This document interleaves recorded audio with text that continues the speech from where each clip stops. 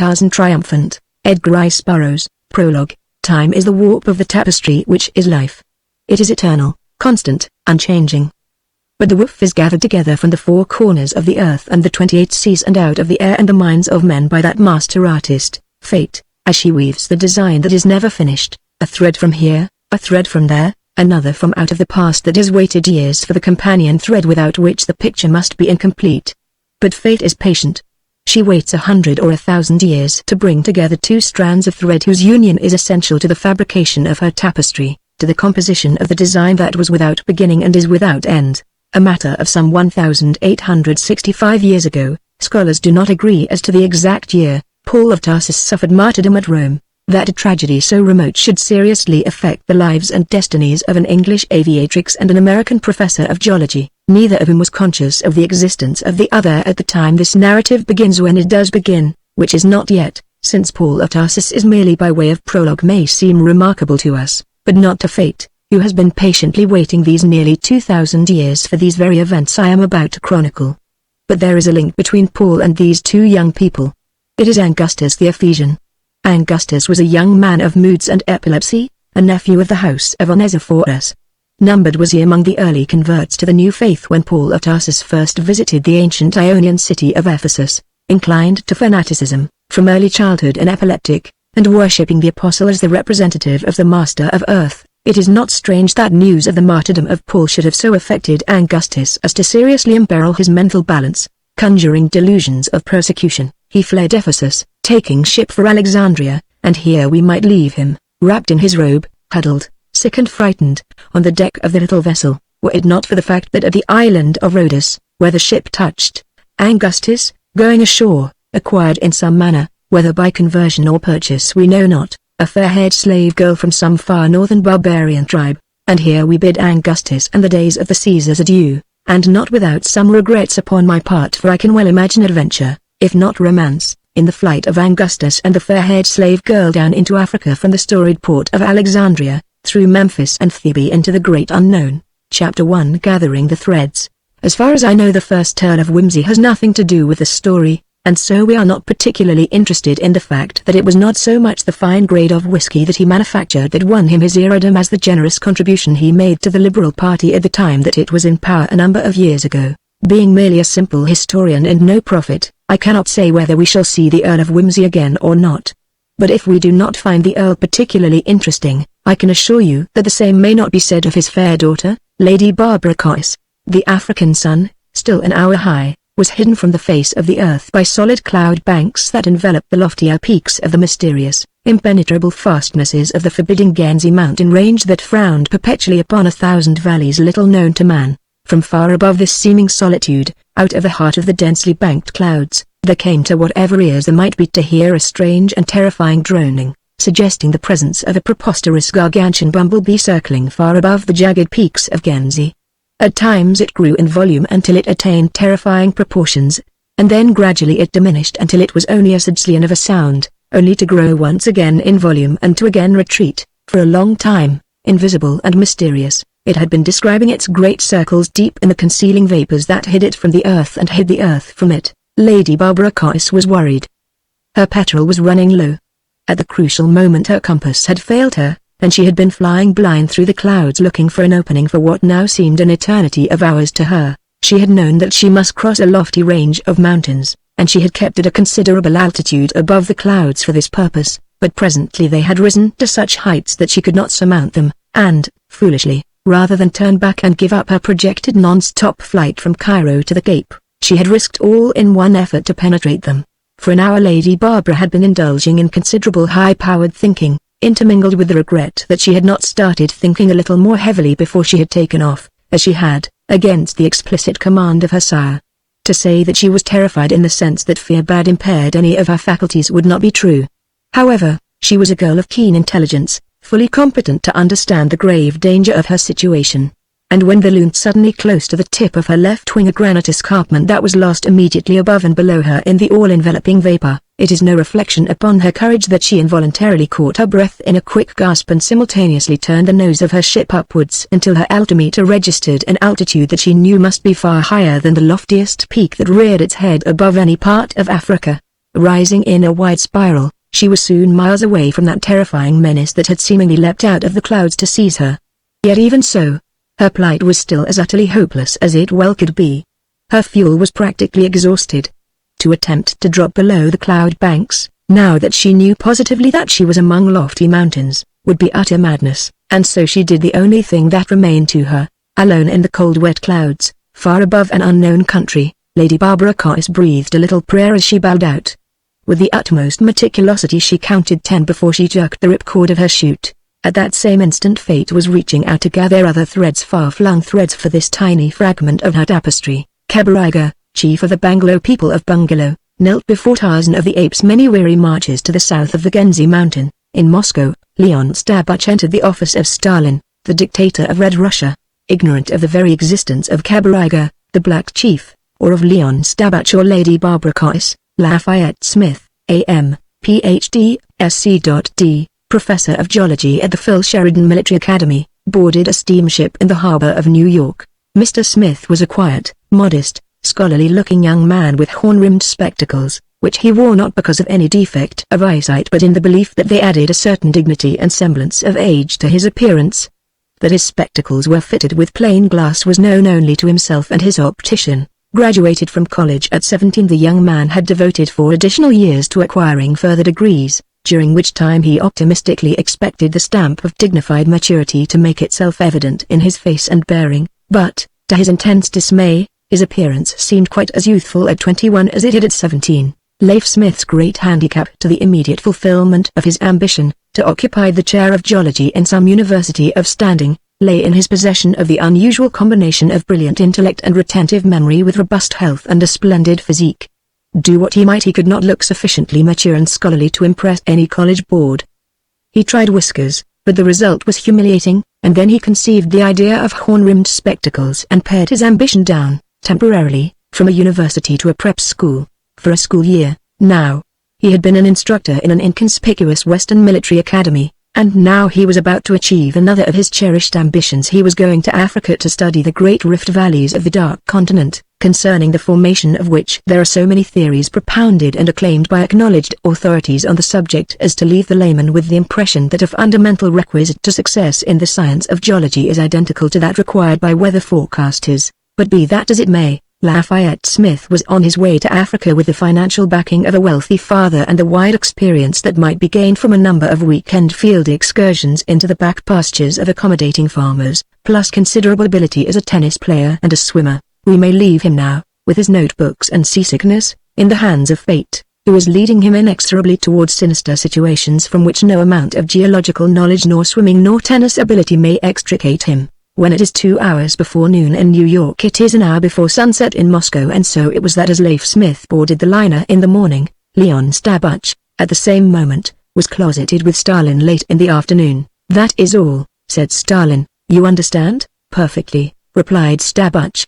"Peter's very shall be avenged, and the obstacle that thwarted our plans in Africa shall be removed. The latter is most essential," emphasized Stalin, "but do not belittle the abilities of your obstacle. He may be, as you have said, naught but an ape-man, but he utterly routed a well-organized Red expedition that might have accomplished much in Abyssinia and Egypt but for his interference. And," he added, "I may tell you, comrade, that we contemplate another attempt, but it will not be made until we have a report from you that the obstacle has been removed." Stabuch swelled his great chest. "Have I ever failed?" he asked. Stalin rose and laid a hand upon the other's shoulder. "Red Russia does not look to the Ogpa for failures," he said. Only his lips smiled as he spoke. That same night Leon Stabuch left Moscow.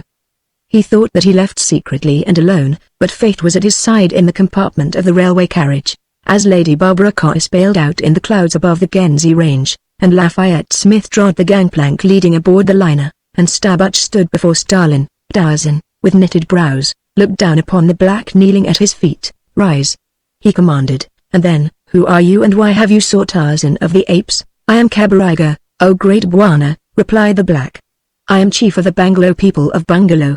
I come to the great Bwana because my people suffer much sorrow and great fear, and our neighbors, who are related to the Gillas, have told us that you are the friend of those who suffer wrongs at the hands of bad men." "And what wrongs have your people suffered?" demanded Tarzan. "And at whose hands? For long we lived at peace with all men, explained Kabariga, "we did not make war upon our neighbors. We wished only to plant and harvest in security. But one day there came into our country from Abyssima a band of shifters who had been driven from their own country. They raided some of our villages, stealing our grain, our goats and our people, and these they sold into slavery in far countries. They do not take everything, they destroy nothing, but they do not go away out of our country. They remain in a village they have built in inaccessible mountains, and when they need more provisions or slaves they come again to other villages of my people, and so they permit us to live and plant and harvest that they may continue to take toll of us." "But why do you come to me?"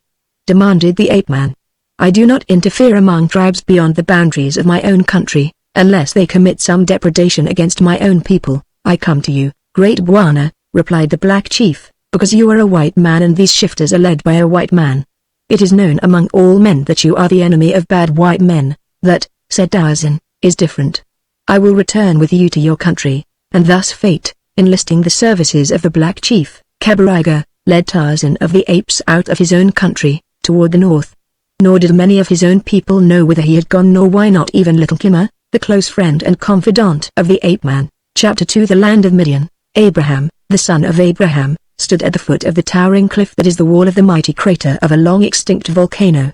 Behind and above him were the dwellings of his people, carved from the soft volcanic ash that rose from the bottom of the crater part way up the encircling cliffs, and clustered about him were the men and women and children of his tribe. One and all, they stood with faces raised toward the heavens. Upon each countenance reflected the particular emotion that the occasion evoked: wonder, questioning, fear, and always rapt, tense listening, for from the low clouds hanging but a few hundred feet above the rim of the great crater, the floor of which stretched away for fully 5 miles to its opposite side, came a strange, ominous droning sound, the like of which not one of them had ever heard before. The sound grew in volume until it seemed to hover just above them, filling all the heavens with its terrifying threat, and then it diminished gradually until it was only a suggestion of a sound that might have been no more than a persistent memory rumbling in their heads. And when they thought that it had gone, it grew again in volume until once more it thundered down upon them where they stood in terror or in ecstasy, as each interpreted the significance of the phenomenon. And upon the opposite side of the crater a similar group,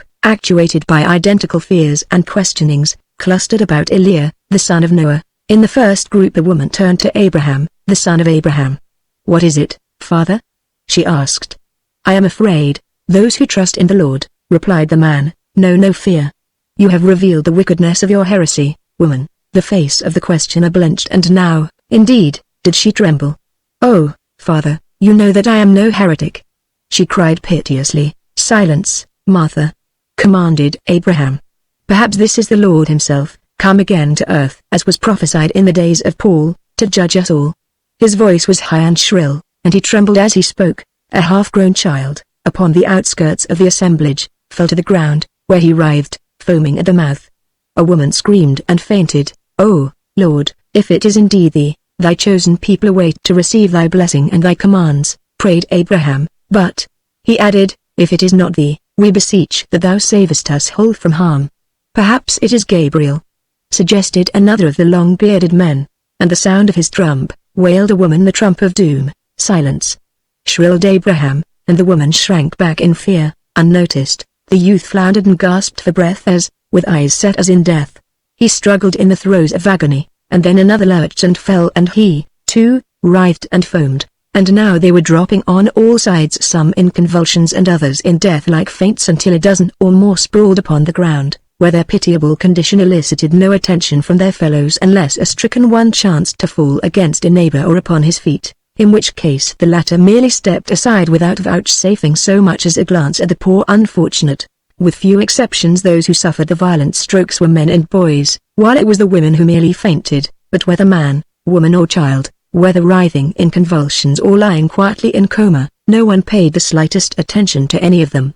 As to whether this seeming indifference was customary, or merely induced by the excitement and apprehension of the moment, as they stood with eyes, ears, and minds focused on the clouds above them, only a closer acquaintance with these strange people may enlighten us. Once more the terrifying sound, swollen to hideous proportions, swept toward them. It seemed to stop above them for a moment, and then, out of the clouds floated a strange apparition, a terrifying thing, a great, white thing above, below which there swung to and fro a tiny figure.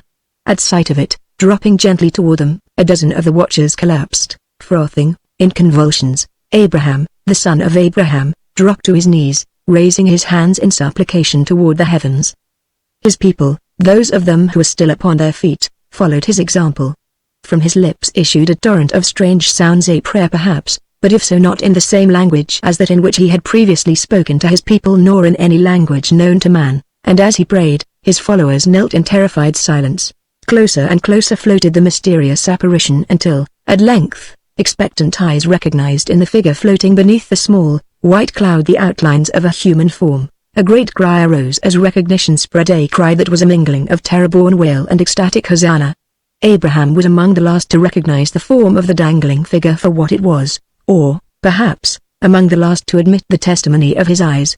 When he did, he toppled to the ground, his muscles twitching and jerking his whole body into horrid contortions, his eyes rolled upward and set as in death, his breath expelled in painful gasps between lips flecked with foam. Abraham, the son of Abraham, never an Adonis, was at this moment anything but a pretty sight. But no one seemed to notice him any more than they had the score or more of lesser creatures who had succumbed to the nervous excitation of the experiences of the past half hour. Some 500 people, men, women and children, of which 30, perhaps, lay quietly or writhed in convulsions upon the ground, formed the group of watchers toward which Lady Barbara Curtis gently floated. As she landed in, if the truth must be told, and we historians are proverbially truthful, except when we are chronicling the lives of our national heroes, or living rulers within whose grasp we may be, or of enemy peoples with whom our country has been at war, and upon other occasions. But, as I was recording, as Lady Barbara landed in an awkward sprawl within 100 yards of the assemblage, all those who had remained standing up to this time went down upon their knees. Hastily scrambling to her feet, the girl disengaged the harness of her parachute and stood gazing in perplexity upon the scene about her. A quick glance had revealed the towering cliffs that formed the encircling walls of the gigantic crater, though at the time she did not suspect the true nature of the valley spreading before her. It was the people who claimed her surprised attention. They were white. In the heart of Africa she had landed in the midst of a settlement of whites. But this thought did not wholly reassure her.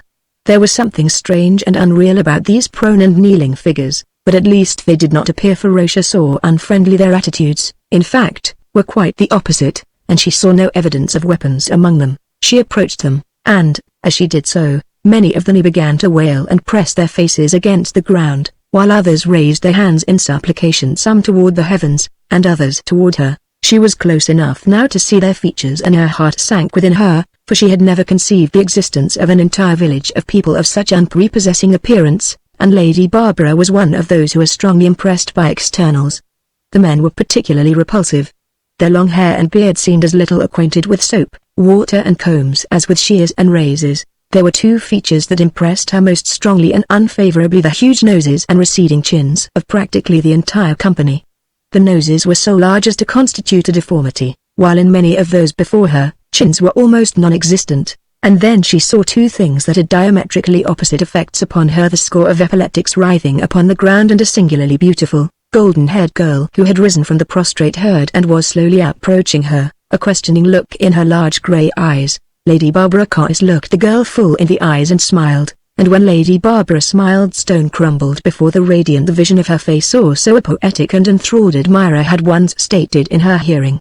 The fact that he lisped, however, had prejudiced her against his testimony. The girl returned the smile with one almost as gorgeous, but quickly she erased it from her features, at the same time glancing furtively about her as though fearful that someone had detected her in the commission of a crime. But when Lady Barbara extended both her hands toward her, she came forward and placed her own within the grasp of the English girl's. "Where am I?" asked Lady Barbara. "What country is this? Who are these people?" The girl shook her head. "Who are you?" she asked. "Are you an angel that the Lord God of hosts has sent to his chosen people?" It was now the turn of Lady Barbara to shake her head to evidence her inability to understand the language of the other. An old man with a long white beard arose and came toward them. Having seen that the apparition from heaven had not struck the girl dead for her temerity, "Get thee gone, Jezebel!" cried the old man to the girl. "How durst thou address this heavenly visitor?" The girl stepped back, dropping her head, and though Lady Barbara had understood no word that the man spoke, his tone and gesture, together with the action of the girl, told her what had transpired between them. She thought quickly. She had realized the impression that her miraculous appearance had made upon these seemingly ignorant people, and she guessed that their subsequent attitude toward her would be governed largely by the impression of her first acts, and being English, she held to the English tradition of impressing upon lesser people the authority of her breed. It would never do, therefore, to let this unkempt patriarch order the girl from her if Lady Barbara chose to retain her, and, after glancing at the faces about her, she was quite sure that if she must choose a companion from among them the fair-haired beauty would be her nominee. With an imperious gesture, and a sinking heart, she stepped forward and took the girl by the arm, and, as the latter turned a surprised glance upon her, drew her to her side. "Remain with me," she said, although she knew her words were unintelligible to the girl. "What did she say, Jezebel?" demanded the old man. The girl was about to reply that she did not know, but something stopped her. Perhaps the very strangeness of the question gave her pause, for it must have been obvious to the old man that the stranger spoke in a tongue unknown to him and, therefore, unknown to any of them. She thought quickly, now. Why should he ask such a question unless he might entertain a belief that she might have understood? She recalled the smile that the stranger had brought to her lips without her volition, and she recalled, too, that the old man had noted it. The girl called Jezebel knew the price of a smile in the land of Midian, where any expression of happiness is an acknowledgment of sin, and so, being a bright girl among a people who were almost uniformly stupid, she evolved a ready answer in the hope that it might save her from punishment. She looked the ancient one straight in the eye. She said, "Jobab," she replied, "that she cometh from heaven with a message for the chosen people and that she will deliver the message through me and through no other." Now much of this statement had been suggested to Jezebel by the remarks of the elders and the apostles as they had watched the strange apparition descending from the clouds and had sought to find some explanation for the phenomenon. In fact, Jobab himself had volunteered the very essence of this theory and was, therefore, the more ready to acknowledge belief in the girl's statement. Lady Barbara stood with an arm about the slim shoulders of the golden-haired Jezebel, her shocked gaze encompassing the scene before her. The degraded, unkempt people huddled stupidly before her, the inert forms of those who had fainted, the writhing contortions of the epileptics. With aversion she appraised the countenance of Jobab, noting the watery eyes, the huge monstrosity of his nose, the long, filthy beard that but half concealed his weak chin. With difficulty she stemmed the involuntary shudder that was her natural nervous reaction to the sight before her. Jobab stood staring at her, an expression of awe on his stupid, almost imbecile face. From the crowd behind him several other old men approached, almost fearfully, halting just behind him. Jobab looked back over his shoulder. "Where is Abraham, the son of Abraham?" he demanded. "He still communeth with Jehovah," replied one of the ancients. "Perhaps even now Jehovah revealeth to him the purpose of this visitation," suggested another hopefully. "She hath brought a message," said Jobab, "and she will deliver it only through the girl called Jezebel. I wish Abraham, the son of Abraham, was through communing with Jehovah," he added, but Abraham, the son of Abraham, still writhed upon the ground, foaming at the mouth. "Verily," said another old man, "if this be indeed a messenger from Jehovah, let us not stand thus idly staring, lest we arouse the anger of Jehovah, that he bring a plague upon us, e'en of flies or of lice." "Thou speakest true words, Timothy," agreed Jobab, and, turning to the crowd behind them, "Get thee hence quickly and fetch offerings that may be good in the sight of Jehovah, each in accordance with his ability." Stupidly the assemblage turned away toward the caves and hovels that constituted the village, leaving the small knot of ancients facing Lady Barbara and the golden Jezebel and, upon the ground, the stricken ones, some of whom were evidencing symptoms of recovery from their seizures. Once again a feeling of revulsion gripped the English girl as she noted the features and carriages of the villagers. Almost without exception they were disfigured by enormous noses and chins so small and receding that in many instances the chin seemed to be lacking entirely. When they walked they ordinarily leaned forward, giving the impression that they were upon the verge of pitching headlong upon their faces. Occasionally among them appeared an individual whose countenance suggested a much higher mentality than that possessed by the general run of the villagers, and without exception these had blonde hair, while the hair of all the others was black. So striking was this phenomenon that Lady Barbara could not but note it almost in her first brief survey of these strange creatures, yet she was never to discover an indisputable explanation, for there was none to tell her of Augustus and the fair-haired slave girl from some barbarian horde of the north, none who knew that Augustus had had a large nose, a weak chin and epilepsy, none to guess the splendid mind and the radiant health of that little slave girl, dead now for almost 19 centuries, whose blood, even now, arose occasionally above the horrid decadence of all those long years of enforced inbreeding to produce such a creature as Jezebel in an effort, however futile, to stem the tide of degeneracy. Lady Barbara wondered now why the people had gone to their dwellings. What did it portend?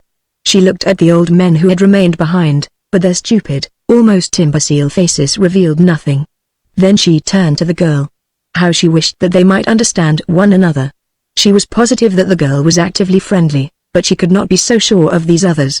Everything about them repelled her, and she found it impossible to have confidence in their intentions toward her. But how different was the girl? She, too, doubtless, was an alien among them, and that fact gave the English girl hope, for she had seen nothing to indicate that the golden-haired one was being threatened or mistreated, and at least she was alive and uninjured. Yet, she must be of another breed. Her simple, and scant, apparel, fabricated apparently from vegetable fiber, was clean, as were those parts of her body exposed to view, while the garments of all the others, especially the old men, were filthy beyond words, as were their hair and beards and every portion of their bodies not concealed by the mean garments that scarce half covered their nakedness. As the old men whispered among themselves, Lady Barbara turned slowly to look about her in all directions. She saw precipitous cliffs completely hemming a small circular valley, near the center of which was a lake. Nowhere could she see any indication of a break in the encircling walls that rose hundreds of feet above the floor of the valley, and yet she felt that there must be an entrance from the outer world, else how had these people gained entrance? Her survey suggested that the valley lay at the bottom of the crater of a great volcano, long extinct, and if that were true the path to the outer world must cross the summit of those lofty walls, yet these appeared, insofar as she could see, utterly unscalable. But how account for the presence of these people? The problem vexed her, but she knew that it must remain unsolved until she had determined the attitude of the villagers and discovered whether she were to be a guest or a prisoner. Now the villagers were returning, and she saw that many of them carried articles in their hands. They came slowly, timidly nearer her, exhorted by the ancients, until at her feet they deposited the burdens they had carried: bowls of cooked food, raw vegetables and fruits, fish, and pieces of the fiber cloth such as that from which their crude garments were fabricated, the homely offerings of a simple people. As they approached her many of them displayed symptoms of great nervousness and several sank to the ground, victims of the convulsive paroxysms that marked the seizures to which so many of them appeared to be subject. To Lady Barbara it appeared that these simple folk were either bringing gifts attesting their hospitality or were offering their wares, in barter, to the stranger within their gates, nor did the truth once occur to her at the moment that the villagers were, in fact, making votive offerings to one they believed the messenger of God, or even, perhaps, a goddess in her own right. When, after depositing their offerings at her feet, they turned and hastened away, the simple faces of some evidencing fear caused her to abandon the idea that the goods were offered for sale, and she determined that, if not gifts of hospitality, they might easily be considered as tribute to appease the wrath of the potential enemy. Abraham, the son of Abraham, had regained consciousness. Slowly he raised himself to a sitting position and looked about him. He was very weak. He always was after these seizures. It required a minute or two before he could collect his wits and recall the events immediately preceding the attack. He saw the last of those bringing offerings to Lady Barbara deposit them at her feet. He saw the stranger. And then he recalled the strange droning that had come out of the heavens and the apparition that he had seen floating down toward them. Abraham, the son of Abraham, arose. It was Jobab, among the ancients, who saw him first. Hallelujah! He exclaimed. Abraham, the son of Abraham, walketh no longer with Jehovah. He hath returned to our midst. Let us pray. Whereupon the entire assemblage, with the exception of Lady Barbara and the girl called Jezebel, dropped to its knees. Among them, Abraham, the son of Abraham, moved slowly, as though in a trance, toward the stranger, his mind still lethargic from the effects of his seizure.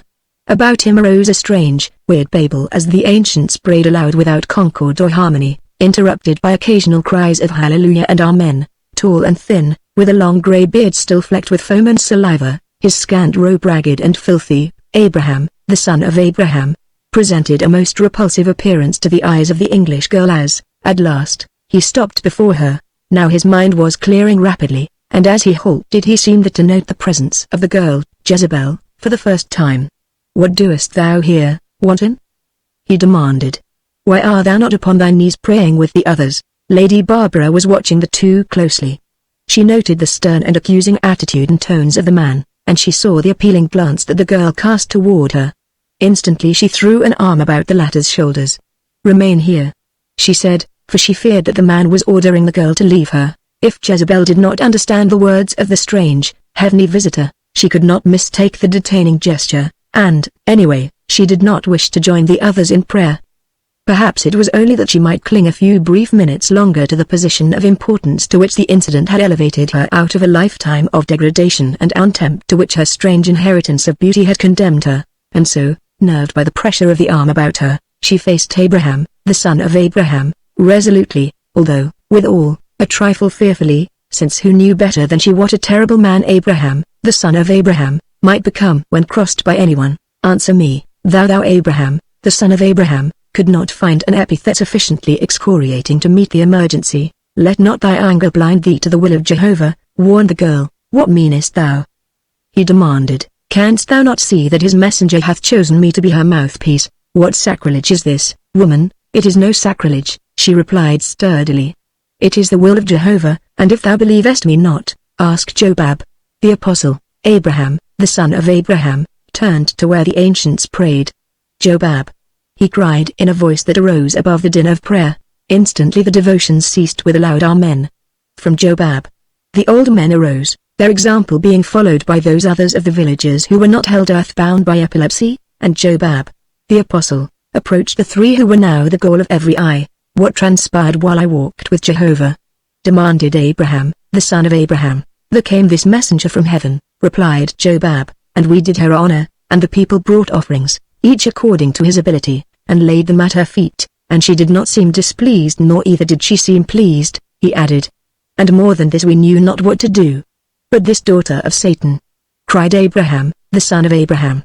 What of her? Verily I say unto you that she speaks with the tongue of Jehovah, replied Jobab, for he hath chosen her to be the mouthpiece of his messenger. Jehovah be praised, said Abraham, the son of Abraham, the ways of the Almighty passeth understanding. He turned now to Jezebel, but when he spoke there was a new note in his tones, a conciliatory note, and, perhaps, not a little of fear in his eyes. Beseech the messenger to look upon us poor servants of Jehovah with mercy and forgiveness, beggeth her that she open her mouth to us poor sinners and divulge her wishes. We await her message, trembling and fearful in the knowledge of our unworthiness. Jezebel turned to Lady Barbara. But wait, cried Abraham, the son of Abraham, as a sudden questioning doubt assailed his weak mind. How can you converse with her? You speak only the language of the land of Midian. Verily, if thou canst speak with her, why may not I? The prophet of Paul, the son of Jehovah. Jezebel had a brain worth 50 such brains as that possessed by the prophet of Paul, and now she used it to advantage, though, if the truth were known, not without some misgivings as to the outcome of her rash proposal, for, although she had a bright and resourceful mind, she was nonetheless the ignorant child of an ignorant and superstitious people. Thou hast a tongue, prophet, she said. Speak thou then to the messenger of Jehovah, and if she answers thee in the language of the land of Midian thou canst understand her as well as I. That, said Abraham, the son of Abraham, is scarce less than an inspiration, a miracle. Exclaimed Jobab. Jehovah must have put the words in her mouth. I shall address the messenger, said the prophet. O angel of light! He cried, turning toward Lady Barbara, look with compassion upon an old man, upon Abraham, the son of Abraham, the prophet of Paul, the son of Jehovah, and deign to make known to him the wishes of him who sent you to us. Lady Barbara shook her head. There is something that one does when one is embarrassed, she said.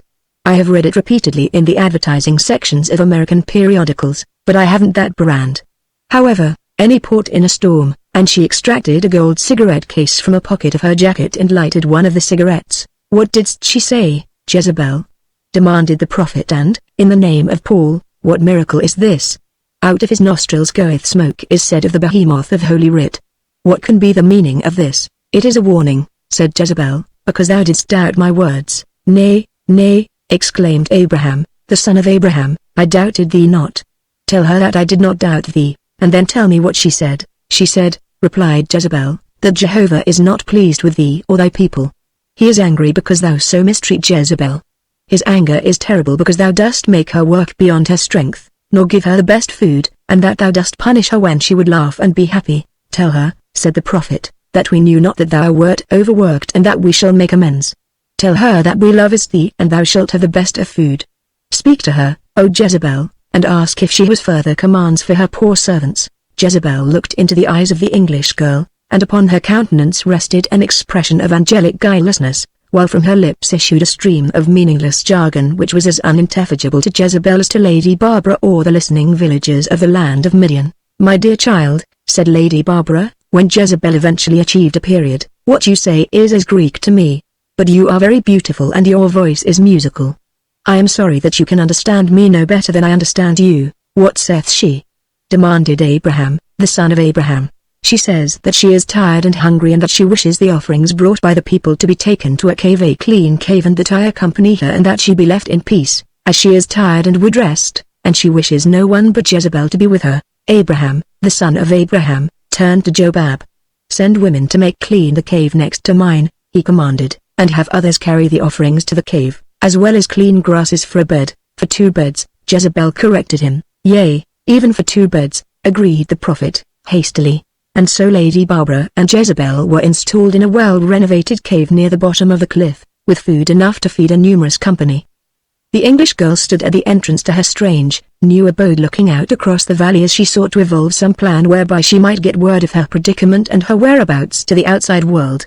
In another 24 hours she knew the apprehension of her friends and her family would be aroused, and soon many an English plane would be roaring over the Cape to Cairo route in search of her, and, as she pondered her unfortunate situation, the girl called Jezebel lay in luxurious idleness upon her bed of fresh grasses and ate from a pile of fruit near her head, the while a happy smile of contentment illumined her lovely countenance.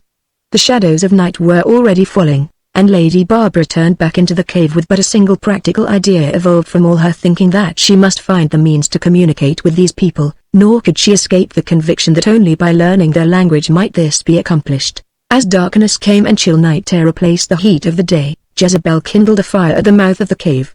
Near it the 2 girls sat upon a soft cushion of grass, the firelight playing upon their faces. And there the Lady Barbara commenced the long and tedious task of mastering a new language. The first step consisted in making Jezebel understand what she desired to accomplish, but she was agreeably astonished at the celerity with which the girl grasped the idea. Soon she was pointing to various objects, calling them by their English names, and Jezebel was naming them in the language of the land of Midian. Lady Barbara would repeat the word in the Midian language several times until she had mastered the pronunciation, and she noticed that, similarly, Jezebel was repeating its English equivalent. Thus was Jezebel acquiring an English vocabulary while she taught the Midian to her guest. An hour passed while they occupied their time with their task. The refuge lay quiet about them. Faintly, from the distant lake, came the subdued chorus of the frogs. Occasionally a goat bleated somewhere out in the darkness.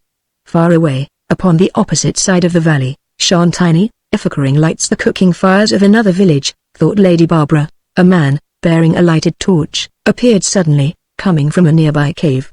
In low, monotonous tones he voiced a chant. Another man, another torch, another voice joined him. And then came others until the procession wound down toward the level ground below the caves. Gradually the voices rose. A child screamed. Lady Barbara saw it now, a small child being dragged along by an old man. Now the procession encircled a large boulder and halted, but the chanting did not cease, nor did the screaming of the child.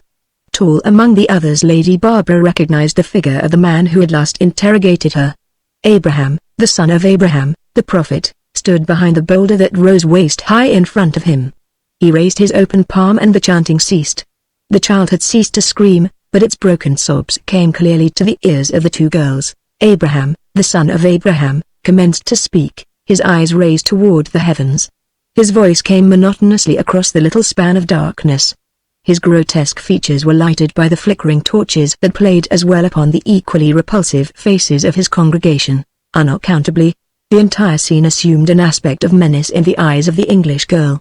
Apparently it was only the simple religious service of a simple people, and yet, to Barbara Coyles, there was something terrible about it, something that seemed fraught with horror. She glanced at Jezebel.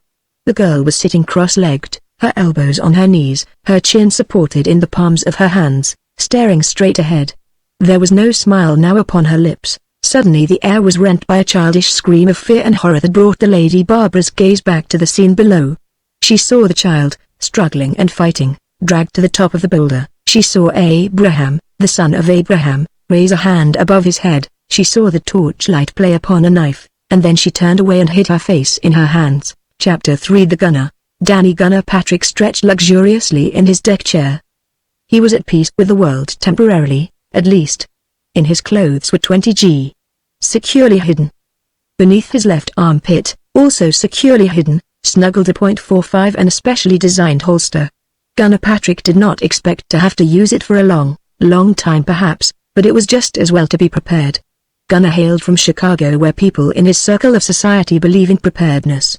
He had never been a big shot, and if he had been content to remain more or less obscure, he might have gone along about his business for some time until there arrived the allotted moment when, like many of his late friends and acquaintances, he should be elected to stop his quota of machine gun bullets. But Danny Patrick was ambitious. For years he had been the right hand, and that means the pistol hand, of a big shot. He had seen his patron grow lousy rich, according to Danny's notion, and he had become envious. So Danny double-crossed the big shot, went over to the other side, which, incidentally, boasted a bigger and better big shot, and was a party to the hijacking of several truckloads of booze belonging to his former employer. Unfortunately, on the occasion of the hijacking of the last truck, one of his former pals in the service of the double-crossee recognized him, and Danny, knowing that he had been recognized, sought, quite pardonably, to eliminate this damaging evidence, but his unwilling target eluded him, and before he could rectify his ballistic errors the police came. It is true that they obligingly formed an escort to convoy the truck safely to the warehouse of the bigger and better big shot, but the witness to Danny's perfidy escaped. Now Danny Gunner Patrick knew the temper of his erstwhile patron, and who better? Many of the big shot's enemies, and several of his friends, had Danny taken for a ride. He knew the power of the big shot, and he feared him. Danny did not want to go for a ride himself, but he knew that if he remained in dear old car he would go the way of all good gunmen much too soon to suit his plans, and so, with the 20 that had been the price of his perfidy, he had slipped quietly out of town, and, being wise in his day and generation, he had also slipped quietly out of the country, another thread to be woven into fate's tapestry. He knew that the big shot was slipping, that was one reason he had deserted him. And he also knew that, sooner or later, the big shot would have a grand funeral with truckloads of flowers and, at least, a $10,000 casket. So Danny would daily in foreign climes until after the funeral. Just where he would daily he did not know, for Danny was shy of geographic lore, but he knew he was going at least as far as England, which he also knew to be somewhere in London. So now he lolled in the sun, at peace with the world that immediately surrounded him, or almost at peace, for there rankled in his youthful breast various snubs that had been aimed in his direction by the few fellow passengers he had accosted. Danny was at a loss to understand why he was persona non grata. He was good-looking. His clothes had been designed by one of Chicago's most exclusive tailors. They were quiet and in good taste. These things Danny knew, and he also knew that no one aboard ship had any inkling of his profession. Why then, after a few minutes' conversation, did they invariably lose interest in him and thereafter look through him as though he did not exist? The gunner was both puzzled and peeved. It was the third day out, and Danny was already fed up on ocean travel. He almost wished that he were back in Chicago, where he knew he could find congenial spirits with whom to foregather, but not quite. Better a temporary isol alien above ground than a permanent one below. A young man whom he had not before noticed among the passengers came and sat down in the chair next to his. He looked over at Danny and smiled. "Good morning," he said.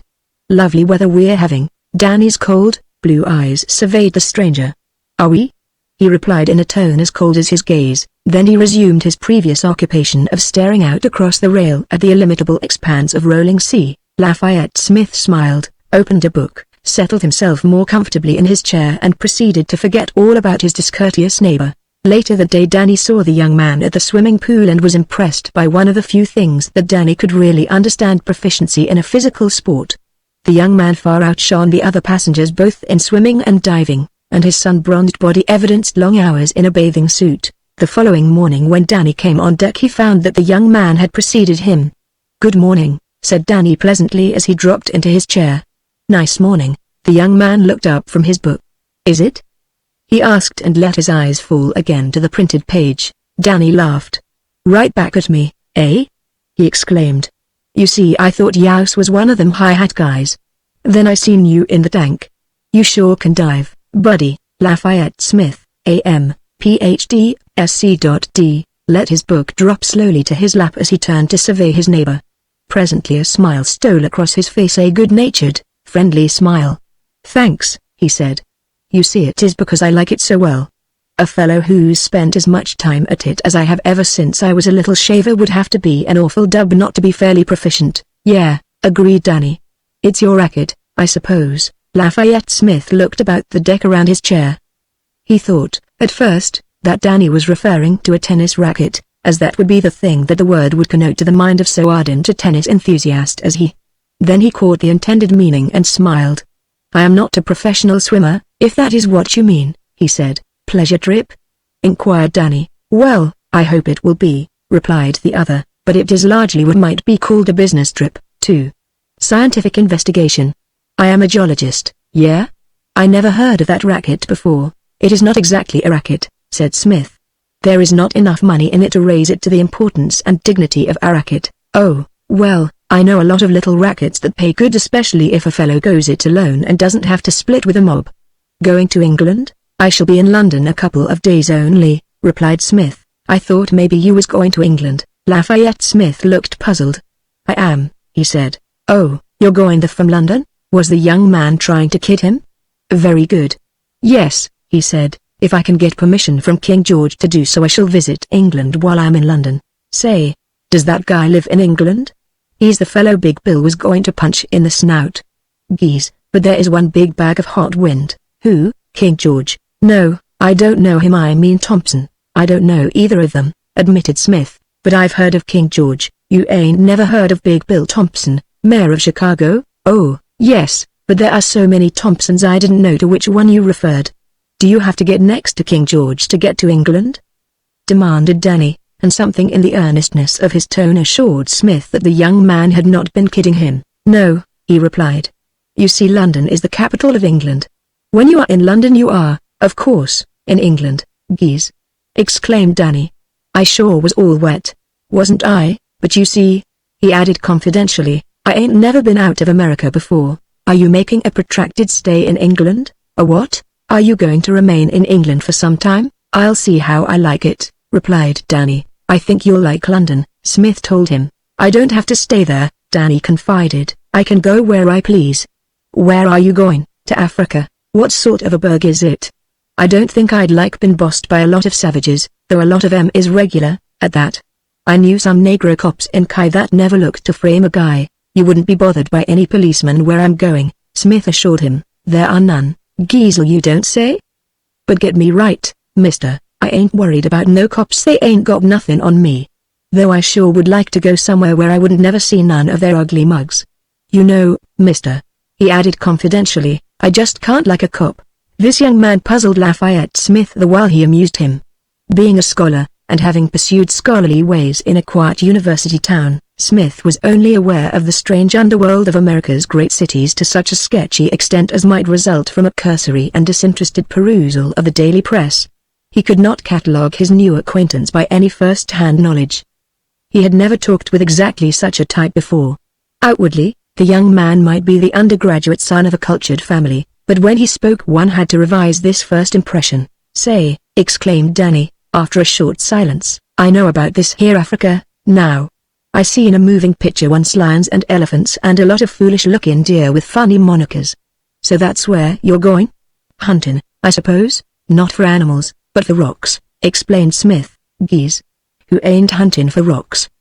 Demanded Danny. I know guys would croak their best friends for a rock. Not the sort I'm going to look for, Smith assured him. You don't mean diamonds then? No, just rock formations that will teach me more about the structure of the earth. And you can't cash in on them after you find them? Geez, that's a funny racket. You know a lot about this here Africa, don't you? Only what I've read in books, replied Smith. I had a book once, said Danny, with almost a verbal swagger. Yes, said Smith politely. Was it about Africa? I don't know. I never read it. Say, I've been thinking, he added. Why don't I go to this here Africa?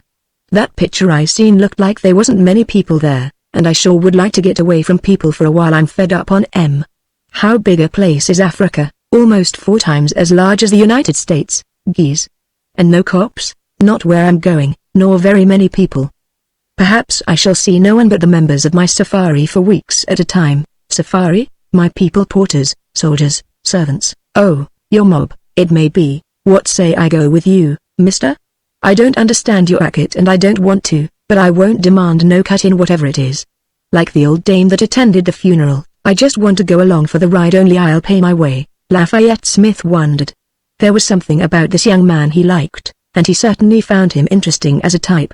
Then, too, there was an indefinable something in his manner and in those cold, blue eyes that suggested he might be a good companion in an emergency. Furthermore, Lafayette Smith had recently been thinking that long weeks in the interior without the companionship of another white man might prove intolerable. Yet he hesitated. He knew nothing about the man. He might be a fugitive from justice. He might be anything. Well, what of it?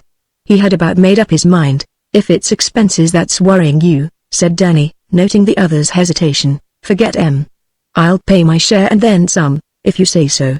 I wasn't thinking of that, though the trip will be expensive, not much more for two, though, than for one. How much? Frankly, I don't know, but I have been assuming that $5,000 should cover everything, though I may be wrong. Danny Patrick reached into his trousers pocket and brought forth a great roll of bills, 50s and 100s.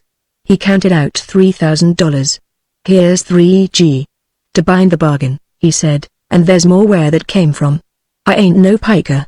I'll pay my share and part of yours, too. No, said Smith, motioning the proffered bills aside. It is not that. You see, we don't know anything about each other. We might not get along together. You know as much about me as I do about you, replied Danny, and I'm game to take a chance. Maybe the less we know the better. Anyhow, I'm going to this here Africa, and if you're going to, we might as well go together. It'll cut down expenses, and two white fellows is got a better chunk than one alone. Do we stick or do we split? Lafayette Smith laughed. Here, perhaps, was the making of an adventure, and in his scholarly heart he had long held the secret hope that someday he might go adventuring. We stick, he said. Gimme 5. Exclaimed Gunner Patrick, extending his hand. 5 what? Asked Lafayette Smith, A.M., Ph.D., Sc.D. Chapter 4. Gathering the strands. Weeks rolled by. Trains rattled and chugged. Steamships plowed. Blackfeet padded well-worn trails. 3 safaris, headed by white men from far separated parts of the earth, moved slowly along different trails that led toward the wild fastnesses of the Kansas. None knew of the presence of the others, nor were their missions in any way related. From the west came Lafayette Smith and Gunner Patrick, from the south, an English big-game hunter, Lord Passmore, from the east, Leon Staubach. The Russian had been having trouble with his men. They had enlisted with enthusiasm, but their eagerness to proceed had waned as they penetrated more deeply into strange and unknown country. Recently they had talked with men of a village beside which they had camped, and these men had told them terrifying tales of the great band of shifters, led by a white man, that was terrorizing the country toward which they were marching, killing and raping as they collected slaves to be sold in the north. Staubach had halted for the noonday rest upon the southern slopes of the foothills of the Kansas. To the north rose the lofty peaks of the main range. To the south, below them, they could see forest and jungle stretching away into the distance. About them were rolling hills, sparsely timbered, and between the hills and the forest an open, grassy plain where herds of antelope and zebra could be seen grazing. The Russian called his headman to him. "What's the matter with those fellows?" he asked, nodding toward the porters, who were gathered, squatting, in a circle, jabbering in low voices. "They are afraid, Bwana," replied the black. "Afraid of what?" demanded Staubach, though he well knew. "Afraid of the shifters, Bwana. 3 more deserted last night. We didn't need them anyway," snapped Staubach. "The loads are getting lighter, more will run away," said the headman. "They are all afraid. They had better be afraid of me," blustered Staubach. "If any more men desert I'll. They are not afraid of you, Bwana," the headman told him, candidly. "They are afraid of the shifters and the white man who is their chief. They do not want to be sold into slavery, far from their own country." "Don't tell me you believe in that cock and bull story, you black rascal," snapped Staubach. "It's just an excuse to turn back. They want to get home so they can loaf. The lazy dogs. And I guess you're as bad as the rest of them. Who said you were a headman, anyway? If you were worth a kopeck you'd straighten those fellows out in no time, and we wouldn't have any more talk about turning back, nor any more desertions, either." "Yes, Bwana," replied the black, but what he thought was his own business. "Now, listen to me," growled Staubach, but that to which he would have had the headman listen was never voiced. The interruption came from one of the porters, who leapt suddenly to his feet, voicing a low cry of warning pregnant with terror. "Look!" he cried, pointing toward the west. The shifters, silhouetted against the sky, a group of mounted men bad reined in their horses upon the summit of a low hill a mile away. The distance was too great to permit the excited watchers in the Russians' camp to distinguish details, but the very presence of a body of horsemen was all the assurance that the blacks needed to convince them that it was composed of members of the shifter band of which they had heard terrifying rumors that had filled their simple breasts with steadily increasing dread during the past several days. The white robes fluttering in the breeze at the summit of the distant hill, the barrels of rifles and the shafts of spears that, even at a distance, were sufficiently suggestive of their true nature to permit of no doubt, but served to definitely crystallize the conjectures of the members of Stabbach's safari and augment their panic. They were standing now, every eye turned toward the menace of that bristling hilltop. Suddenly one of the men ran toward the loads that had been discarded during the noonday halt, calling something back over his shoulder to his fellows. Instantly there was a break for the loads. "What are they doing?" cried Stabbach. "Stop them." The headman and the askaris ran quickly toward the porters, many of whom already had shouldered their loads and were starting on the back trail. The headman sought to stop them, but one, a great, burly fellow, felled him with a single blow. Then another, glancing back toward the west, voiced a shrill cry of terror. "Look!" he cried. "They come!" Those who heard him turned to see the horsemen, their robes fluttering backward in the breeze, raining down the hillside toward them at a gallop. It was enough. As one man, porters, askaris, and the headman, they turned and fled. Those who had shouldered loads threw them to the ground lest their weight retard the runner's speed. Stabbach was alone. For an instant he hesitated on the verge of flight, but almost immediately he realized the futility of attempted escape. With loud yells the horsemen were bearing down upon his camp, and presently, seeing him standing there alone, they drew rein before him. Hard-faced, villainous appearing, they presented such an appearance of evil as might have caused the stoutest heart to quail. Their leader was addressing Stabbach in a strange tongue, but his attitude was so definitely menacing that the Russian had little need of knowledge of the other's language to interpret the threat reflected in the speaker's tones and scowling face, but he dissembled his fears and met the men with a cool equanimity that impressed them with the thought that the stranger must be sure of his power. Perhaps he was but the advance guard of a larger body of white men. The shifters looked about them uneasily as this thought was voiced by one of their number, for they well knew the temper and the arms of white men and feared both. Yet, notwithstanding their doubts, they could still appreciate the booty of the camp, as they cast covetous and appraising eyes upon the abandoned loads of the departed porters, most of whom were still in view as they scurried toward the jungle. Failing to make himself understood by the white man, the leader of the shifters fell into a heated argument with several of his henchmen, and when one, sitting, stirrup to stirrup, beside him, raised his rifle and aimed it at Stabbach, the leader struck the weapon up and berated his fellow angrily. Then he issued several orders, with the result that, while two of the band remained to guard Stabbach, the others dismounted and loaded the packs on several of the horses. A half-hour later the shifters rode back in the direction from which they had come, taking with them all of the Russians' belongings and him, also, disarmed and a prisoner, and, as they rode away, keen grey eyes watched them from the concealing verdure of the jungle, eyes that had been watching every turn of events in the camp of the Russians since Stabbach had called the halt for the disastrous noonday rest. Though the distance from the jungle to the camp was considerable, nothing had escaped the keen eyes of the watcher reclining at ease in the fork of a great tree just at the edge of the plain. What his mental reactions to the happenings he had witnessed none might have guessed by any changing expression upon his stern, emotionless countenance. He watched the retreating figures of the shifters until they had disappeared from view, and then he sprang lightly to his feet and swung off through the jungle in the opposite direction, in the direction taken by the fleeing members of Stabbach's safari. Goloba, the headman, trod fearfully the gloomy trails of the jungle, and with him were a considerable number of the other members of Stabbach's safari, all equally fearful lest the shifters pursue them. The first panic of their terror had abated, and as the minutes sped, with no sign of pursuit, they took greater heart, though there grew in the breast of Goloba another fear to replace that which was fading. It was the fear of the trusted lieutenant who has deserted his bwana. It was something that Goloba would have to explain one day, and even now he was formulating his excuse. "They rode upon us, firing their rifles," he said. "There were many of them, at least 100. No one disputed him. We fought bravely in defense of the bwana, but we were few and could not repulse them." He paused and looked at those walking near him. He saw that they nodded their heads in assent. "And then I saw the bwana fall, and so, to escape being taken and sold into slavery, we ran away." "Yes," said one walking at his side, "it is all as Goloba has said. I myself—" But he got no further. The figure of a bronzed white man, naked but for a loincloth, dropped from the foliage of the trees into the trail a dozen paces ahead of them. As one man they halted, surprise and fear writ large upon their faces. "Which is the headman?" demanded the stranger in their own dialect, and every eye turned upon Goloba. "I am," replied the black leader. "Why did you desert your bwana?" Goloba was about to reply when the thought occurred to him that here was only a single, primitively armed white without companions, without a safari ape or creature, indeed, in the jungle lower than the meanest black. "Who are you?" to question Goloba, the headman. He demanded, sneeringly. "Get out of my way," and he started forward along the trail toward the stranger. But the white man did not move.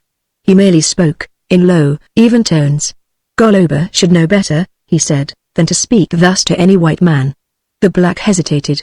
He was not quite sure of himself, but yet he ventured to hold his ground. "Great bwanas do not go naked and alone through the forests, like the low Bakisu. Where is your safari?" "Tarzan of the Apes needs no safari," replied the white man. Goloba was stunned.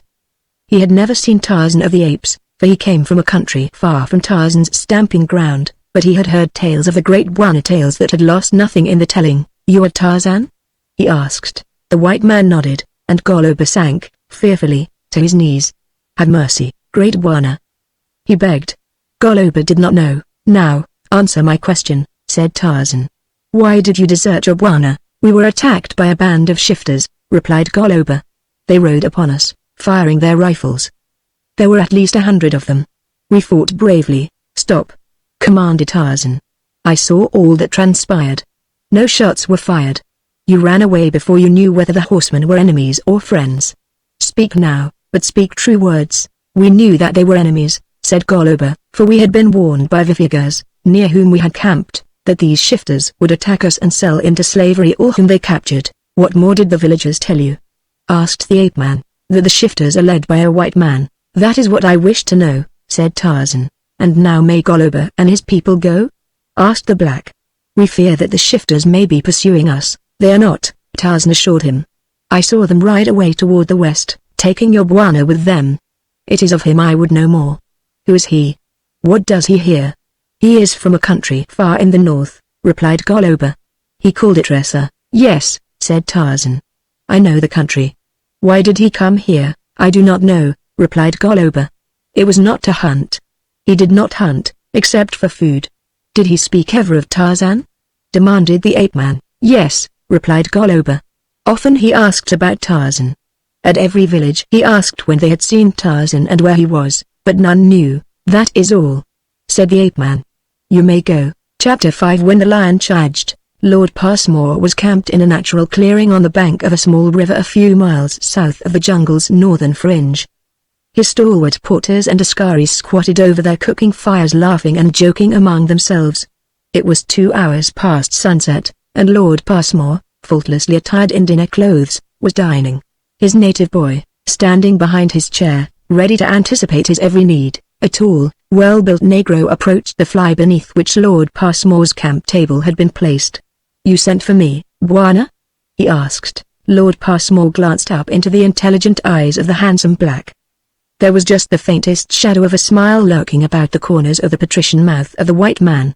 "Have you anything to report?" he asked. "No, bwana," replied the black. "Neither to the east nor to the west were the signs of game." "Perhaps the bwana had better luck." "Yes," replied Passmore, "I was more fortunate. To the north I saw signs of game. Tomorrow, perhaps, we shall have better hunting. Tomorrow I shall." He broke off abruptly. Both men were suddenly alert, straining their ears to a faint sound that rose above the nocturnal voices of the jungle for a few brief seconds. The black looked questioningly at his master. "You heard it, bwana?" he asked. The white nodded. "What was it, bwana?" "It sounded deucedly like a machine gun," replied Passmore. "It came from south of us, but who the devil would be firing a machine gun here? And why at night?" "I do not know, bwana," replied the headman. "Shall I go and find out?" "No," said the Englishman. "Perhaps Totnero. We shall see. Go now, and get your sleep." "Yes, bwana, good night." "Good night," and warned the askari on sentry duty to be watchful. "Yes, bwana." The black bowed very low and backed from beneath the fly. Then he moved silently away, the flickering flames of the cook fires reflecting golden highlights from his smooth brown skin, beneath which played the mighty muscles of a giant. "This," remarked Gunner Patrick, "is the life. I ain't seen a cop for weeks." Lafayette Smith smiled.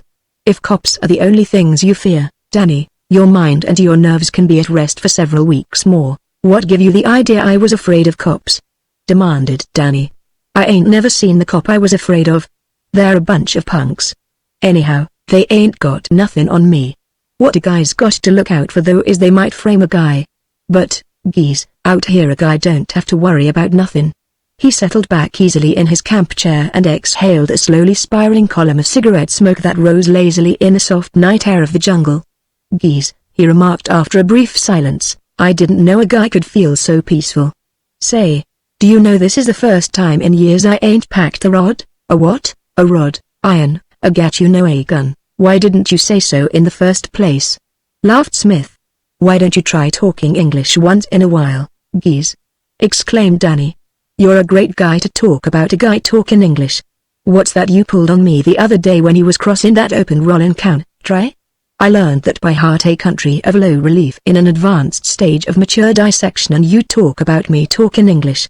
You and your thrust faults and escarpments, your cauldras and solfatares geese. Well, you're learning, Danny. Learning what? Every racket has its own lingo.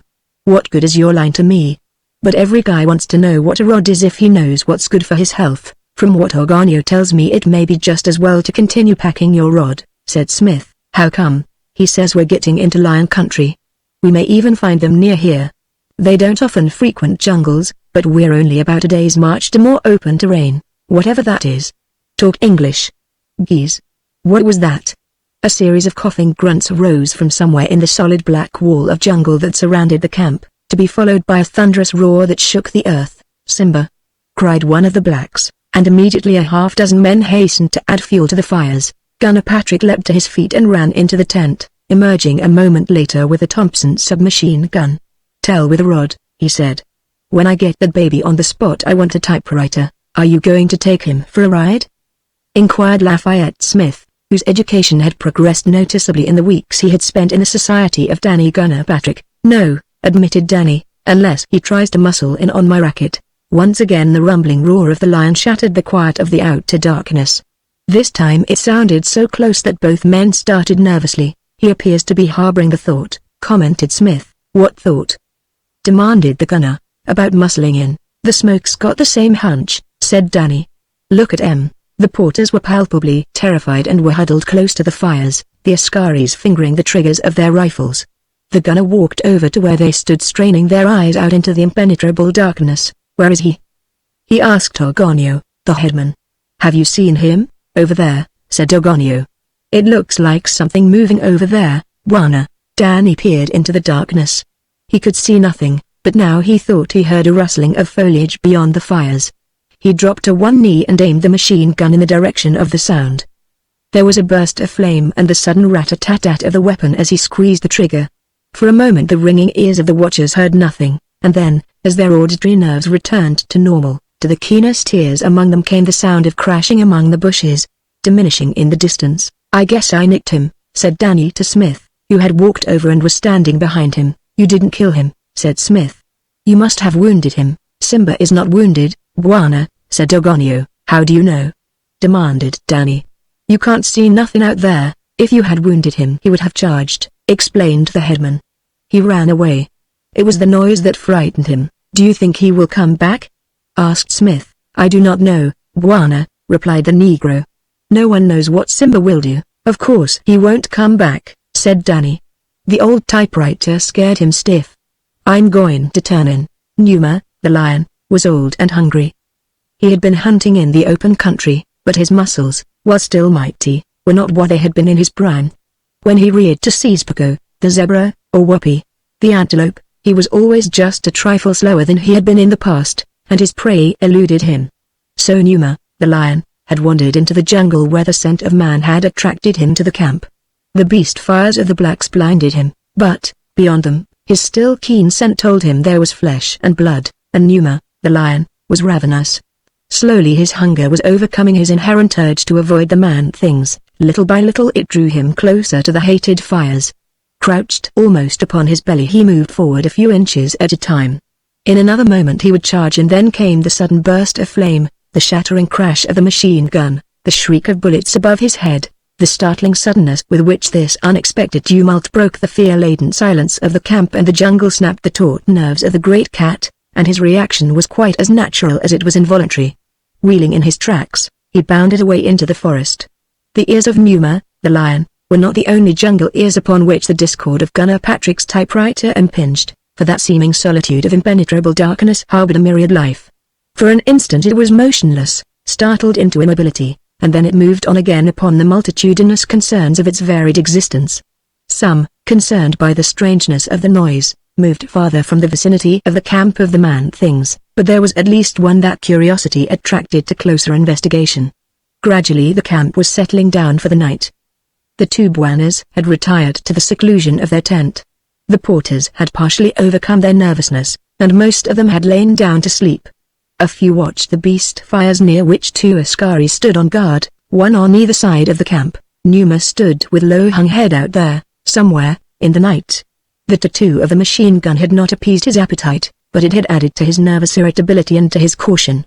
No longer did he rumble forth his coughing protests against the emptiness of his belly as he watched the flames of the beast fires that now fed the flood of his anger until it submerged his fears, and as the camp drifted gradually into sleep the tawny body of the carnivore slunk slowly closer to the dancing circle of the beast fire's light. The yellow-green eyes stared in savage fixity at an unsuspecting Askari leaning sleepily upon his rifle. The man yawned and shifted his position. He noted the condition of the fire. It needed new fuel, and the man turned to the pile of branches and deadwood behind Hun. As he stooped to gather what he required, his back toward the jungle, Numa charged. The great lion wished to strike swiftly and silently, but something within him, the mark of the ages of charging forebears that had preceded him, raised a low, ominous growl in his throat. The victim heard, and so did Gunner Patrick, lying sleepless on his cot. As the Askari wheeled to the menace of that awesome warning, the gunner leapt to his feet, seizing the Thompson as he sprang into the open just as Numa rose, towering, above the black. A scream of terror burst from the lips of the doomed man in the instant that the lion's talons buried themselves in his shoulders. Then the giant jaws closed upon his face. The scream, fraught with the terror of utter hopelessness, awakened the camp. Men, startled into terrified consciousness, sprang to their feet, most of them in time to see Numa, half carrying, half dragging his victim, bounding off into the darkness. The gunner was the first to see all this and the only one to act. Without waiting to kneel, he raised the machine gun to his shoulder. That his bullets must indubitably find the man if they found the lion was of no moment to Danny Patrick, intimate of sudden and violent death. He might have argued that the man was already dead, but he did not waste a thought upon a possibility which was, in any event, of no consequence. So do environment and habitude or dull the sensibilities of man. The lion was still discernible in the darkness when Denny squeezed the trigger of his beloved typewriter, and this time he did not miss, perhaps unfortunately, for a wounded lion is as dangerous an engine of destruction as an all-wise providence can create. Aroused by the deafening noise of the weapon, enraged by the wound inflicted by the single slug that entered his body, apprehending that he was to be robbed of his prey, and bent upon swift and savage reprisal, Numa dropped the Askari, wheeled about, and charged straight for Danny Patrick. The gunner was kneeling, now, to take better aim. Lafayette Smith stood just behind him, armed only with a nickel-plated .32 caliber revolver that some friend had given him years before. A great tree spread above the two men, a sanctuary that Lafayette Smith, at least, should have sought, but his mind was not upon flight, for, in truth, Lafayette was assailed by no fear for his own welfare or that of his companion. He was excited, but not afraid, since he could conceive of no disaster, in the form of man or beast, overwhelming one under the protection of Danny Patrick and his submachine gun. And even in the remote contingency that they should fail, was not he, himself, adequately armed? He grasped the grip of his shiny toy more tightly, and with a renewed sensation of security, the porters, huddled in small groups, stood wide-eyed awaiting the outcome of the event, which was accomplished in a few brief seconds from the instant that one of Danny's slugs struck the fleeing carnivore. And now, as the lion came toward him, not in bounds, but rather in a low gliding rush of incredible speed, several things, surprising things, occurred almost simultaneously. And if there was the element of surprise, there was also, for Danny, at least one cause for embarrassment. As the lion had wheeled, Danny had again squeezed the trigger. The mechanism of the piece was set for a continuous discharge of bullets as long as Danny continued to squeeze, and the remainder of the 100 rounds in the drum lasted, but there was only a brief spurt of fire, and then the gun jammed. How may one record in slow-moving words the thoughts and happenings of a second and impart to the narration any suggestion of the speed and action of the instant? Did the gunner seek, frantically, to remove the empty cartridge that had caused the jam? Did terror enter his heart, causing his fingers to tremble and bungle? What did Lafayette Smith do? Or rather, what did he contemplate doing? Since he had no opportunity to do aught but stand there, a silent observer of events. I do not know. Before either could formulate a plan wherewith to meet the emergency, a bronzed white man, naked but for a G-string, dropped from the branches of the tree above them directly into the path of the charging lion. In the man's hand was a heavy spear, and as he alighted silently upon the soft mold he was already braced to receive the shock of the lion's charge upon the point of his weapon. The impact of Numa's heavy body would have hurled a lesser man to earth, but this one kept his feet, and the well-placed thrust drove into the carnivore's chest a full 2 feet. While in the same instant the man stepped aside. Numa, intercepted before the completion of his charge, had not yet reared to seize his intended victim. Now, surprised and thwarted by this new enemy, while the other was almost within his grasp, he was momentarily confused, and in that brief moment the strange man-thing leapt upon his back. A giant arm encircled his throat, legs of steel locked around his shrunken waist, and a stout blade was driven into his side. Spellbound, Smith and Patrick and their men stood staring incredulously at the sight before them. They saw Numa turn quickly to seize his tormentor. They saw him leap and bound and throw himself to the ground in an effort to dislodge his opponent. They saw the free hand of the man repeatedly drive home the point of his knife in the tawny side of the raging lion. From the tangled mass of man and lion there issued frightful snarls and growls, the most terrifying element of which came to the two travelers with the discovery that these bestial sounds issued not alone from the savage throat of the lion but from that of the man as well. The battle was brief, for the already sorely wounded animal had received the spear thrust directly through its heart, only its remarkable tenacity of life having permitted it to live for the few seconds that intervened between the death blow and the collapse. As Numa slumped suddenly to his side, the man leapt clear.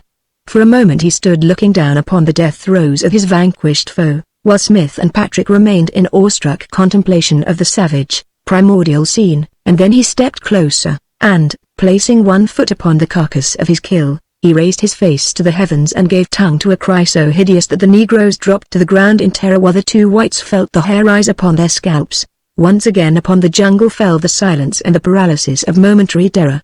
Then faintly, from the far distance, came an answering challenge. Somewhere out there in the black void of night a bull ape, awakened, had answered the victory cry of his fellow. More faintly, and from a greater distance, came the rumbling roar of a lion. The stranger stooped and seized the haft of his spear. He placed a foot against Numa's shoulder and withdrew the weapon from the carcass. Then he turned toward the two white men. It was the first intimation he had given that he had been aware of their presence. "Geese!" exclaimed Gunner Patrick, beyond which his vocabulary failed to meet the situation. The stranger surveyed them coolly. "Who are you?" he asked. "What are you doing here?" That he spoke English was both a surprise and a relief to Lafayette Smith. Suddenly he seemed less terrifying. "I am a geologist," he explained. "My name is Smith Lafayette Smith and my companion is Mr. Patrick. I am here to conduct some field research work, purely a scientific expedition." The stranger pointed to the machine gun. "Is that part of the regular field equipment of a geologist?" he asked. "No," replied Smith, "and I'm sure I don't know why Mr. Patrick insisted on bringing it along. I wasn't taking no chances in a country full of strange characters," said the gunner. "Say, a broad eye meets on the boat tells me some of these guys eats people. It would come in handy, perhaps, for hunting," suggested the stranger. "A herd of antelope would make an excellent target for a weapon of that sort." "Geese!" exclaimed the gunner. "What do you think I am, mister, a butcher? I packs this for insurance only. It sure wasn't worth the premium this time though," he added disgustedly, "jammed on me right when I needed it the most. But say, you were there all right. I gotta hand it to you. You're regular, mister, and if I can ever return the favor." He made an expansive gesture that completed the sentence and promised all that the most exacting might demand of a reciprocatory nature. The giant nodded. "Don't use it for hunting," he said, and then, turning to Smith, "Where are you going to conduct your research?" Suddenly a comprehending light shone in the eyes of the gunner, and a pained expression settled definitely upon his face. "Geese!" he exclaimed disgustedly to Smith. "I might have known it was too good to be true." "What?" asked Lafayette. "What I said about there not been no cops here." "Where are you going?" asked the stranger, again. "We are going to the Ganzi Mountains now," replied Smith. "Say, who the hell are you, anyhow?" demanded the gunner, "and what business is it of yours where we go?" The stranger ignored him and turned again toward Smith. "Be very careful in the Ganzi country," he said. "There is a band of slave raiders working there at present, I understand. If your men learn of it they may desert you." "Thanks," replied Smith. "It is very kind of you to warn us. I should like to know to whom we are indebted." But the stranger was gone. As mysteriously and silently as he had appeared, he swung again into the tree above and disappeared. The two whites looked at one another in amazement. "Geese," said Danny. "I fully endorse your statement," said Smith. "Say, Ogonio," demanded the gunner, "who was that bozo? You or any of your men know?" "Yes, Bwana," replied the headman, "that was Tarzan of the Apes." Chapter 6 The Waters of Chinnereth. Lady Barbara Coyce walked slowly along the dusty path leading from the Midian village down to the lake that lay in the bottom of the ancient crater which formed the valley of the land of Midian. At her right walked Abraham, the son of Abraham, and at her left the golden-haired Jezebel. Behind them came the apostles, surrounding a young girl whose sullen countenance was enlivened occasionally by the fearful glances she cast upon the old men who formed her escort or her guard. Following the apostles marched the remainder of the villagers, headed by the elders. Other than these general divisions of the cortege, loosely observed, there was no attempt to maintain a semblance of orderly formation. They moved like sheep, now huddled together, now spewing beyond the limits of the narrow path to spread out on either side, some forging ahead for a few yards only to drop back again. Lady Barbara was apprehensive. She had learned many things in the long weeks of her virtual captivity among this strange religious sect. Among other things she had learned their language, and the mastery of it had opened to her inquiring mind many avenues of information previously closed. And now she was learning, or she believed she was, that Abraham, the son of Abraham, was nursing in his bosom a growing skepticism of her divinity. Her first night in Midian had witnessed her introduction to the cruel customs and rites of this degenerate descendant of the earliest Christian church, and as she acquired a working knowledge of the language of the land and gained an appreciation of the exalted origin the leaders of the people attributed to her, and her position of spokesman for their God, she had used her influence to discourage, and even to prohibit, the more terrible and degrading practices of their religion. While recollection of the supernatural aspects of her descent from the clouds remained clear in the weak mind of Abraham, the son of Abraham, Lady Barbara had been successful in her campaign against brutality, but daily association with this celestial visitor had tended to dissipate the awe that had at first overwhelmed the prophet of Paul, the son of Jehovah. The interdictions of his heavenly guest were all contrary to the desires of Abraham, the son of Abraham, and to the word of Jehovah as it had been interpreted by the prophets beyond the memory of man.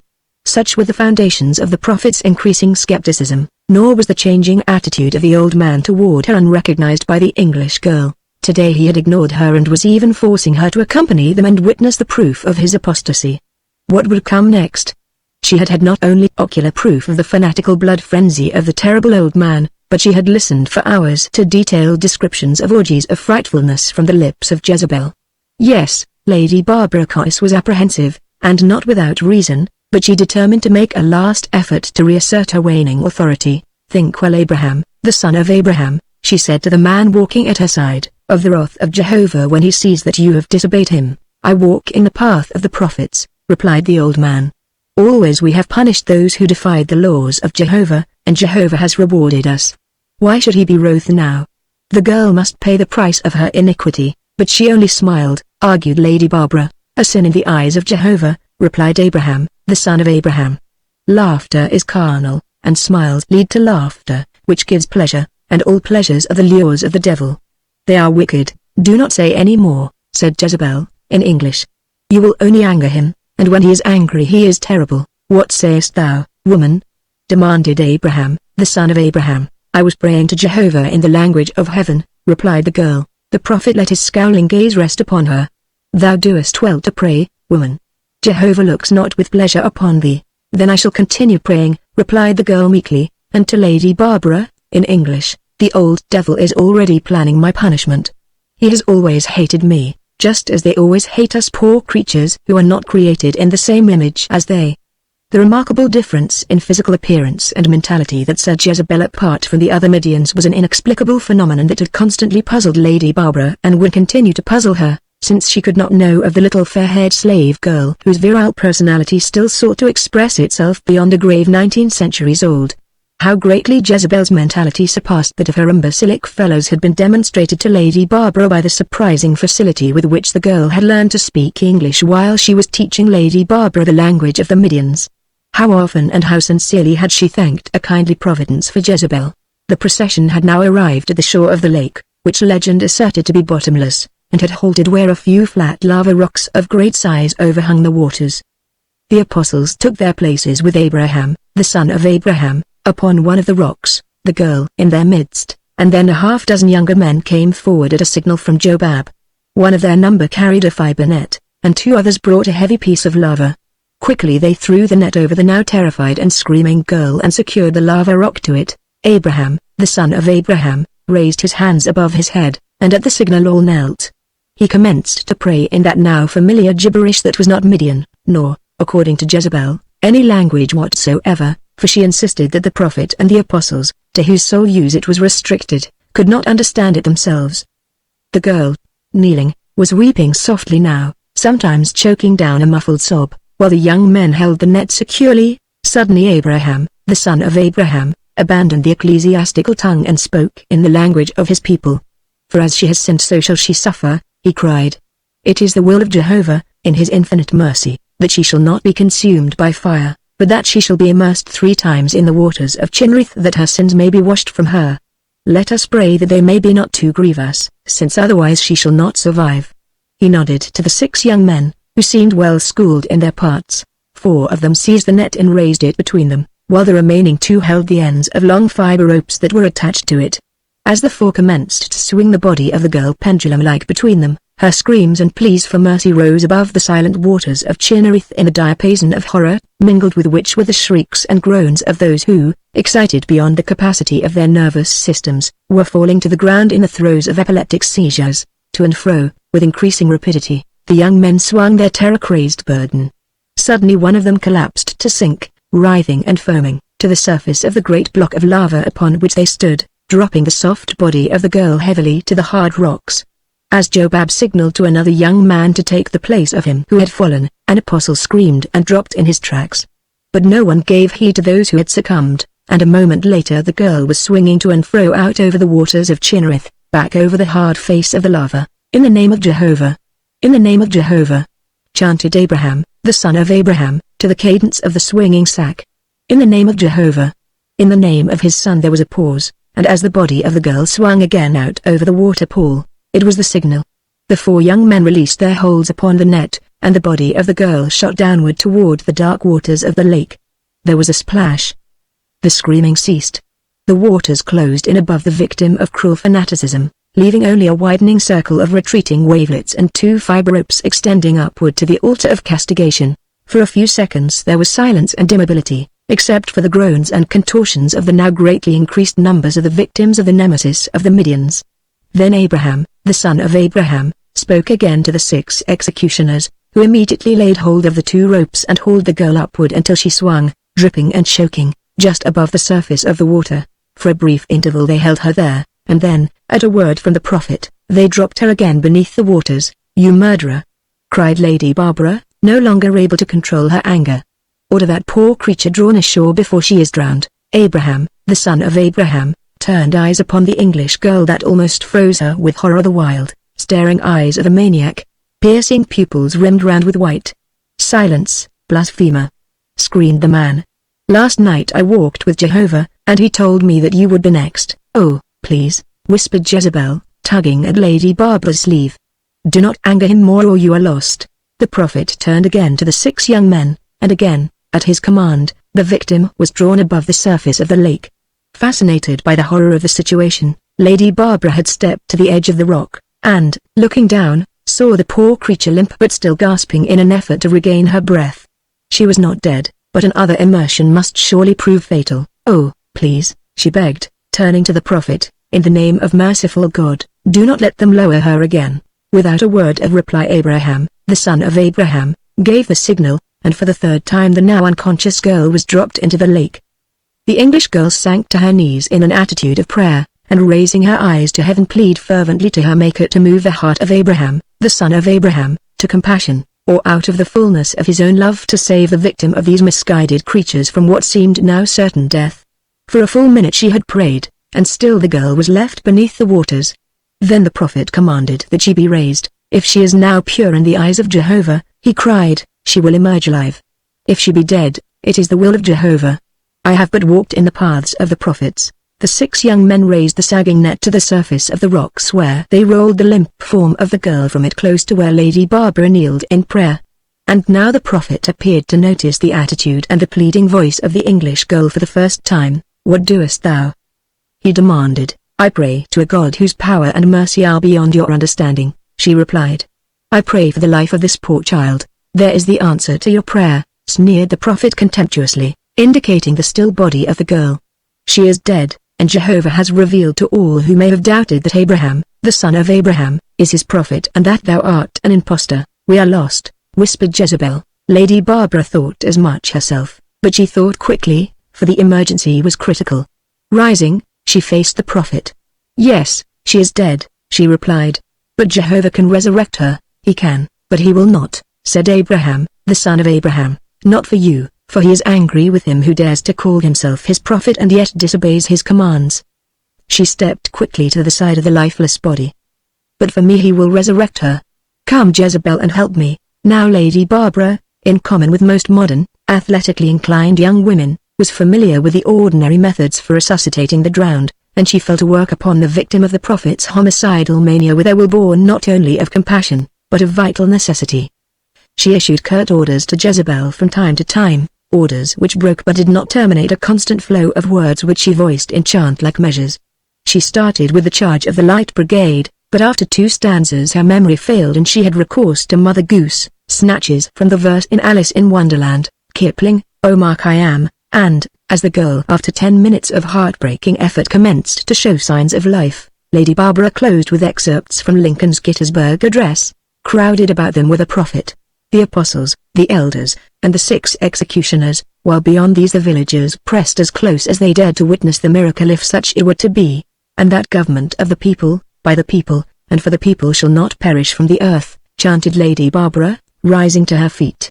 Lay the child in the net, she commanded, turning to the wide-eyed young men who had cast her into the lake, and carry her tenderly back to the cave of her parents. Come Jezebel. To Abraham, the son of Abraham, she vouchsafed not even a glance. That night the 2 girls sat at the entrance of their cave looking out across the uncharted valley of Midian. A full moon silvered the crest of the lofty escarpment of the crater's northern rim. In the middle distance the silent waters of Chinrith lay like a burnished shield. It is beautiful, sighed Jezebel, but, oh, how horrible, because of man, replied Lady Barbara, with a shudder. At night, when I am alone, and can see only the beautiful things, I try to forget man, said the Golden One.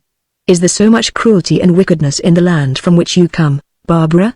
There are cruelty and wickedness everywhere where men are, but in my land it is not so bad as here where the church rules and cruelty is the sole business of the church. They say the men over there are very cruel, said Jezebel, pointing across the valley, but they are beautiful not like our people. You have seen them? Yes. Sometimes they come searching for their strayed goats, but not often. Then they chase us into our caves, and we roll rocks down on them to keep them from coming up and killing us. They steal our goats at such times, and if they catch any of our men they kill them, too. If I were alone I would let them catch me for they are very beautiful, and I do not think they would kill me. I think they would like me, I don't doubt it, agreed Lady Barbara, but if I were you I would not let them catch me. Why not? What have I to hope for here? Perhaps someday I shall be caught smiling or singing, and then I shall be killed. And you have not seen all of the ways in which the prophet can destroy sinners. If I am not killed I shall certainly be taken to his cave by some horrible old man, and there, all my life, I shall be a slave to him and his other women, and the old women are more cruel to such as I than even the men. No, if I were not afraid of what lies between I should run away and go to the land of the North Midians. Perhaps your life will be happier and safer here with me since we showed Abraham, the son of Abraham, that we are more powerful than he. And when the time comes that my people find me, or I discover an avenue of escape, you shall come away with me, Jezebel, though I don't know that you will be much safer in England than you are here. Why? Demanded the girl. You are too beautiful ever to have perfect safety or perfect happiness. You think I am beautiful? I always thought so, too. I saw myself when I looked into the lake or into a vessel of water, and I thought that I was beautiful, although I did not look like the other girls of the land of Midian. Yet you are beautiful and I do not look like you. Have you never been safe or happy, Barbara? The English girl laughed. I am not too beautiful, Jezebel, she explained. A footfall on the steep pathway leading to the cave caught their attention. Someone comes, said Jezebel. It is late, said Lady Barbara. No one should be coming now to our cave. Perhaps it is a man from North Midian, suggested Jezebel. Is my hair arranged prettily? We had better be rolling a rock into position than thinking about our hair, said Lady Barbara, with a short laugh. Ah, but they are such beautiful men, sighed Jezebel. Lady Barbara drew a small knife from one of her pockets and opened the blade. I do not like beautiful men, she said. The approaching footfalls were coming slowly nearer, but the two young women, sitting just within the entrance to their cave, could not see the steep pathway along which the nocturnal visitor was approaching. Presently a shadow fell across their threshold and an instant later a tall old man stepped into view. It was Abraham, the son of Abraham. Lady Barbara rose to her feet and faced the prophet. What brings you to my cave at this time of night? She demanded. What is it, of such importance, that could not wait until morning? Why do you disturb me now? For a long moment the old man stood glaring at her. I have walked with Jehovah in the moonlight, he said, presently, and Jehovah bath spoken in the ear of Abraham, the son of Abraham, prophet of Paul, the son of Jehovah, and you have come to make your peace with me as Jehovah directed? Such are not the commands of Jehovah, replied the prophet. Rather he is wroth with thee who didst seek to deceive the prophet of his son. You must have been walking with someone else, snapped Lady Barbara. Nay. I walked with Jehovah, insisted Abraham, the son of Abraham. Thou hast deceived me. With trickery, perhaps even with sorcery, thou didst bring to life her who was dead by the will of Jehovah, and Jehovah is wroth. You heard my prayers, and you witnessed the miracle of the resurrection, Lady Barbara reminded him. Thinkest thou that I am more powerful than Jehovah? It was Jehovah who raised the dead child. Thou speakest even as Jehovah prophesied, said the prophet. And he spoke in my ear and commanded that I should prove thee false, that all men might see thy iniquity. Interesting, if true, commented Lady Barbara, but not true. Thou darest question the word of the prophet? Cried the man angrily. But tomorrow thou shalt have the opportunity to prove thy boasts. Tomorrow Jehovah shall judge thee. Tomorrow thou shalt be cast into the waters of Chinrith in a weighted net, nor will there be cords attached whereby it may be drawn above the surface. Chapter 7 The Slave Raider. Leon Stabbach, mounted behind one of his captors, riding to an unknown fate, was warrantably perturbed. He had been close to death at the hands of one of the band already, and from their appearance and their attitude toward him it was not difficult for him to imagine that they would require but the slightest pretext to destroy him. What their intentions might be was highly problematical, though he could conceive of but one motive which might inspire such as they to preserve him. But if ransom were their aim he could not conjecture any method by which these semi-savages might contact with his friends or superiors in Russia. He was forced to admit that his prospects appeared most discouraging. The shifters were forced to move slowly because of the packs some of their horses were carrying since the looting of the Russians' camp. Nor could they have ridden much more rapidly, under any circumstances, on the trail that they entered shortly following their capture of Stabbach. Entering a narrow, rocky canyon that trail wound steeply upward to debouch at last upon a small, level mesa, at the upper end of which Stabbach saw what, at a distance, appeared to be a palisaded village nestling close beneath a rocky cliff that bounded the mesa in that direction. This evidently was the destination of his captors, who were doubtless members of the very band the mere rumor of which had filled his men with terror. Stabbach was only sorry that the balance of the story, postulating the existence of a white leader, was evidently erroneous, since he would have anticipated less difficulty in arranging the terms and collection of a ransom with a European than with these ignorant savages. As they neared the village Stabbach discovered that their approach had been made beneath the scrutiny of lookouts posted behind the palisade, whose heads and shoulders were now plainly visible above the crude though substantial rampart, and presently these sentries were shouting greetings and queries to the members of the returning band as the village gate swung slowly open and the savage horsemen entered the enclosure with their captive, who was soon the center of a throng of men, women, and children, curious and questioning a savage throng of surly blacks.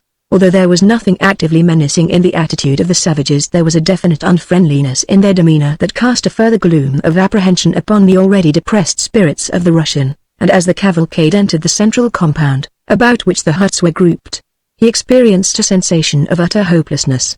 It was at this moment that he saw a short, bearded white man emerge from one of the squalid dwellings, and instantly the depression that had seized him was, partially at least, relieved. The shifters were dismounting, and now he was roughly dragged from the animal which had borne him from his camp and pushed unceremoniously toward the white man, who stood before the doorway from whence he had appeared, surveying the prisoner sullenly, while he listened to the report of the leader of the returning band. There was no smile upon the face of the bearded man as he addressed Stabbach after the black shifter had completed his report.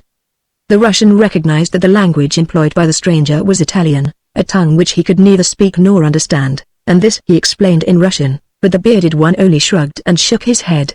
Then Stabbach tried English. "That is better," said the other brokenly. "I understand English a little. Who are you? What was the language you first spoke to me? From what country do you come?" "I am a scientist," replied Stabbach. "I spoke to you in Russian. Is Russia your country?" "Yes." The man eyed him intently for some time, as though attempting to read the innermost secrets of his mind, before he spoke again. Stabbach noted the squat, powerful build of the stranger, the cruel lips, only partially concealed by the heavy, black beard, and the hard, crafty eyes, and guessed that he might have fared as well at the hands of the blacks. "You say you are a Russian," said the man. "Red or white?" Stabbach wished that he might know how to answer this question. He was aware that the Red Russians were not well beloved by all peoples, and that the majority of Italians were trained to hate them, and yet there was something in the personality of this stranger that suggested that he might be more favorably inclined to a Red than to a White Russian. Furthermore, to admit that he was a Red might assure the other that a ransom could be obtained more surely than from a White, whose organization was admittedly weak and poverty-stricken. For these reasons Stabbach decided to tell the truth. "I am a Red," he said. The other considered him intently and in silence for a moment, then he made a gesture that would have passed unnoticed by any but a Red communist. Leon Stabbach breathed an inaudible sigh of relief, but his facial expression gave no indication of recognition of this secret sign as he answered it in accordance with the ritual of his organization, while the other watched him closely. "Your name, comrade?" inquired the bearded one in an altered tone. "Leon Stabbach," replied the Russian. "And yours, comrade?" "Dominic K. Pietro." "Come, we will talk inside. I have a bottle there wherewith we may toast the cause and become better acquainted." "Lead on, comrade," said Stabbach. "I feel the need of something to quiet my nerves. I have had a bad few hours." "I apologize for the inconvenience to which my men have put you," replied K. Pietro, leading the way into the hut, "but all shall be made right again. Be seated. As you see, I lead the simple life, but what imperial throne may compare in grandeur with the bosom of Mother Earth?" "None, comrade," agreed Stabbach, noting the entire absence of chairs, or even stools, that the other's speech had already suggested and condoned. "Especially," he added, "when enjoyed beneath a friendly roof." K. Pietro rummaged in an old duffel bag and at last withdrew a bottle which he uncorked and handed to Stabbach. "Golden goblets are for royal tyrants, comrade Stabbach," he declaimed, "but not for such as we, eh?" Stabbach raised the bottle to his lips and took a draught of the fiery liquid, and as it burned its way to his stomach and the fumes rose to his head, the last of his fears and doubts vanished. "Tell me now," he said, as he passed the bottle back to his host, "why I was seized, who you are, and what is to become of me. My headman told me that he found you alone, deserted by your safari, and not knowing whether you were friend or enemy he brought you here to me. You are lucky, comrade, that Dongo chanced to be in charge of the scouting party today. Another might have killed you first and inquired later. They are a pack of murderers and thieves, these good men of mine. They have been oppressed by cruel masters, they have felt the heel of the tyrant upon their necks, and their hands are against all men. You cannot blame them. But they are good men. They serve me well. They are the manpower, I am the brains, and we divide the profits of our operations equally, half to the manpower, half to the brains." And K. Pietro grinned. "And your operations?" asked Stabbach. K. Pietro scowled, then his face cleared. "You are a comrade, but let me tell you that it is not always safe to be inquisitive." Stabbach shrugged. "Tell me nothing," he said. "I do not care. It is none of my business." "Good," exclaimed the Italian, "and why you are here in Africa is none of my business, unless you care to tell me. Let us drink again." While the conversation that ensued, punctuated by numerous drinks, carefully eschewed personalities, the question of the other's occupation was uppermost in the mind of each, and as the natural effects of the liquor tended to disarm their suspicions and urge confidence, it also stimulated the curiosity of the two, each of whom was now mellow and genial in his cups. It was K. Pietro who broke first beneath the strain of an overpowering curiosity. They were sitting side by side upon a disreputably filthy rug, two empty bottles and a newly opened one before them. "Comrade," he cried, throwing an arm about the shoulders of the Russian affectionately, "I like you. Dominic K. Pietro does not like many men. This is his motto, like few men and love all women, whereat he laughed loudly. Let's drink to that, suggested Stabbach, joining in the laughter. Like few men and love all women. That is the idea. I knew the minute I saw you that you were a man after my own heart, comrade, continued K. Pietro, and why should there be secrets between comrades? Certainly, why? Agreed Stabbach, so I shall tell you why I am here with this filthy band of thieving cutthroats. I was a soldier in the Italian army. My regiment was stationed in Eritrea. I was fomenting discord and mutiny, as a good communist should, when some dog of a fascist reported me to the commanding officer. I was arrested. Doubtless, I should have been shot, but I escaped and made my way to Abyssinia, where Italians are none too well liked, but when it was known that I was a deserter I was treated well. After a while I obtained employment with a powerful Raz to train his soldiers along European lines. There I became proficient in Amharic, the official language of the country, and also learned to speak that of the Gillas, who constituted the bulk of the population of the Principality of the Raz for whom I worked. Naturally, being averse to any form of monarchistic government, I commenced at once to instill the glorious ideals of communism into the breasts of the retainers of the old Raz, but once again I was frustrated by an informer, and only by chance did I escape with my life. This time, however, I succeeded in enticing a number of men to accompany me. We stole horses and weapons from the Raz and rode south where we joined a band of shifters, or rather, I should say, absorbed them. This organized body of raiders and thieves made an excellent force with which to levy tribute upon chance travelers and caravans, but the returns were small and so we drifted down into this remote country of the Genzi where we can ply a lucrative trade in black ivory. Black ivory? I never knew there was such a thing. K. Pietro laughed. Two-legged ivory, he explained. Stabbach whistled. Oh, he said, I think I understand. You are a slave raider. But where is there any market for slaves, other than the wage slaves of capitalistic countries? You would be surprised, comrade. There are still many markets, including the mandates and protectorates of several highly civilized signatories to World Court conventions aimed at the abolition of human slavery. Yes, I am a slave raider, rather a remarkable vocation for a university graduate and the former editor of a successful newspaper. And you prefer this? I have no alternative, and I must live. At least I think I must live, a most common form of rationalization. You see, my newspaper was anti-fascist. And now, comrade, about yourself. What scientific research is the Soviet government undertaking in Africa? Let us call it anthropology, replied Stabbach. I am looking for a man. There are many men in Africa and much nearer the coast than the Genzi country. You have traveled far inland looking for a man. The man I look for I expected to find somewhere south of the Genzis, replied Stabbach. Perhaps I can aid you. I know many men, at least by name and reputation, in this part of the world, suggested the Italian. Stabbach, had he been entirely sober, would have hesitated to give this information to a total stranger, but alcohol induces thoughtless confidences. I search for an Englishman known as Tarzan of the Apes, he explained. K. Pietro's eyes narrowed. A friend of yours? He asked. I know of no one I would rather see, replied Stabbach. You say he is here in the Genzi country? I do not know. None of the natives I have questioned knew his whereabouts. His country is far south of the Genzis, said K. Pietro. Ah, you know of him, then? Yes. Who does not? But what business have you with Tarzan of the Apes? I have come from Moscow to kill him, blurted Stabbach, and in the same instant regretted his rash admission. K. Pietro relaxed. I am relieved, he said. Why? Demanded the Russian. I feared he was a friend of yours, explained the Italian. In which case we could not be friends, but if you have come to kill him you shall have nothing but my best wishes and heartiest support. Stabbach's relief was almost a thing of substance, so considerable and genuine was it. You, too, have a grievance against him? He asked. He is a constant threat against my little operations in Black Ivory, replied K. Pietro. I should feel much safer if he were out of the way. Then perhaps you will help me, comrade? Inquired Stabbach eagerly. I have lost no ape-man, replied K. Pietro, and if he leaves me alone I shall never look for him. That adventure, comrade, you will not have to share with me. But you have taken away my means of carrying out my plans.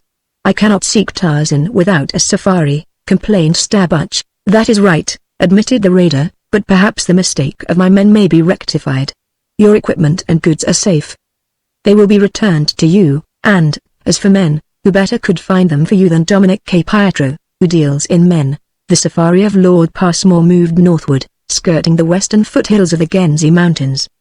His stalwart porters marched almost with the precision of trained soldiers, at least in that proper distances were maintained and there were no stragglers. 100 yards in advance were 3 askaris and behind these came Lord Passmore, his gun-bearer, and his headman. At the head and rear of the column of porters was a detachment of askaris well armed, efficient-appearing men. The whole entourage suggested intelligent organization and experienced supervision. Evidence of willingly observed discipline was apparent, a discipline that seemed to be respected by all with the possible exception of Izaza, Lord Passmore's boy, who was also his cook. Izaza marched where his fancy dictated, laughing and joking with first one and then another of the members of the safari, the personification of good nature that pervaded the whole party and that was constantly manifested by the laughter and singing of the men. It was evident that Lord Passmore was an experienced African traveller and that he knew what treatment to accord his followers. How different, indeed, this well-ordered safari, from another that struggled up the steep slopes of the Genzis a few miles to the east. Here the column was strung out for fully a mile, the askaris straggling along among the porters, while the 2 white men whom they accompanied forged far ahead with a single boy and a gun-bearer. "Geese," remarked the gunner, "you sure picked on a lousy racket. I could have stayed home and climbed up the front of the Sherman Hotel, if I had have wanted to climb, and always been within a spit of eats and drinks." "Oh, no you couldn't," said Lafayette Smith. "Why not?" "Who would have stopped me? Your friends, the cops." "That's right, but don't call them my friends, the lousy bums." "But where in do you think you're going?" "I think I perceive in this mountain range evidences of upthrust by horizontal compression," replied Lafayette Smith, "and I wish to examine the surface indications more closely than it is possible to do from a distance. Therefore, we must go to the mountains, since they will not come to us." "And what does it get you?" demanded Gunner Patrick. "Not a buck. It's a bum racket." Lafayette Smith laughed good-naturedly. They were crossing a meadowland through which a mountain stream wound. Surrounding it was a forest. "This would make a good camp," he said, "from which to work for a few days. You can hunt, and I'll have a look at the formations in the vicinity. Then we'll move on." "It's Jake with me," replied the gunner. "I'm fed up on climbing." "Suppose you remain with the safari and get camp made," suggested Smith. "I'll go on up a little farther with my boy and see what I can see." "It's early yet, Oak," assented the gunner. "I'll part the mob up near them trees. Don't get lost, and, say, you better take my protection guy with you," he added, nodding in the direction of his gun-bearer. "I'm not going to hunt," replied Smith. "I won't need him." "Then take my rod here." The gunner started to unbuckle his pistol belt. "You might need it." "Thanks, I have one," replied Smith, tapping his .32. "Geese, you don't call that thing a rod, do you?" demanded the gunner, contemptuously. "It's all I need. I'm looking for rocks, not trouble. Come on Obambi," and he motioned his boy to follow him as he started up the slope toward the higher mountains. "Geese," muttered the gunner, "I seen Pippi's what ain't as much of a nut as that guy, but," he added, "he's a regular guy at that. You can't help liking him." Then he turned his attention to the selection of a campsite. Lafayette Smith entered the forest beyond the meadowland, and here the going became more difficult, for the ground rose rapidly, and the underbrush was thick. He fought his way upward, Obambi at his heels, and at last he reached a higher elevation, where the forest growth was much thinner because of the rocky nature of the ground and the absence of topsoil.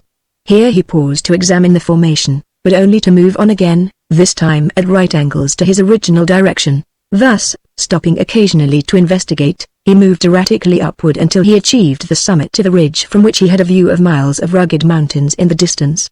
The canyon that lay before him, separating him from the next ridge, aroused his interest. The formation of the opposite wall, he decided, would bear closer investigation. Obambi had flung himself to the ground when Smith halted. Obambi appeared exhausted.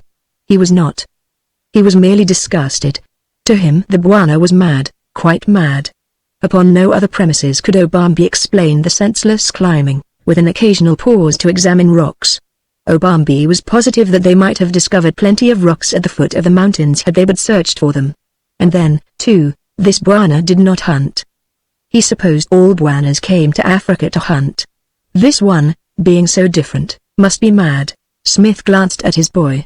It was too bad, he thought, to make Obambi do all this climbing unnecessarily. Certainly there was no way in which the boy might assist him, while seeing him in a constant state of exhaustion reacted unfavorably on Smith. Better by far be alone. He turned to the boy. Go back to camp, Obambi, he said. I do not need you here. Obambi looked at him in surprise. Now he knew the Bwana was very mad. However, it would be much more pleasant in camp than climbing about in these mountains. He rose to his feet. The Bwana does not need me? He asked. Perhaps he will need me. Obambi's conscience was already troubling him. He knew that he should not leave his Bwana alone. No, I shan't need you, Obambi, Smith assured him. You run along back to camp. I'll come in pretty soon. Yes, Bwana, and Obambi turned back down the mountainside. Lafayette Smith clambered down into the canyon, which was deeper than he had supposed, and then worked his way up the opposite side that proved to be even more precipitous than it had appeared from the summit of the ridge. However, he found so much to interest him that he considered it well worth the effort, and so deeply absorbed was he that he gave no heed to the passage of time. It was not until he reached the top of the far side of the canyon that he noted the diminishing light that presaged the approach of night. Even then he was not greatly concerned, but he realized that it would be quite dark before he could hope to recross the canyon, and it occurred to him that by following up the ridge on which he stood he could reach the head of the canyon where it joined the ridge from which he had descended into it, thus saving him a long, arduous climb and shortening the time, if not the distance, back to camp.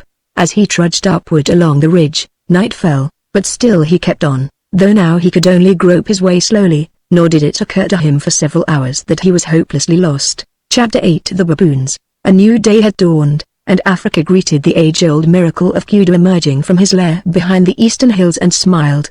With the exception of a few stragglers, the creatures of the night had vanished, surrendering the world to their diurnal fellows.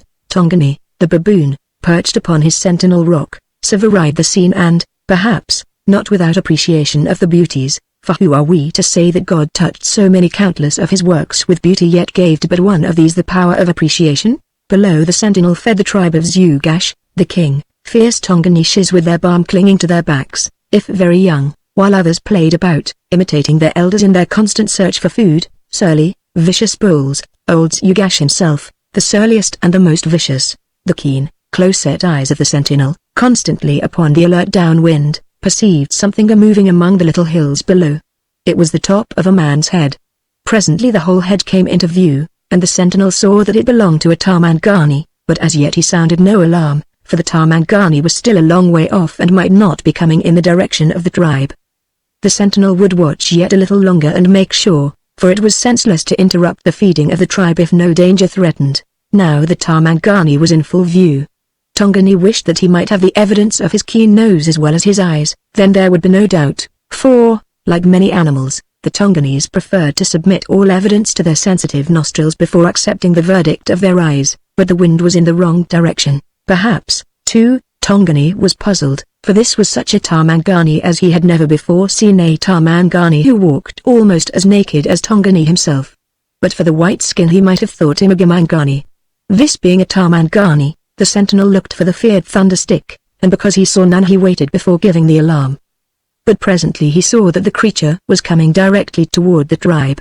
The Tarmangani had long been aware of the presence of the baboons, being downwind from them where their strong scent was borne to his keen nostrils. Also, he had seen the sentinel at almost the same instant that the sentinel had seen him, yet he continued upward, swinging along in easy strides that suggested the power and savage independence of Numa, the lion. Suddenly Tongani, the baboon, sprang to his feet, uttering a sharp bark, and instantly the tribe awoke to action, swarming up the low cliffs at the foot of which they had been feeding. Here they turned and faced the intruder, barking their defiance as they ran excitedly to and fro. When they saw that the creature was alone and bore no thunderstick they were more angry than frightened, and they scolded noisily at this interruption of their feeding. Zugash and several of the other larger bulls even clambered part way down the cliff to frighten him away, but in this they only succeeded in increasing their own anger, for the Tarmangani continued upward toward them. Zugash, the king, was now beside himself with rage. He stormed and threatened. "Go away!" he barked. "I am Zugash. I kill." And now the stranger halted at the foot of the cliff and surveyed him. "I am Tarzan of the apes," he said. "Tarzan does not come to the stamping grounds of the Tongani to kill. He comes as a friend." Silence fell upon the tribe of Zugash, the silence of stunning surprise. Never before had they heard either Tarmangani or Gamangani speak the language of the ape people. They had never heard of Tarzan of the apes, whose country was far to the south, but nevertheless they were impressed by his ability to understand them and speak to them. However, He was a stranger, and so Zhugash ordered him away again. Tarzan does not wish to remain with the Tongani, replied the ape-man. He desires only to pass them in peace. Go away, growled Zhugash. I kill. I am Zhugash. Tarzan swung up the cliff quite as easily as had the baboons. It was his answer to Zhugash, the king. None was there who better knew the strength, the courage, the ferocity of the Tongani than he, yet he knew, too, that he might be in this country for some time and that, if he were to survive, he must establish himself definitely in the minds of all lesser creatures as one who walked without fear and whom it was well to let alone.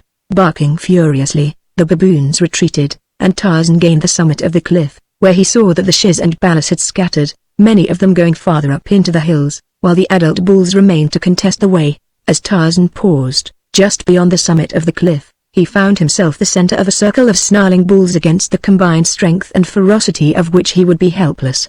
To another than himself his position might have appeared precarious almost to the point of hopelessness, but Tarzan knew the wild peoples of his savage world too well to expect an unprovoked attack, or a killing for the love of killing such as only man, among all the creatures of the world, habitually commits. Neither was he unaware of the danger of his position should a bull, more nervous or suspicious than his fellows, mistake Tarzan's intentions or misinterpret some trivial act or gesture as a threat against the safety of the tribe.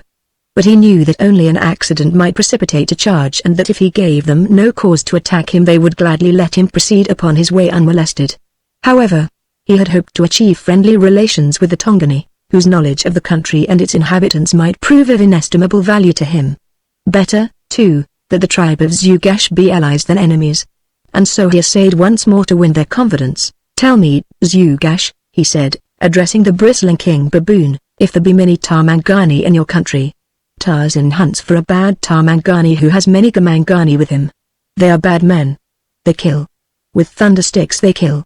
They will kill the Tongani. Tarzan has come to drive them from your country, but Zhugash only growled and placed the back of his head against the ground in challenge. The other males moved restlessly sideways, their shoulders high, their tails bent in crooked curves. Now some of the younger bulls rested the backs of their heads upon the ground, imitating the challenge of their king. Zhugash, grimacing at Tarzan, raised and lowered his brows rapidly, exposing the white skin about his eyes. Thus did the savage old king seek to turn the heart of his antagonist to water by the frightfulness of his mien, but Tarzan only shrugged indifferently and moved on again as though convinced that the baboons would not accept his overtures of friendship. Straight toward the challenging bulls that stood in his path he walked, without haste and apparently without concern, but his eyes were narrowed and watchful, his every sense on the alert. One bull, stiff-legged and arrogant, moved grudgingly aside, but another stood his ground. Here, the ape-man knew the real test would come that should decide the issue. The two were close now, face to face, when suddenly there burst from the lips of the man-beast a savage growl, and simultaneously he charged. With an answering growl and a cat-like leap the baboon bounded aside, and Tarzan passed beyond the rim of the circle, victor in the game of bluff which is played by every order of living thing sufficiently advanced in the scale of intelligence to possess an imagination. Seeing that the man-thing did not follow upward after the shiz and balas, the bulls contented themselves with barking insults after him and aiming uncomplimentary gestures at his retreating figure, but such were not the acts that menaced safety, and the ape-man ignored them. Purposely he had turned away from the shiz and their young, with the intention of passing around them, rather than precipitate a genuine attack by seeming to threaten them. And thus his way took him to the edge of a shallow ravine into which, unknown either to Tarzan or the Tongani, a young mother had fled with her tiny balu. Tarzan was still in full view of the tribe of Zhugash, though he alone could see into the ravine, when suddenly three things occurred that shattered the peace that seemed again descending upon the scene. A vagrant air current wafted upward from the thick verdure below him the scent of cheetah, the panther, a baboon voiced a scream of terror, and, looking down, the ape-man saw the young she, her balu clinging to her back, fleeing upward toward him with savage cheetah in pursuit, as Tarzan, reacting instantly to the necessity of the moment, leapt downward with back-thrown spear hand. The bulls of Zhugash raced forward in answer to the note of terror in the voice of the young mother. From his position above the actors in this sudden tragedy of the wilds the ape-man could see the panther over the head of the baboon, and realizing that the beast must reach his victim before succor could arrive he hurled his spear in the forlorn hope of stopping the carnivore, if only for a moment. The cast was one that only a practiced hand might have dared attempt, for the danger to the baboon was almost as great as that which threatened the panther should the aim of the ape-man not be perfect. Zhugash and his bulls, bounding forward at an awkward gallop, reached the edge of the ravine just in time to see the heavy spear hurtle past the head of the she by a margin of inches only and bury itself in the breast of Sheeta. Then they were down the slope, a snarling, snapping pack, and with them went an English viscount, to fail upon a surprised, pain-maddened panther. The baboons leapt in to snap at their hereditary foe and leapt out again, and the man-beast, as quick and agile as they, leapt and struck with his hunting knife, while the frenzied cat lunged this way and that, first at one tormentor and then at another. Twice those powerful, raking talons reached their mark and two bulls sprawled, torn and bloody, upon the ground, but the bronzed hide of the ape-man ever eluded the rage of the wounded cat. Short was the furious battle, ferocious the growls and snarls of the combatants, prodigious the leaps and bounds of the excited shiz hovering in the background, and then Sheeta, rearing high upon his hind feet, struck savagely at Tarzan and, in the same instant, plunged to earth dead, slain by the spear point puncturing his heart. Instantly the great Tarmangani, who had once been king of the great apes, leapt close and placed a foot upon the carcass of his kill. He raised his face toward Kudu, the sun, and from his lips broke the horrid challenge of the bull ape that has killed. For a moment silence fell upon the forest, the mountain, and the jungle. Awed, the baboons ceased their restless movement and their din. Tarzan stooped and drew the spear from the quivering body of Sheeta, while the Tongani watched him with a new interest. Then Zugash approached. This time he did not rest the back of his head against the ground in challenge. "The bulls of the tribe of Zugash are the friends of Tarzan of the apes," he said. "Tarzan is the friend of the bulls of the tribe of Zugash," responded the ape-man. "We have seen a Tarmangani," said Zugash. "He has many Gamangani. There are many thundersticks among them. They are bad." "Perhaps it is they whom Tarzan seeks, perhaps," admitted the slayer of Sheeta. "Where are they?" "They were camped where the rocks sit upon the mountainside, as here." He nodded toward the cliff. "Where?" asked Tarzan again, and this time Zugash motioned along the foothills toward the south. Chapter 9 The Great Fisher. The morning sun shone upon the bosom of Chinnereth, glancing from the breeze-borne ripples that moved across its surface like vast companies of soldiers passing in review with their countless spears gleaming in the sunlight, a dazzling aspect of beauty. But to Lady Barbara Cos it connoted something quite different, a shallow splendor concealing cruel and treacherous depths, the real Chinnereth. She shuddered as she approached its shore, surrounded by the apostles, preceded by Abraham, the son of Abraham, and followed by the elders and the villagers. Among them, somewhere, she knew were the six with their great net and their fiber ropes. How alike were they all to Chinnereth, hiding their cruelty and their treachery beneath a thin veneer of godliness. But there the parallel terminated, for Chinnereth was beautiful. She glanced at the faces of the men nearest her, and again she shuddered. So God created man in his own image, she mused. Who, then, created these? During the long weeks that fate had held her in this land of Midian she had often sought an explanation of the origin of this strange race, and the deductions of her active mind had not deviated greatly from the truth. Noting the exaggerated racial characteristics of face and form that distinguished them from other peoples she had seen, recalling their common tendency to epilepsy, she had concluded that they were the inbred descendants of a common ancestor, himself a defective and an epileptic. This theory explained much, but it failed to explain Jezebel, who insisted that she was the child of two of these creatures and that, insofar as she knew, no new strain of blood had ever been injected into the veins of the Midian by intimating with other peoples. Yet, somehow, Lady Barbara knew that such a strain must have been introduced, though she could not guess the truth nor the antiquity of the fact that lay buried in the grave of a little slave girl, and their religion. Again she shuddered. What a hideous travesty of the teachings of Christ! It was a confused jumble of ancient Christianity and still more ancient Judaism, handed down by word of mouth through a half-imbecile people who had no written language, a people who had confused Paul the Apostle with Christ the Master and lost entirely the essence of the Master's teachings, while interpolating hideous barbarisms of their own invention. Sometimes she thought she saw in this exaggerated deviation a suggestion of parallel to other so-called Christian sects of the civilized outer world. But now her train of thoughts was interrupted by the near approach of the procession to the shore of the lake. Here was the flat-topped lava rock of grim suggestiveness and hideous memory. How long it seemed since she had watched the six hurl their screaming victim from its well-worn surface, and yet it had been but yesterday. Now it was her turn.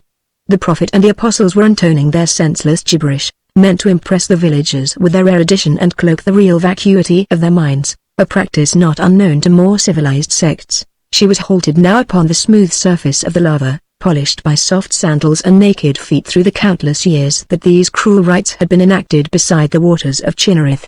Again she heard the screams of yesterday's victim, But Lady Barbara Coyce had not screamed, nor would she. She would rob them of that satisfaction at least. Abraham, the son of Abraham, motioned the six to the fore, and they came, bearing their net and their cords. At their feet lay the lava fragment that would weight the net and its contents. The prophet raised his hands above his head and the people kneeled. In the forefront of their ranks Lady Barbara saw the golden-haired Jezebel, and her heart was touched, for there were anguish in the beautiful face and tears in the lovely eyes. Here was one, at least, who could harbor love and compassion. "I have walked with Jehovah," cried Abraham, the son of Abraham, and Lady Barbara wondered that he did not have blisters on his feet, so often he walked with Jehovah. The levity of the conceit brought an involuntary smile to her lips, a smile that the prophet noticed. "You smile," he said, angrily. "You smile when you should scream and beg for mercy as the others do." "Why do you smile?" "Because I am not afraid," replied Lady Barbara, though she was very much afraid. "Why art thou not afraid, woman?" demanded the old man. "I, too, have walked with Jehovah," she replied, "and he told me to fear not, because you are a false prophet, and—" "Silence!" thundered Abraham, the son of Abraham. "Blaspheme no more. Jehovah shall judge you in a moment." He turned to the six. "Into the net with her." Quickly they did his bidding, and as they commenced to swing her body to and fro, to gain momentum against the moment that they would release their holds and cast her into the deep lake, she heard the prophet reciting her iniquities that Jehovah was about to judge in his own peculiar way. His speech was punctuated by the screams and groans of those of the company who were seized in the grip of the now familiar attacks to which Lady Barbara had become so accustomed as to be almost as callous to as the Midians themselves. From her pocket the girl extracted the little penknife that was her only weapon and held it firmly in one hand, the blade open and ready for the work she intended it to do. And what work was that? Surely, she could not hope to inflict instant death upon herself with that inadequate weapon. Yet, in the last stages of fear induced by utter helplessness and hopelessness one may attempt anything, even the impossible. Now they were swinging her far out over Chinnereth. The apostles and the elders were intoning their weird chant in voices excited to frenzy by the imminence of death. Those who were not writhing upon the rocky face of the altar in the throes of seizures. Suddenly came the word from Abraham, the son of Abraham. Lady Barbara caught her breath in a last frightened gasp. The six released their holds. A loud scream arose from the huddled villagers, the scream of a woman, and as she plunged toward the dark waters Lady Barbara knew that it was the voice of Jezebel crying out in the anguish of sorrow. Then mysterious Chinnereth closed above her head.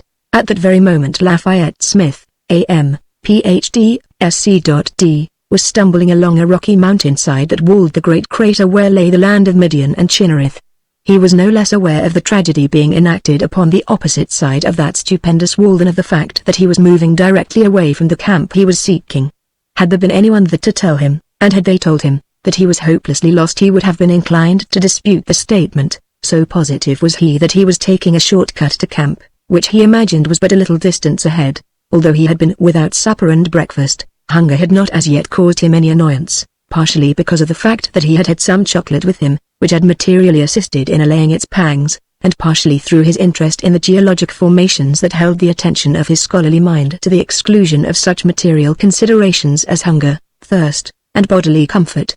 Even the question of personal safety was relegated to the oblivion that usually engulfed all practical issues when Lafayette Smith was immersed in the pleasant waters of research. Consequently he was unaware of the proximity of a tawny body, nor did the fixed and penetrating gaze of a pair of cruel, yellow-green eyes penetrate the armor of his preoccupation to disturb that sixth sense that is popularly supposed to warn us of unseen danger. Yet even had any premonition of threat to his life or safety disturbed him, he doubtless would have ignored it, safe in the consciousness that he was adequately protected by the possession of his .32 caliber, nickel-plated pistol. Moving northward along the lower slopes of a conical mountain, the mind of the geologist became more and more deeply engrossed in the rocky story that nature had written upon the landscape, a story so thrilling that even the thoughts of camp were forgotten, and as he made his way farther and farther from camp the great lion stalked as his wake. What hidden urge prompted Numa thus to follow the man-thing perhaps the great cat, himself, could not have guessed. He was not hungry, for he had but recently finished a kill, nor was he a man-eater, though a properly balanced combination of circumstances might easily find the scales tipped in that direction by hunger, inevitable and oft recurring. It may have been only curiosity, or, again, some motive akin to that playfulness which is inherent in all cats. For an hour Numa followed the man, an hour of intense interest for both of them, an hour that would have been replete with far greater interest for the man, if less pleasurable. Had he shared with Numa the knowledge of their propinquity? Then the man halted before a narrow vertical cleft in the rocky escarpment towering above him.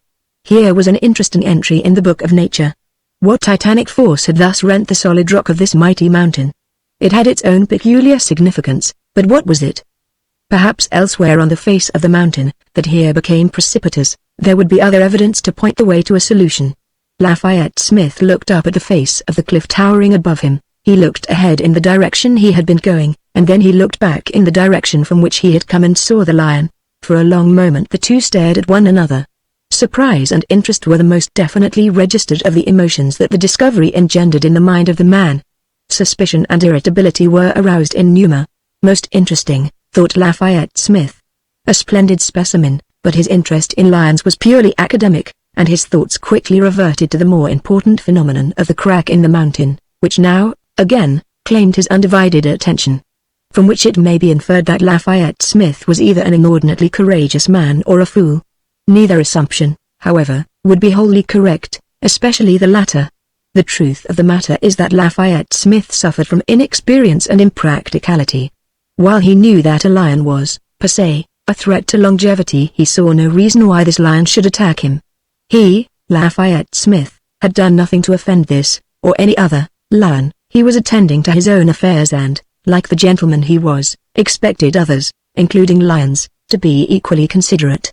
Furthermore, he had a childlike faith in the infallibility of his nickel-plated .32 should worst develop into worst. Therefore he ignored Numa and returned to contemplation of the intriguing crack. It was several feet wide and was apparent as far up the face of the cliff as he could see. Also there was every indication that it continued far below the present surface of the ground, but had been filled by debris brought down by erosion from above.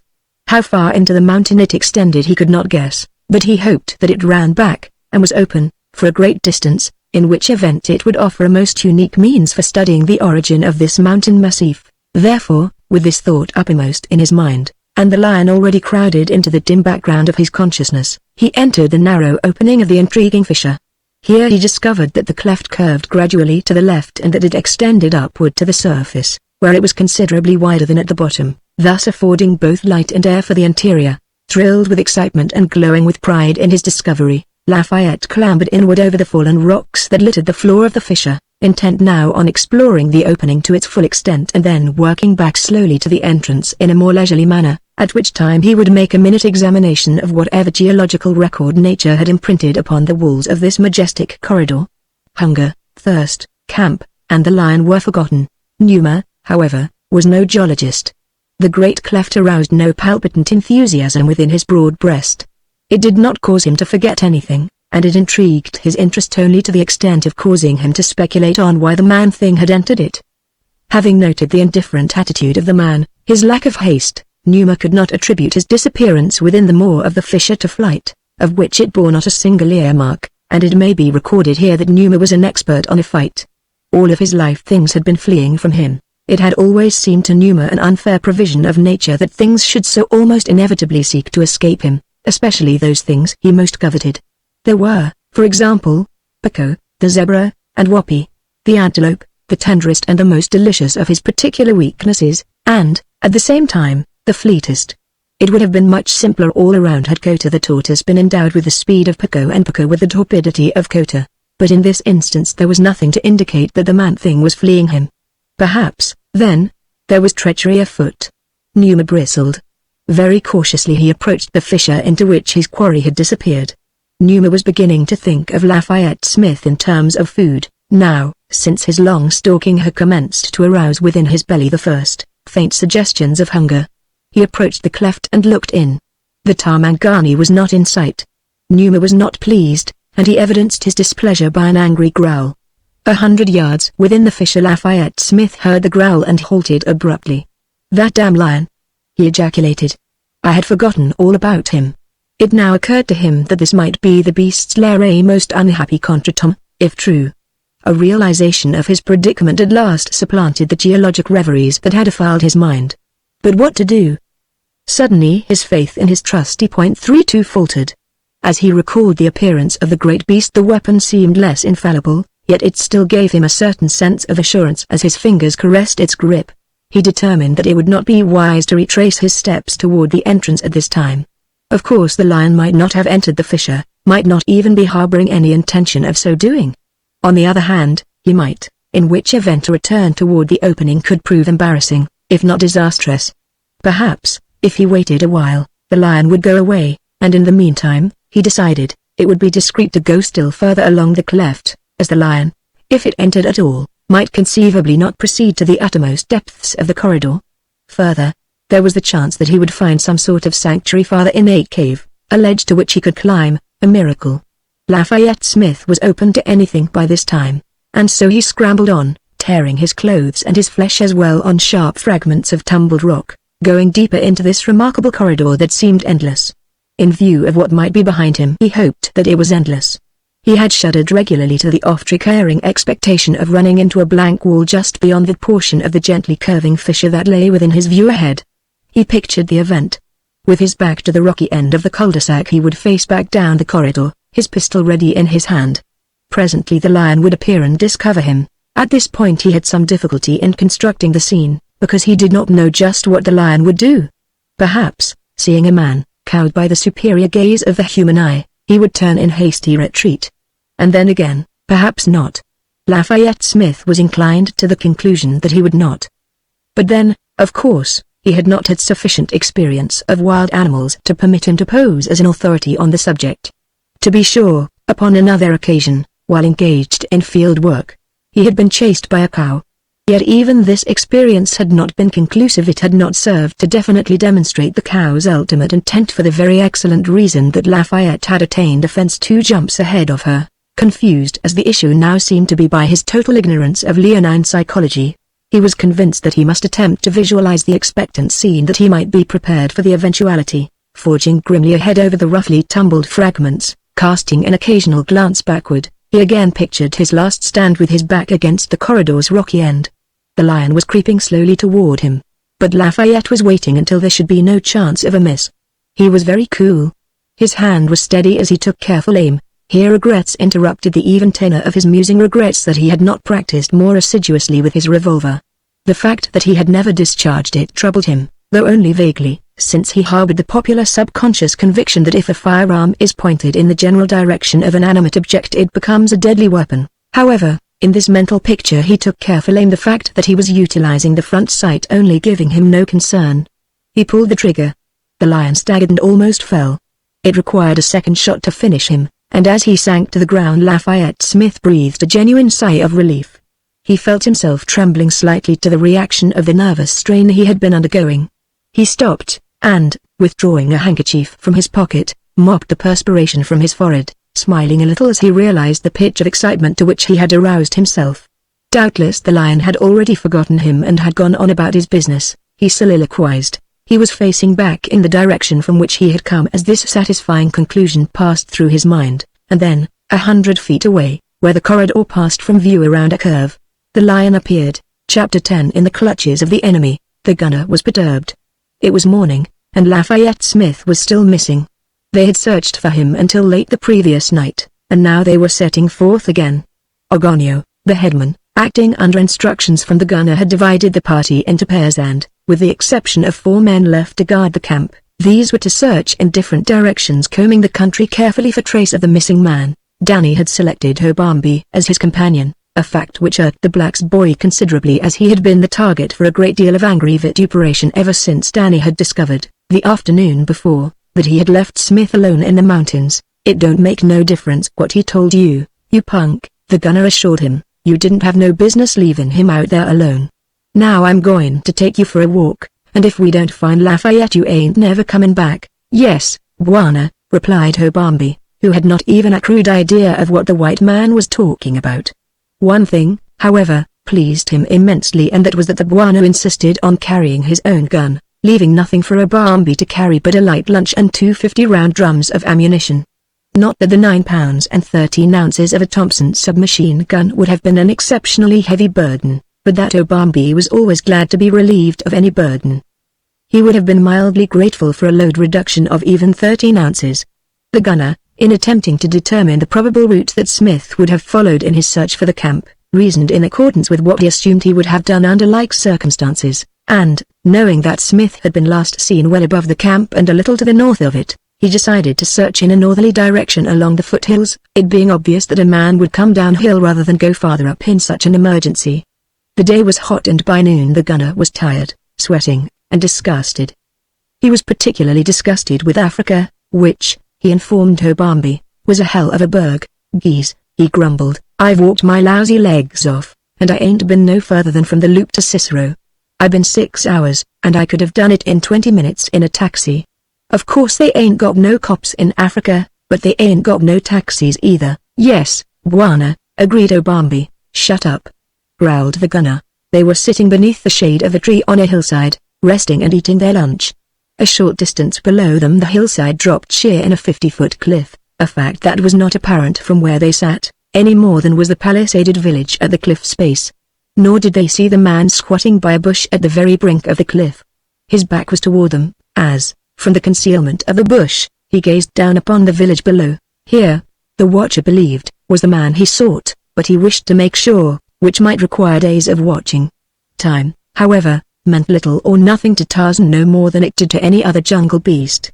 He would come back often to this vantage spot and watch. Sooner or later he would discover the truth or falsity of his suspicion that one of the white men he saw in the village below was the slave raider for whom he had come north. And so, like a great lion, the ape-man crouched, watching his quarry.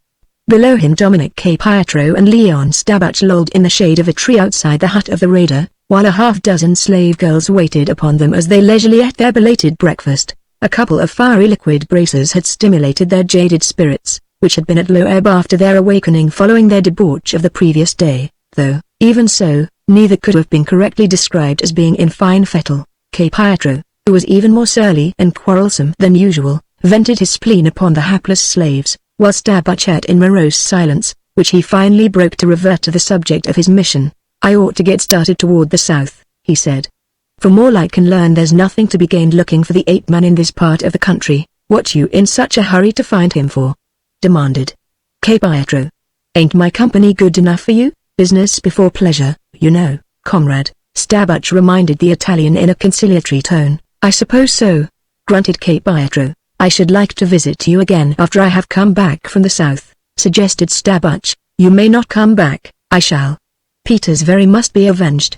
The obstacle in the path of communism must be removed. The monkey man killed Zveri?" "No, a woman killed him," replied the Russian, "but the monkey man, as you call him, was directly responsible for the failure of all Zveri's plans and thus indirectly responsible for his death. You expect to fare better than Zveri, then? Good luck to you, but I don't envy you your mission. This Tarzan is like a lion with the brain of a man. He is savage. He is terrible. In his own country he is also very powerful. I shall get him, nevertheless," said Stabach, confidently. "If possible I shall kill him the moment I first see him, before he has an opportunity to become suspicious, or, if I cannot do that, I shall win his confidence and his friendship and then destroy him when he least suspects his danger." Voices carry upward to a great distance, and so, though Stabach spoke only in normal tones, the watcher, squatting at the cliff top, smiled just the faintest suggestion of a grim smile, so that was why the man from Rissa, of whom Goloba the headman had told him, was inquiring as to his whereabouts. Perhaps Tarzan had suspected as much, but he was glad to have definite proof. "I shall be glad if you do kill him," said K. Pietro. "He would drive me out of business if he ever learned about me. He is a scoundrel who would prevent a man from earning an honest dollar. You may put him from your mind, comrade," Stabach assured the raider. "He is already as good as dead. Furnish me with men, and I shall soon be on my way toward the south. My Flans are already saddling to go forth and find men for your safari," said K. Pietro, with a wave of his hand in the direction of the central compound, where a score of cutthroats were saddling their horses in preparation for a foray against a distant Gula village. "May luck go with them," said Stabach. "I hope." "What was that?" he demanded, leaping to his feet as a sudden crash of falling rock and earth came from behind them. K. Pietro was also upon his feet. "A landslide," he exclaimed. "A portion of the cliff has fallen. Look. What is that?" He pointed at an object halfway up the cliff, the figure of a naked white man clinging to a tree that had found lodgment for its roots in the rocky face of the cliff. The tree, a small one, was bending beneath the weight of the man. Slowly it gave way. There was the sound of rending wood, and then the figure hurtled downward into the village where it was hidden from the sight of the two White Watchers by an intervening hut. But Stabbach had seen the giant figure of the almost naked White long enough to compare it with the description he had heard of the man for whom he had come all the long way from Moscow. There could not be two such, of that he was certain. "It is the ape-man," he cried. "Come, Che Pietro, he is ours." Instantly the Italian ordered several shifters to advance and seize the ape-man. Fortune is never necessarily with either the brave or the virtuous. She is, unfortunately, quite as likely to perch upon the banner of the poltroon or the blackguard. Today she deserted Tarzan completely. As he squatted upon the edge of the cliff, looking down upon the village of Dominic Che Pietro, he suddenly felt the earth giving beneath him. Cat-like, he leapt to his feet, throwing his hands above his head, as one does, mechanically, to preserve his balance or seek support, but too late. With a small avalanche of earth and rock he slid over the edge of the cliff.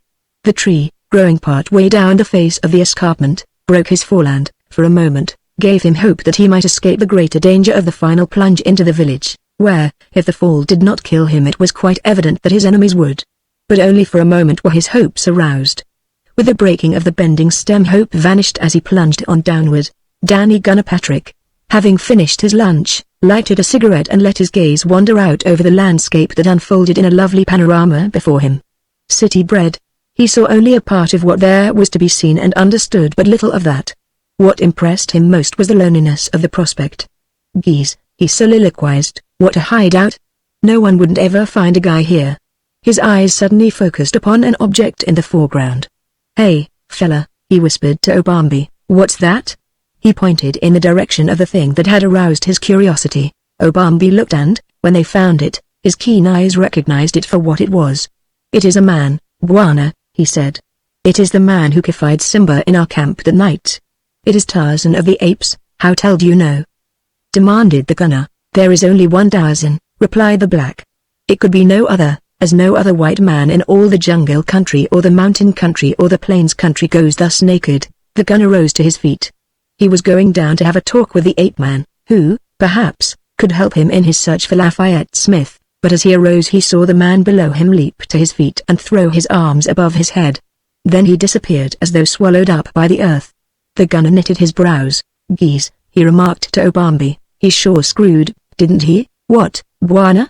asked Obambi. "Shut up," snapped the gunner. "That was funny," he muttered. "Wonder what became of him. Guess I'll give him a tale. Come on," he concluded aloud to Obambi. Having learned through experience, wholly the experience of others who had failed to do so, that attention to details is essential to the continued pursuit of life, liberty, and happiness. The gunner looked carefully to his Thompson as he walked rapidly but cautiously toward the spot where Tarzan had disappeared.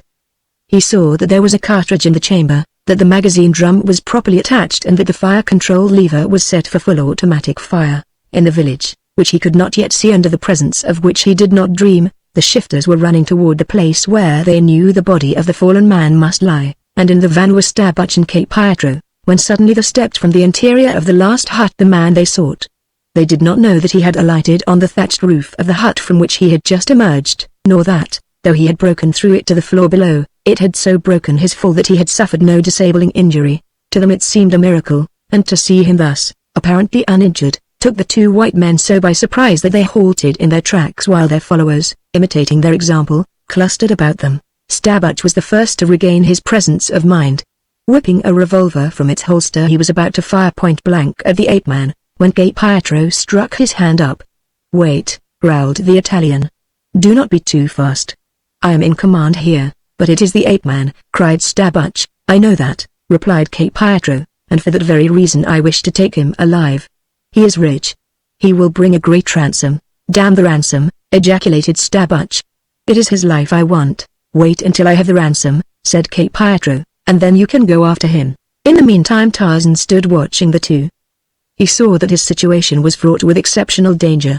It was to the interest of either one of these men to kill him, and while the ransom of which one spoke might deter him temporarily he knew that but little provocation would be required to induce this one to kill him rather than to take the chance that he might escape. While it was evident that the Russian already considered that he had sufficient provocation, and Tarzan did not doubt but that he would find the means to accomplish his design even in the face of the Italian's objections, if he could but get among them, where they could not use firearms against him, because of the danger that they might kill members of their own party, He felt that, by virtue of his superior strength, speed and agility, he might fight his way to one of the palisaded walls of the village where he would have a fair chance to escape.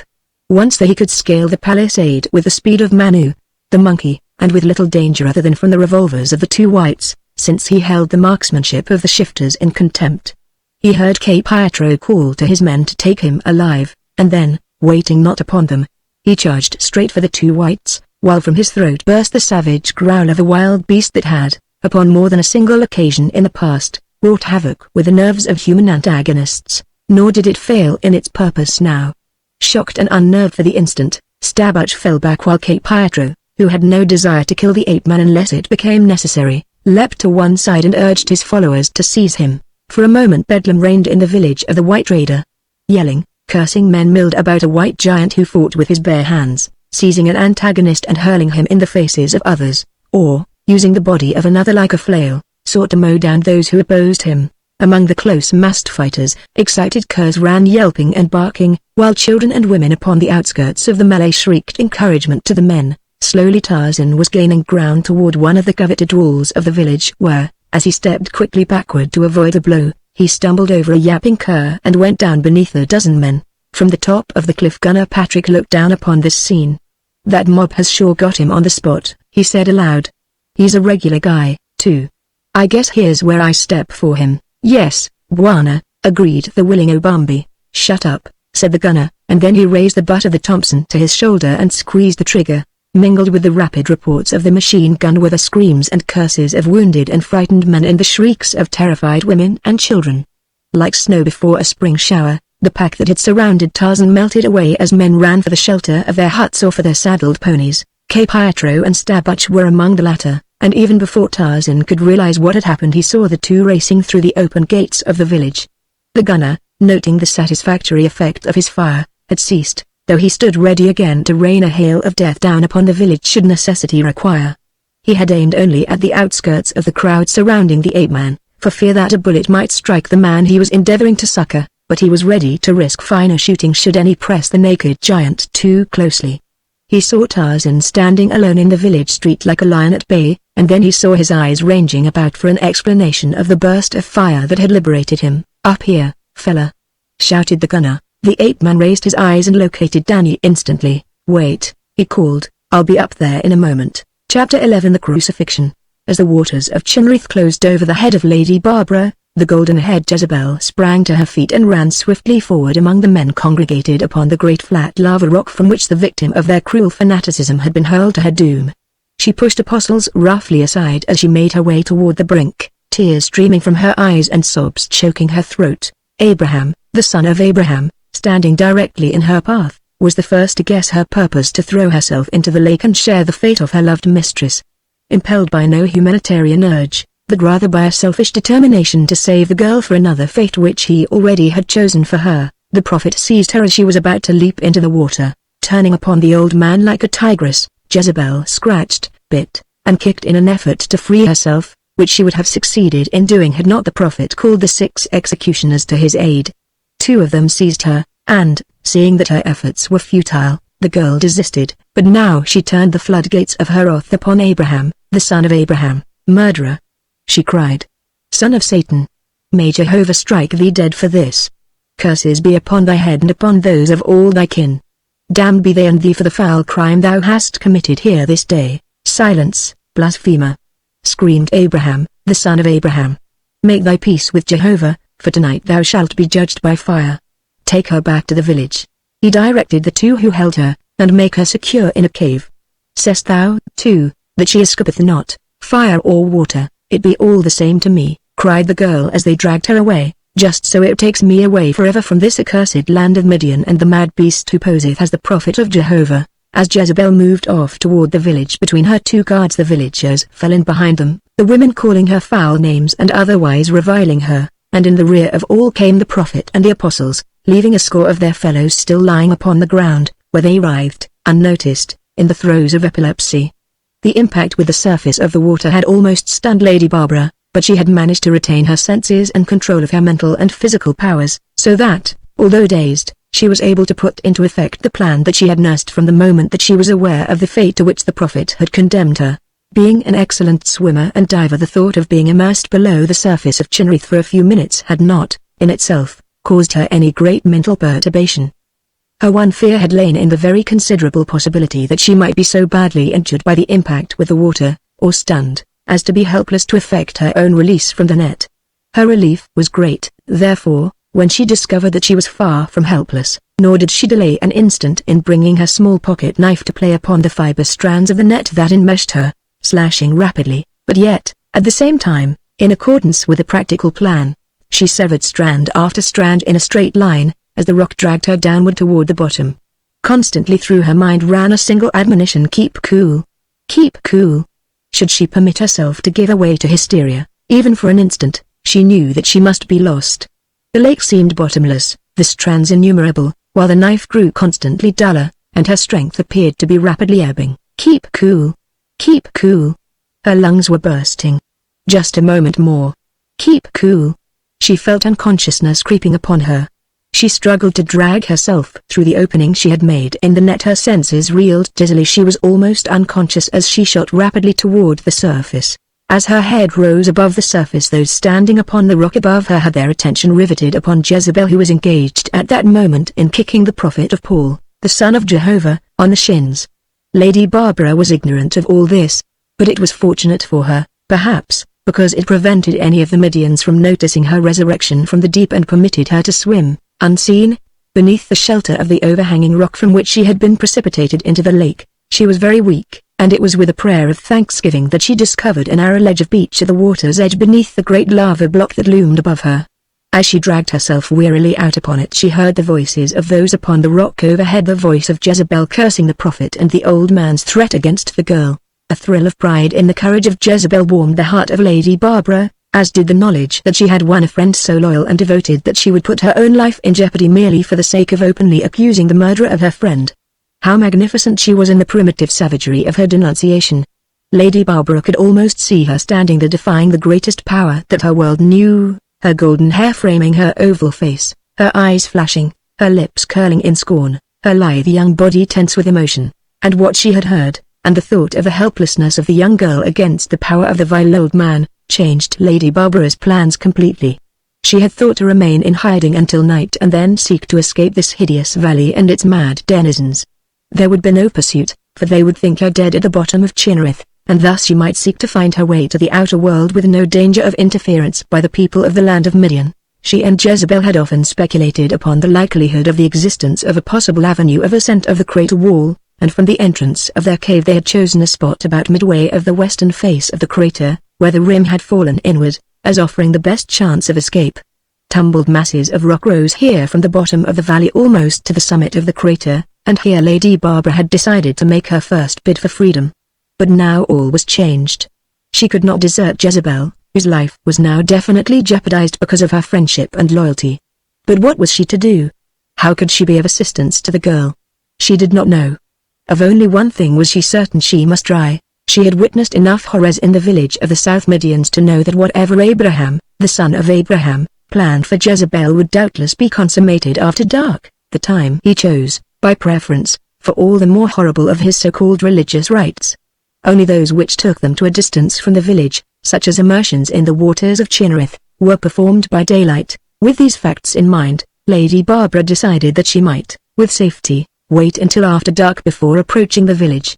To do so earlier might only result in her own recapture, an event that would render her helpless in effecting the succor of Jezebel, while giving the prophet 2 victims instead of 1. The sound of voices above her had ceased. She had heard the vituperations of the women diminishing in the distance, and by this she had known that the party had returned to the village. It was cold beneath the shadow of the rock, with her wet clothing clinging to her tired body, and so she slipped back into the water and swam along the shore a few yards until she found a spot where she could crawl out and lie in the pleasant warmth of the sun. Here she rested again for a few minutes, and then she cautiously ascended the bank until her eyes were on a level with the ground. At a little distance she saw a woman, lying prone, who was trying to raise herself to a sitting position. She was evidently weak and dazed, and Lady Barbara realized that she was recovering from one of those horrid seizures to which nearly all the inhabitants of the vicinage were subject. Near her were others, some lying quietly, some struggling, and in the direction of the village she saw several who had recovered sufficiently to attempt the homeward journey. Lying very still, her forehead concealed behind a low shrub. Lady Barbara watched and waited for half an hour, until the last of the unfortunate band had regained consciousness and self-control sufficiently to permit them to depart in the direction of their squalid habitations. She was alone now with little or no likelihood of discovery. Her clothes were still wet and exceedingly uncomfortable, so she quickly removed them and spread them in the hot sun to dry, while she luxuriated in the soothing comfort of a sun bath, alternated with an occasional dip in the waters of the lake. Before the sun dropped to the western rim of the crater her clothing had dried, and now she sat, fully dressed again, waiting for darkness to fall. Below her lay the waters of the lake, and beyond its further shore she could dimly see the outlines of the village of the North Midians, where dwelt the mysterious beautiful men of Jezebel's daydreams. Doubtless, thought Lady Barbara, the Prince Charming of the Golden One's imagination would prove to be a whiskered Adonis with a knotted club, but, even so, it were difficult to imagine more degraded or repulsive males than those of her own village. Almost anything, even a gorilla, might seem preferable to them. As night approached, the girl saw little lights commence to twinkle in the northern village, the cooking fires, doubtless, and then she rose and turned her face toward the village of Abraham, the son of Abraham, of Jobab and Timothy and Jezebel, toward certain danger and possible death, as she walked along the now familiar path toward the village. The mind of Lady Barbara Cois was vexed by the seemingly hopeless problem that confronted her, while hovering upon the verge of her consciousness was that fear of the loneliness and the darkness of an unfamiliar and inhospitable country that is inherent in most of us. Jezebel had told her that dangerous beasts were almost unknown in the land of Midian, yet her imagination conjured slinking forms in the darkness and the sound of padded feet upon the trail behind her and the breathing of savage lungs. Yet ahead of her lay a real menace, more terrible, perhaps, than swiftly striking talons and powerful jaws. She recalled that she had heard that men who had been mauled by lions, and lived to narrate their experiences, had all testified uniformly to the fact that there had been no pain and little terror during the swift moments of the experience, and she knew that there was a theory propounded by certain students of animal life that the killing of the carnivores was always swift, painless, and merciful. Why was it, she wondered, that of all created things only man was wantonly cruel, and only man, and the beasts that were trained by man, killed for pleasure? But now she was nearing the village and passing from the possibility of attack by merciful beasts to the assurance of attack by merciless men, should she be apprehended by them. To reduce this risk she skirted the village at a little distance and came to the foot of the cliff where the caves were located, and where she hoped to find Jezebel and, perhaps, discover a means of liberating her. She glanced up the face of the cliff, which seemed to be deserted, most of the villagers being congregated about a group of small cooking fires near the few huts at the foot of the cliff. They often cooked thus together, gossiping and praying and narrating experiences and revelations. They all received revelations from Jehovah when they walked with him, which was their explanation of their epileptic seizures. The more imaginative members of the community were the recipients of the most remarkable revelations, but, as all of them were stupid, Jehovah had not, at least during Lady Barbara's sojourn among them, revealed anything of a particularly remarkable or inspiring nature. Their gossip, like their experiences, was mean and narrow and sordid. Each sought constantly to discover or invent some scandal or heresy in the lives of his fellows, and if the finger pointed at one not in the good graces of the prophet or the apostles, the victim was quite likely to make a Roman holiday. Seeing the villagers congregated about their fires, Lady Barbara commenced the ascent of the steep path that zigzagged up the face of the cliff. She moved slowly and cautiously, stopping often to look about her, both above and below, but, notwithstanding her fears and doubts, she finally reached the mouth of the cave that she and Jezebel had occupied.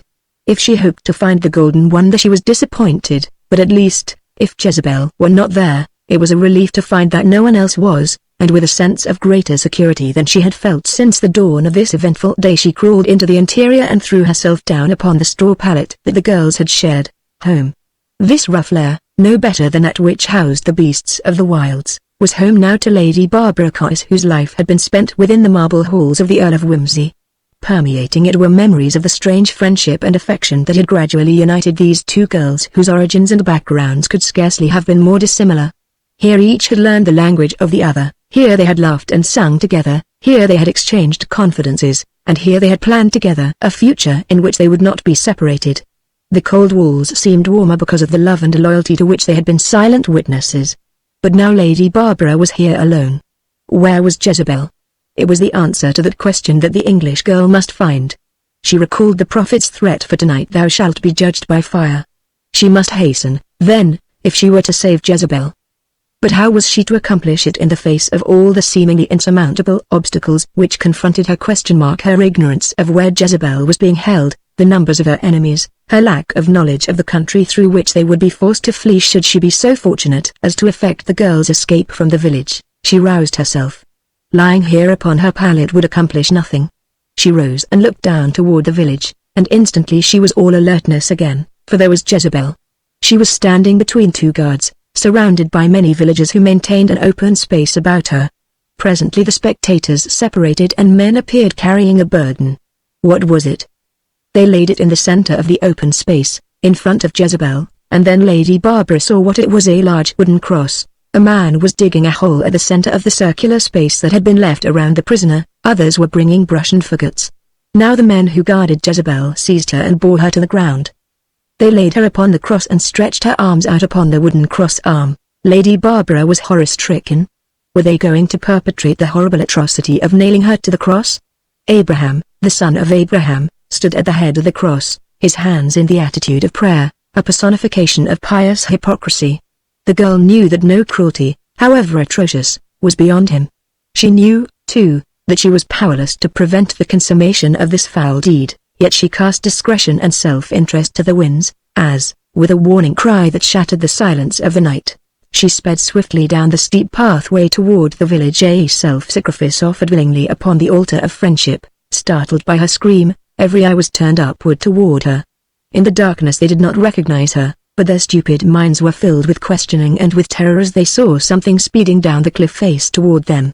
Even before she reached the circle of firelight where they stood, many had collapsed in paroxysms of epilepsy induced by the nervous shock of this unexpected visitation. When she came closer, and was recognized, others succumbed, for now indeed it appeared that a miracle had been worked and that the dead had been raised again, even as they had seen the dead girl resurrected the previous day. Pushing aside those who did not quickly enough make way for her, Lady Barbara hastened to the center of the circle.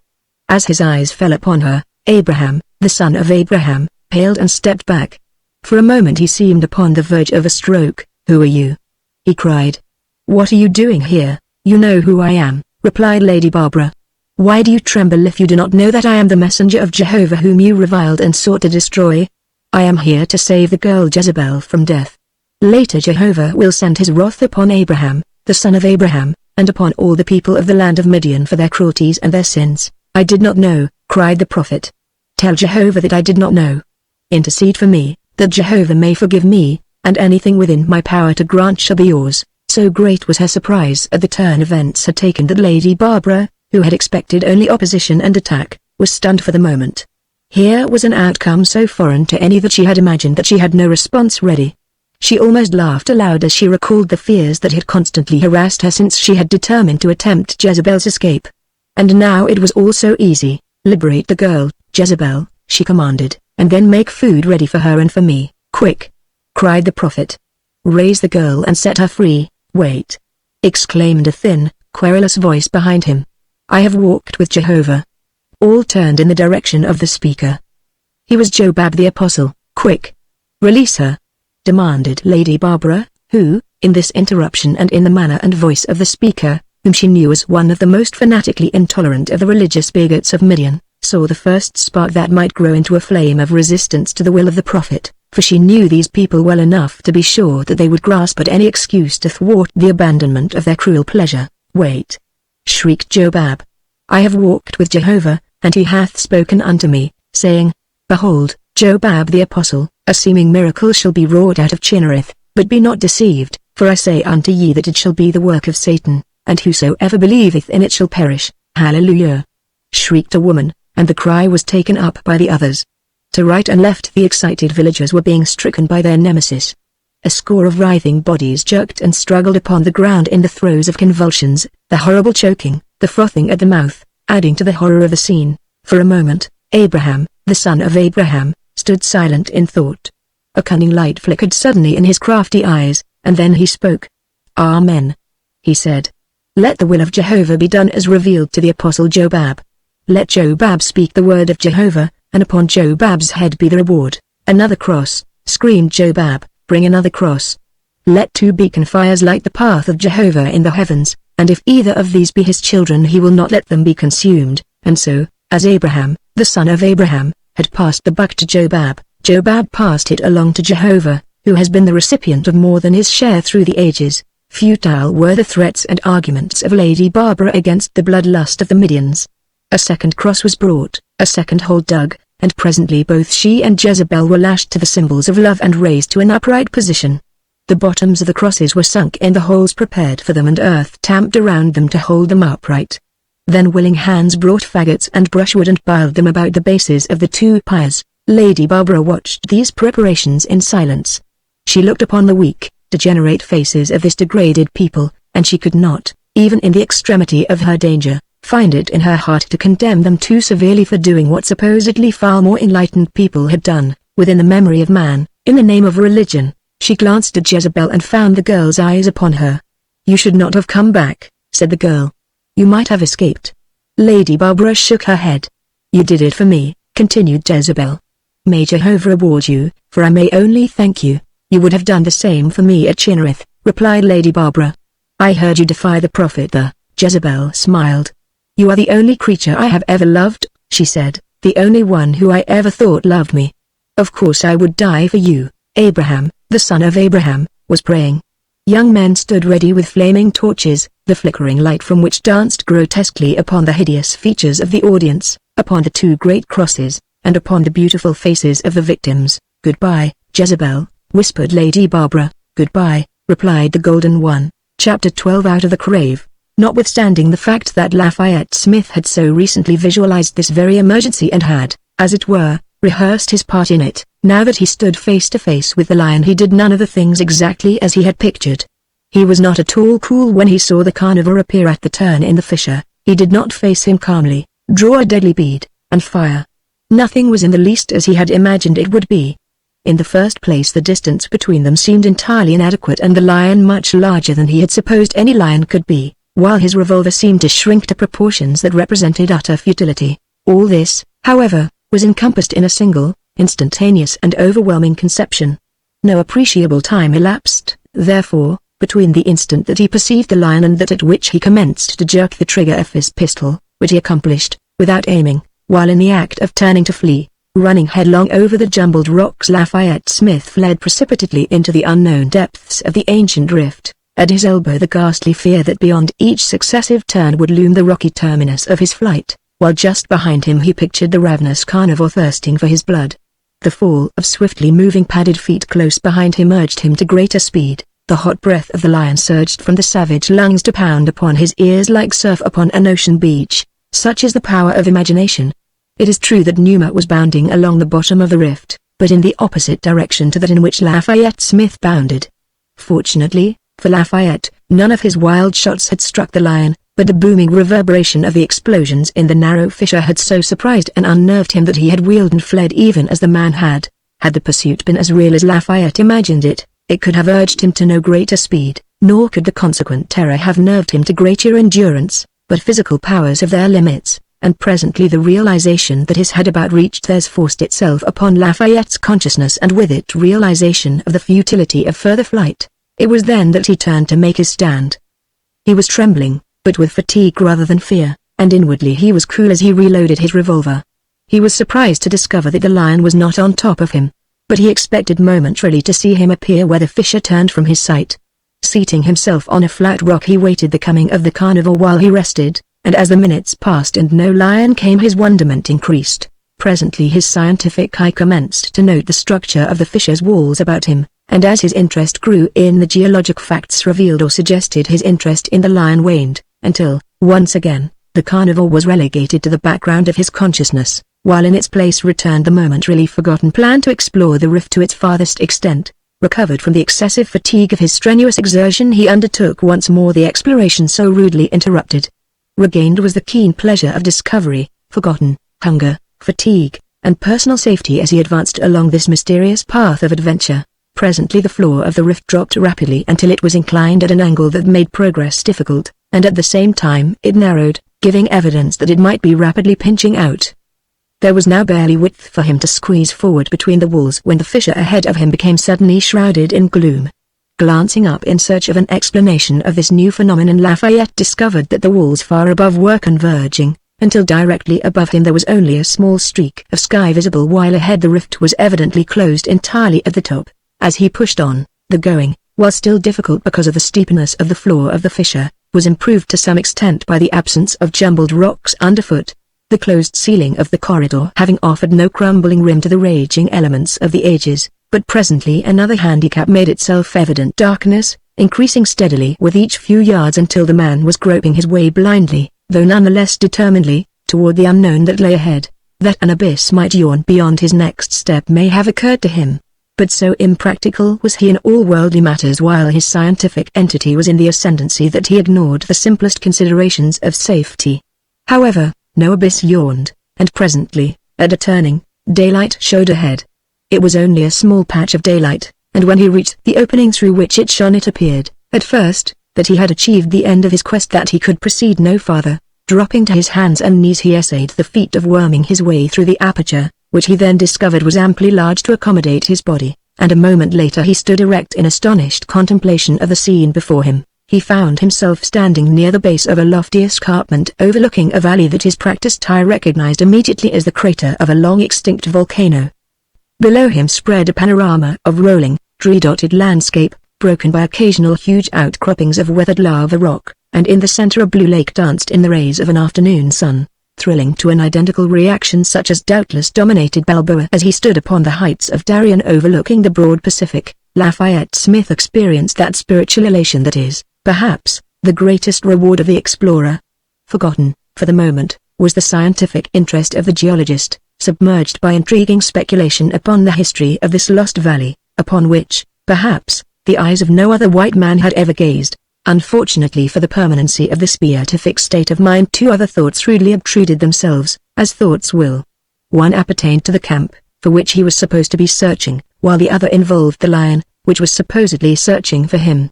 The latter reminded him that he was standing directly in front of the mouth of the fissure, at the very spot where the lion would emerge were he following, and this suggested the impracticability of the fissure as an avenue of return to the opposite side of the crater wall. 100 yards away Smith espied a tree, and toward this he walked as offering the nearest sanctuary in the event the lion should reappear. Here, too, he might rest while considering plans for the future, and, that he might enjoy uninterrupted peace of mind while so engaged. He climbed up into the tree, where, straddling a limb, he leaned his back against the bole. It was a tree of meager foliage, thus affording him an almost unobstructed view of the scene before him, and as his eyes wandered across the landscape they were arrested by something at the foot of the southern wall of the crater, something that did not perfectly harmonize with its natural surroundings. Here his gaze remained fixed as he sought to identify the thing that had attracted his attention. What it looked like he was positive that it could not be, so definitely had his preconception of the inaccessibility of the valley to man impressed itself upon his mind. Yet the longer he looked the more convinced he became that what he saw was a small village of thatched huts. And what thoughts did this recognition inspire?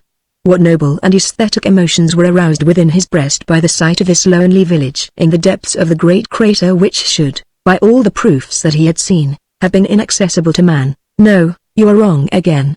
What it suggested was food. For the first time since he had become lost, Lafayette Smith was acutely conscious of hunger, and when he recalled that it had been more than 24 hours since he had eaten anything more substantial than a few chocolates, his appetite waxed ravenous. Furthermore, he suddenly realized that he was actually suffering from thirst. At a little distance lay the lake. Glancing back toward the entrance to the fissure he discovered no lion, and so he dropped to the ground and set off in the direction of the water, laying his course so that at no time was he at any great distance from a tree. The water was cool and refreshing, and when he had drunk his fill he became acutely conscious, for the first time during the day, of an overpowering weariness. The water had temporarily relieved the pangs of hunger, and he determined to rest a few minutes before continuing on toward the distant village. Once again he assured himself that there was no pursuing lion in evidence, and then he stretched himself at full length in the deep grass that grew near the edge of the lake, and with a low tree as protection from the hot sun relaxed his tired muscles in much-needed rest. He had not intended to sleep, but his fatigue was greater than he had supposed, so that, with relaxation, unconsciousness crept upon him unawares. Insects buzzed lazily about him, a bird alighted in the tree beneath which he lay and surveyed him critically, the sun dropped lower toward the western rim, and Lafayette Smith slept on. He dreamed that a lion was creeping toward him through high grass. He tried to rise, but he was powerless. The horror of the situation was intolerable. He tried to cry out and frighten the lion away, but no sound issued from his throat. Then he made a final supreme effort, and the shriek that resulted awakened him. He sat up, dripping with perspiration, and looked quickly and fearfully about him. There was no lion. "Phew!" he exclaimed. "What a relief." Then he glanced at the sun and realized that he had slept away the greater part of the afternoon. Now his hunger returned, and with it recollection of the distant village. Rising, he drank again at the lake, and then started on his journey toward the base of the southern rim, where he hoped he would find friendly natives and food. The way led for the greater part around the edge of the lake, and as dusk settled and then darkness, it became more and more difficult to move except at a slow and cautious pace, since the ground was often strewn with fragments of lava that were not visible in the darkness. Night brought the cheering sight of fires in the village, and these, seeming nearer than they really were, buoyed his spirits by the assurance that his journey was nearing completion. Yet, as he stumbled onward, the conviction arose that he was pursuing a will-o'-the-wisp, as the firelight appeared to retreat as rapidly as he advanced. At last, however, the outlines of mean huts, illumined by the fires, became distinguishable, and then the figures of people clustered about them. It was not until he was almost within the village that he saw with astonishment that the people were white, and then he saw something else that brought him to a sudden halt. Upon two crosses, raised above the heads of the villagers, were two girls.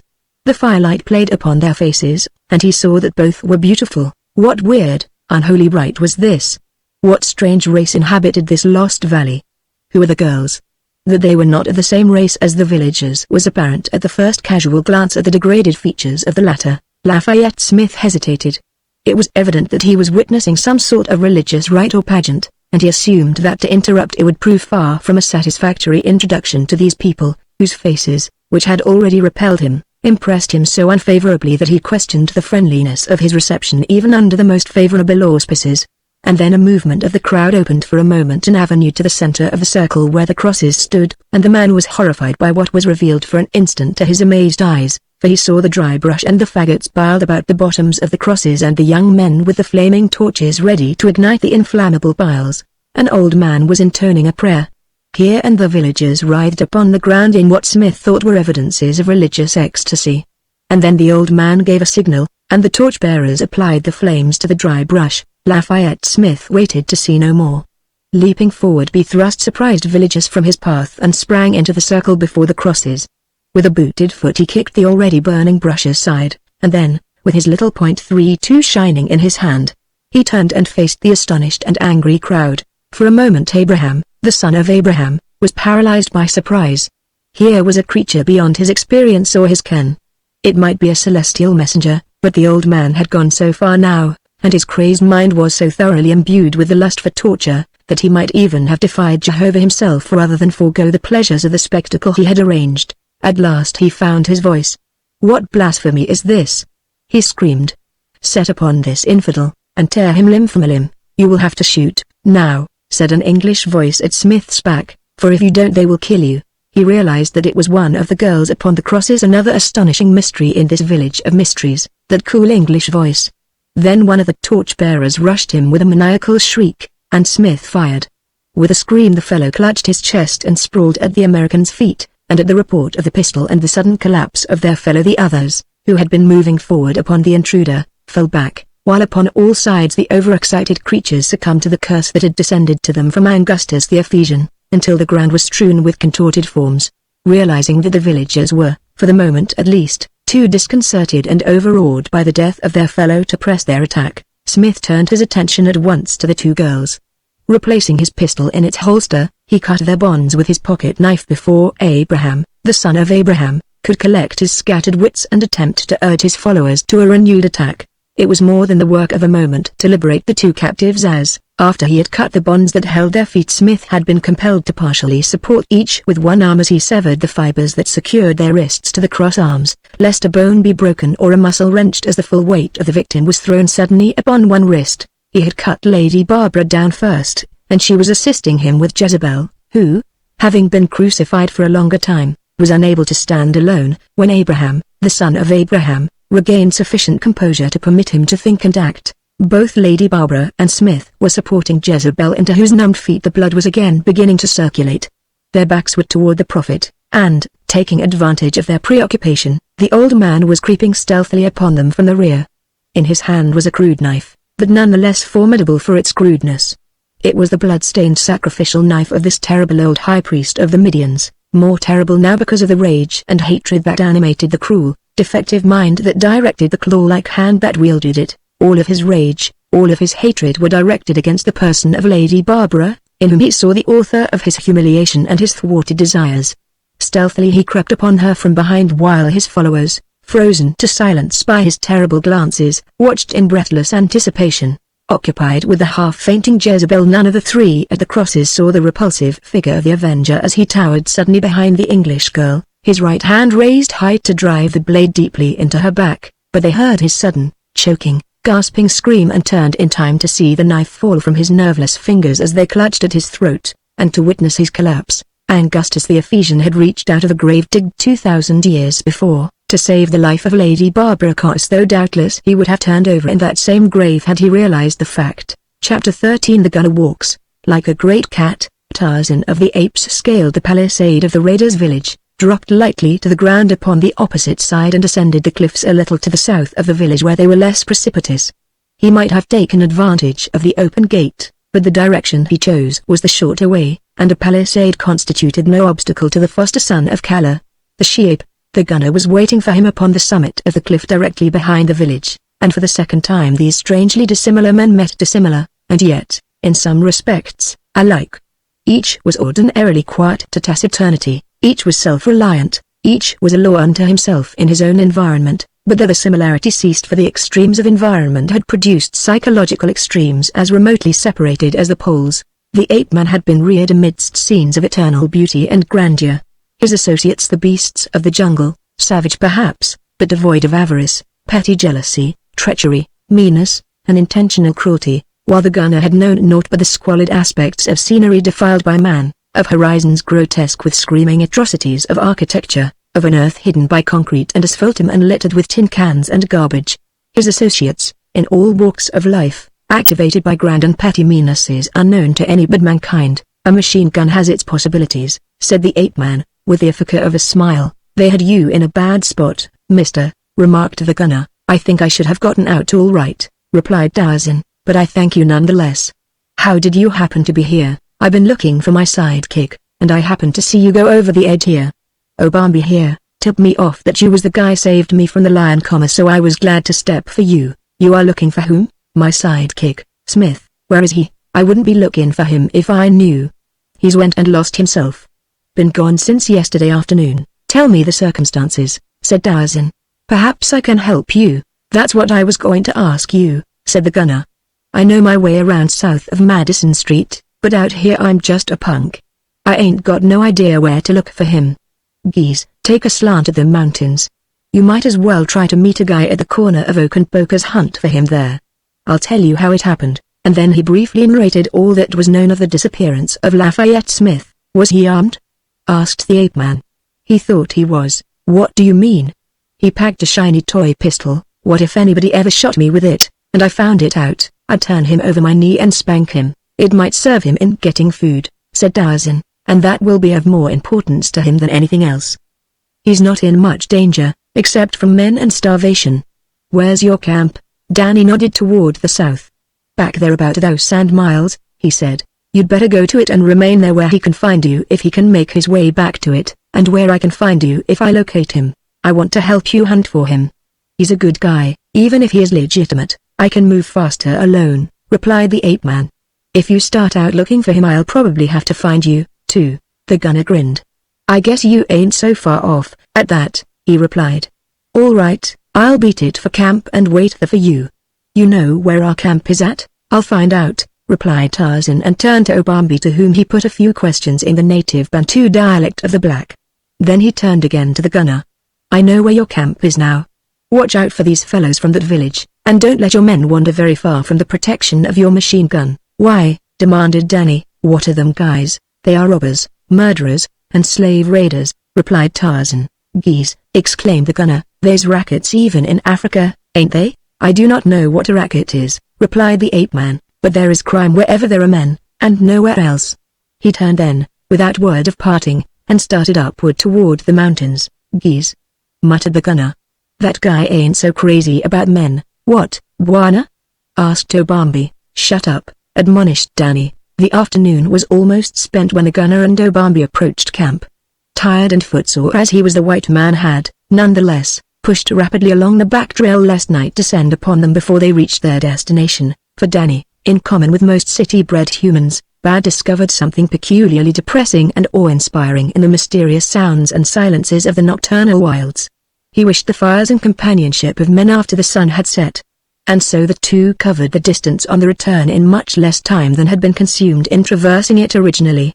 As he came in sight of the camp, the brief twilight of the tropics had already fallen, the cooking fires were burning, and to a trained eye a change would have been apparent from the appearance of the camp when he had left it early that morning, but Danny's eyes were trained in matters of broads, bulls, and beer trucks and not in the concerns of camps and safaris, so, in the failing light of dusk, he did not notice that there were more men in camp than when he had left, nor that toward the rear of it there were horses tethered where no horses had been before. The first intimation he had of anything unusual came from Obambi. "White men are in the camp, Bwana," said the black, "and many horses." "Perhaps they found the mad Bwana and brought him back." "Where do you see any white men?"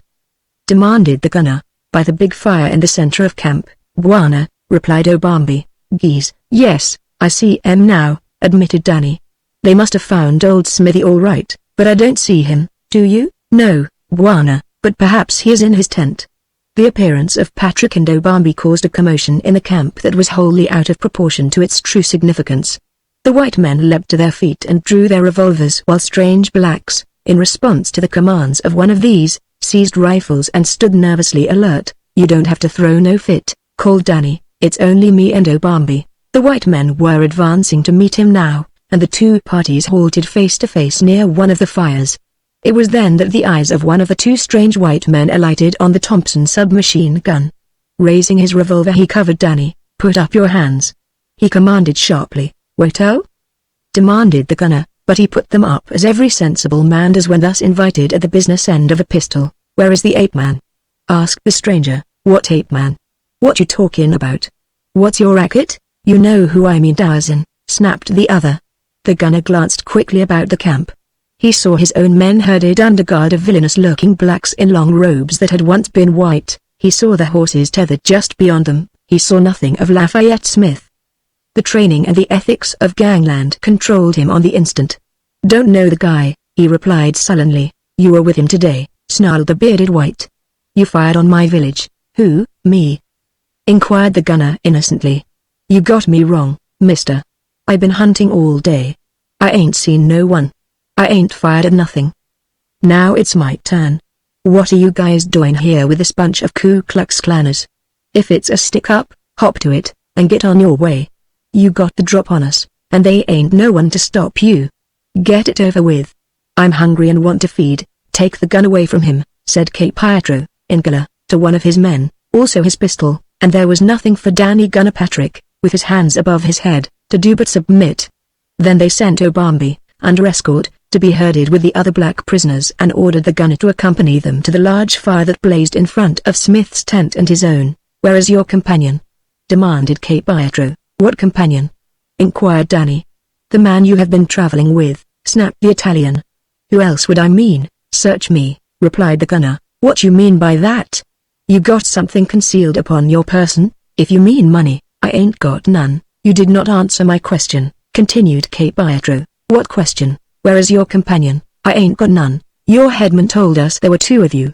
"What is your name?" "Bloom," replied Danny. Cape Pietro looked puzzled. "The headman said one of you was Smith and the other Patrick." "Never heard of them," insisted Danny. "The guy must have been stringing you." "I'm here alone, hunting, and my name's Bloom." "And you didn't see Tarzan of the Apes today?" "Never even heard of a guy with that moniker." "Either he's lying to us," said Stabbach, "or it was the other one who fired on the village." "Sure, it must have been two other fellows," Danny assured them. "Say, when do I eat?" "When you tell us where Tarzan is," replied Stabbach. "Then I guess I don't eat," remarked Danny. "Geez, didn't I tell you I never heard of the guy? Do you think I know every monkey in Africa by his first name? Come on now, what's your racket? If we got anything you want, take it and screw. I'm sick looking at your mugs. I do not understand English so well," whispered Cape Pietro to Stabbach. "I do not always know what he says." "Neither do I," replied the Russian, but I think he is lying to us. Perhaps he is trying to gain time until his companion and Tarzan arrive. That is possible, replied Cape Pietro in his normal voice. Let's kill him and get out of here, suggested Stabuch. We can take the prisoners and as much of the equipment as you want and be a long way from here in the morning. Geese, exclaimed Danny, this reminds me of Kai. It makes me homesick. How much money you pay if we don't kill you? Asked Cape Pietro. How much your friends pay? The gunner laughed. Say, mister, you're giving yourself a bum steer. He was thinking how much more one might collect for killing him, if one could make connections with certain parties on the north side of Chicago, than for sparing his life. But here was an opportunity, perhaps, to gain time. The gunner did not wish to be killed, and so he altered his technique. My friends ain't rich, he said, but they might come across with a few grand. How much do you want? Cape Pietro considered. This must be a rich American, for only rich men could afford these African big game expeditions. 100,000 should not be excessive for a rich man like you, he said. Quit your kidding, said the gunner. I ain't rich. What could you raise? Asked Cape Pietro, who saw by the prisoner's expression of astonishment that the original bid was evidently out of the question. I might scrape up 20 grand, suggested Danny. What are grand? Demanded the Italian. 20,000, explained the gunner. Poof! Cried Cape Pietro. That would not pay me for the trouble of keeping you until the money could be forwarded from America. Make it 50,000 lira and it's a bargain. 50,000 lira? What's them? A lira is an Italian coin worth about 20 cents in American money, explained Stabuch. Danny achieved some rapid mental calculations before he replied, and when he had digested the result he had difficulty in repressing a smile, for he discovered that his offer of 20,000 grand was actually twice what the Italian was now demanding. Yet he hesitated to agree too willingly. That's 10,000 iron men, he said. That's a lot of Jack. Iron men? Jack? I do not understand, said Cape Pietro. Smackers, explained Danny lucidly. Smackers? Is there such a coin in America? Asked Cape Pietro, turning to Stabuch. Doubtless a vernacularism, said the Russian. Geese, you guys is dumb, growled the gunner. A smacker's a buck. Everyone knows that. Perhaps if you would tell him in dollars it would be easier, suggested Stabuch. We all understand the value of an American dollar. That's a lot more than some Americans understand, Danny assured him. But it's just what I've been saying right along. $10,000 and it's too damn much. That is for you to decide, said Cape Pietro. I am tired of bargaining. Nobody but an American would bargain over a human life. What you been doing? Demanded the gunner. You're the guy that started it, Cape Pietro shrugged. It is not my life, he said. You will pay me 10,000 American dollars, or you will die. Take your choice, Oak, said Danny. I'll pay. Now do I eat? If you don't feed me I won't be worth nothing. Tie his hands, Cape Pietro ordered one of the shifters, then he fell to discussing plans with Stabuch. The Russian finally agreed with Cape Pietro that the palisaded village of the raider would be the best place to defend themselves in the event that Tarzan enlisted aid and attacked them in force. One of their men had seen Lord Passmore's safari, and, even if their prisoner was lying to them, there was at least another white, probably well armed, who might be considered a definite menace. Oganio had told them that this man was alone and probably lost, but they did not know whether or not to believe the headman. If Tarzan commandeered these forces, which Cape Pietro knew he had the influence to do, they might expect an attack upon their village. By the light of several fires the blacks of the captured safari were compelled to break camp and, when the loads were packed, to carry them on the difficult night march toward Cape Pietro's village. With mounted shifters in advance, upon the flanks, and bringing up the rear there was no lagging and no chance to escape. The gunner, plodding along at the head of his own porters, viewed the prospect of that night march with unmitigated disgust. He had traversed the route twice already since sunrise, and the thought of doing it again, in the dark, with his hands tied behind him was far from cheering. To add to his discomfort he was weak from hunger and fatigue, and now the pangs of thirst were assailing him. Geese, he soliloquized, this ain't no way to treat a regular guy. When I took him for a ride I never made no guy walk, not even a rat. I'll get these lousy bums yet thinking they can put Danny Patrick on the spot, and make him walk all the way. Chapter 14 Flight. As the choking cry broke from the lips of Abraham, the son of Abraham, Lady Barbara and Smith wheeled to see him fall, the knife clattering to the ground from his nerveless fingers. Smith was horrified, and the girl blenched, as they realized how close death had been. She saw Jobab and the others standing there, their evil faces contorted with rage. We must get away from here, she said. "They will be upon us in a moment. I'm afraid you'll have to help me support your friend," said Smith. "She cannot walk alone. Put your left arm around her," directed Lady Barbara. "That will leave your right hand free for your pistol. I will support her on the other side." "Leave me," begged Jezebel. "I will only keep you from escaping." "Nonsense," said Smith. "Put your arm across my shoulders. You will soon be able to walk," Lady Barbara told her, "when the blood gets back into your feet. Come. Let's get away from here while we can." Half carrying Jezebel, the two started to move toward the circle of menacing figures surrounding them. Jobab was the first to regain his wits since the prophet had collapsed at the critical moment. "Stop them!" he cried, as he prepared to block their way, at the same time drawing a knife from the folds of his filthy garment. "One side, fellow!" commanded Smith, menacing Jobab with his pistol. "The wrath of Jehovah will be upon you," cried Lady Barbara in the Midian tongue, "as it has been upon the others who would have harmed us, if you fail to let us pass in peace." "It is the work of Satan," shrilled Timothy. "Do not let them weaken your heart with lies, Jobab. Do not let them pass." The elder was evidently under great mental and nervous strain. His voice shook as he spoke, and his muscles were trembling. Suddenly he, too, collapsed as had Abraham, the son of Abraham. But still Jobab stood his ground, his knife raised in a definite menace against them. All around them the circle was growing smaller and its circumference more solidly knit by the forward-pressing bodies of the Midians. "I hate to do it," said Smith, half aloud, as he raised his pistol and aimed it at Jobab. The apostle was directly in front of Lafayette Smith and little more than a yard distant when the American, aiming point-blank at his chest, jerked the trigger and fired. An expression of surprise mingled with it of rage which had convulsed the unbecoming features of Jobab the apostle. Lafayette Smith was also surprised, and for the same reason he had missed Jobab. It was incredible. There must be something wrong with the pistol.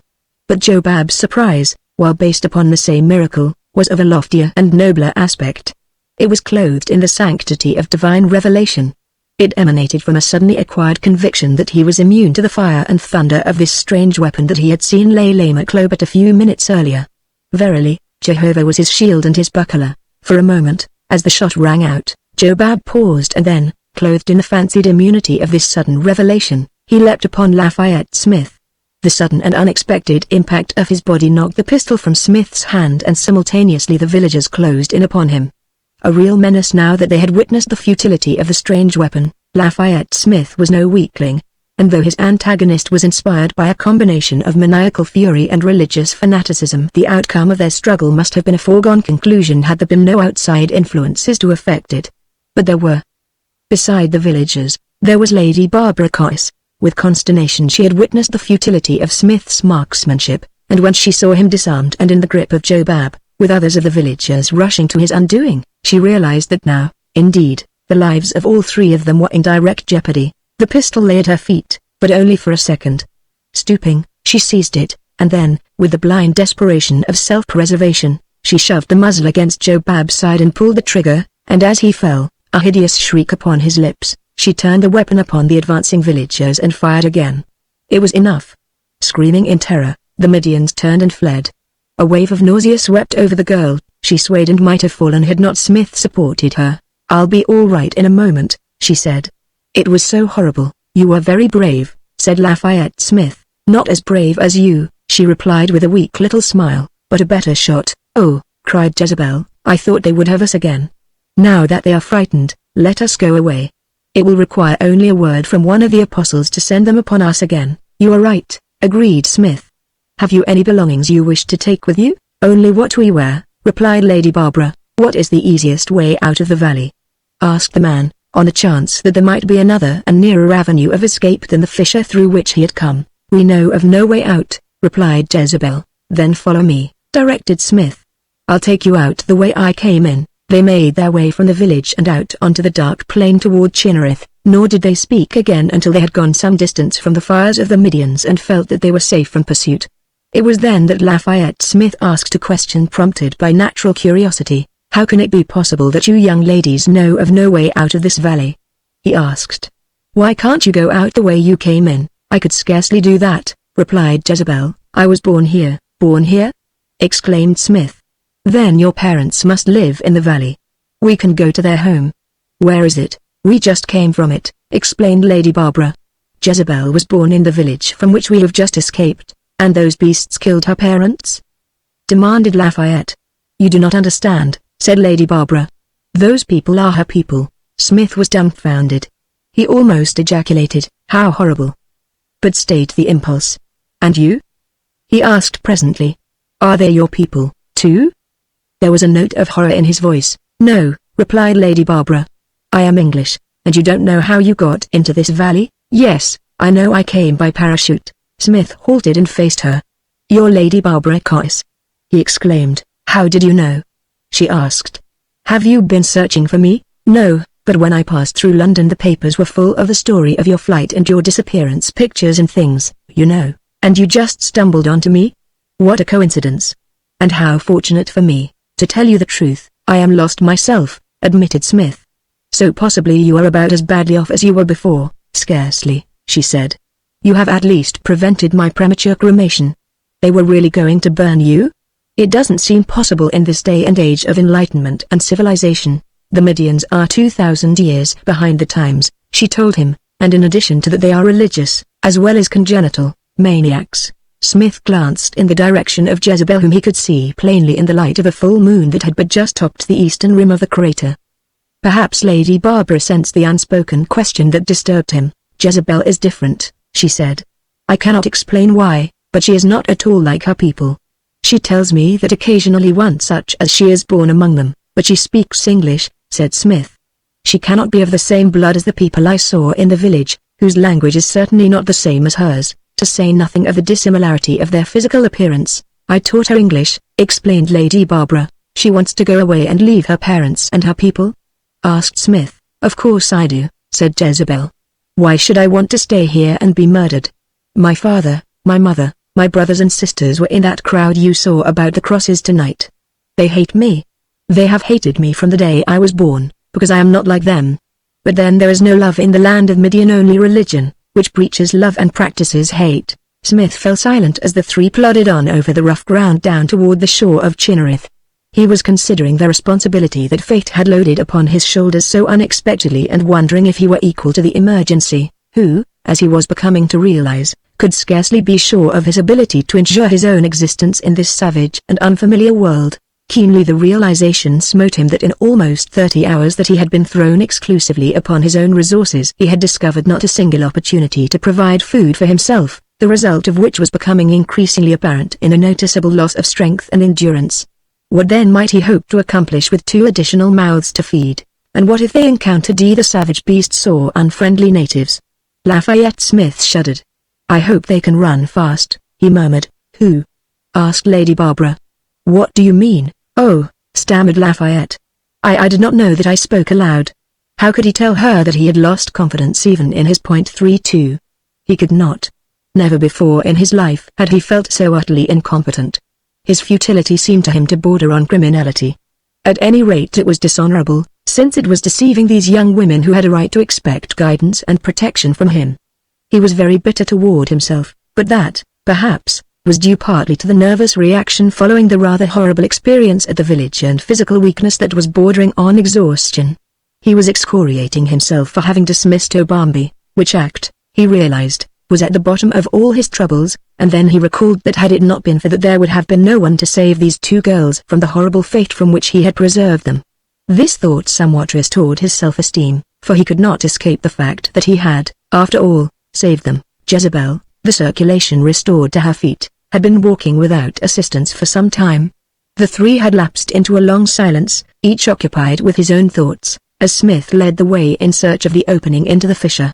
A full African moon lighted their way, its friendly beams lessening the difficulties of the night march. Chinnereth lay upon their right, a vision of loveliness in the moonlight, while all about them the grim mass of the crater walls seemed to have closed in upon them and to hang menacingly above their heads, for night and moonlight play strange tricks with perspective. It was shortly after midnight that Smith first stumbled and fell. He arose quickly, berating his awkwardness, but as he proceeded, Jezebel, who was directly behind him, noticed that he walked unsteadily, stumbling more and more often. Presently he fell again, and this time it was apparent to both girls that it was only with considerable effort that he arose. The 3rd time he fell they both helped him to his feet. "I'm terribly clumsy," he said. He was swaying slightly as she stood between them. Lady Barbara observed him closely. "You are exhausted," she said. "Oh, no," insisted Smith. "I'm all right. When did you eat last?" demanded the girl. "I had some chocolate with me," replied Smith. "I ate the last of it this afternoon sometime." "When did you eat a meal, I mean?" persisted Lady Barbara. "Well," he admitted, "I had a light lunch yesterday noon, or rather day before yesterday. It must be after midnight now. And you have been walking all the time since?" "Oh, I ran part of the time," he replied, with a weak laugh. "That was when the lion chased me. And I slept in the afternoon before I came to the village." "We are going to stop right here until you are rested," announced the English girl. "Oh, no," he demurred, "we mustn't do that. I want to get you out of this valley before daylight, as they will probably pursue us as soon as the sun comes up." "I don't think so," said Jezebel. "They are too much afraid of the North Midians to come this far from the village, and, anyway, we have such a start that we can reach the cliffs, where you say the fissure is, before they could overtake us." "You must rest," insisted Lady Barbara. Reluctantly Lafayette sat down. "I'm afraid I'm not going to be much help to you," he said. "You see, I am not really familiar with Africa, and I fear that I am not adequately armed for your protection." "I wish Danny were here." "Who is Danny?" asked Lady Barbara. "He's a friend who accompanied me on this trip. He's had African experience." "No," admitted Lafayette, "but one always feels safe with Danny about. He seems so familiar with firearms." "You see, he is a protection guy." "What is a protection guy?" asked Lady Barbara. "To be quite candid," replied Lafayette, "I'm not at all sure that I know myself what it is. Danny is not exactly garrulous about his past, and I have hesitated to pry into his private affairs, but he did volunteer the information one day that he had been a protection guy for a big shot." It sounded reassuring. "What is a big shot?" inquired Jezebel. "Perhaps a big game hunter," suggested Lady Barbara. "No," said Lafayette. "I gather from Danny's remarks that a big shot is a rich brewer or distiller who also assists in directing the affairs of a large city. It may be just another name for political boss." "Of course," said Lady Barbara, "it would be nice if your friend were here, but he is not, so suppose you tell us something about yourself." "Do you realize that we do not even know your name?" Smith laughed. "That's about all there is to know about me," he said. "It's Lafayette Smith, and now will you introduce me to this other young lady?"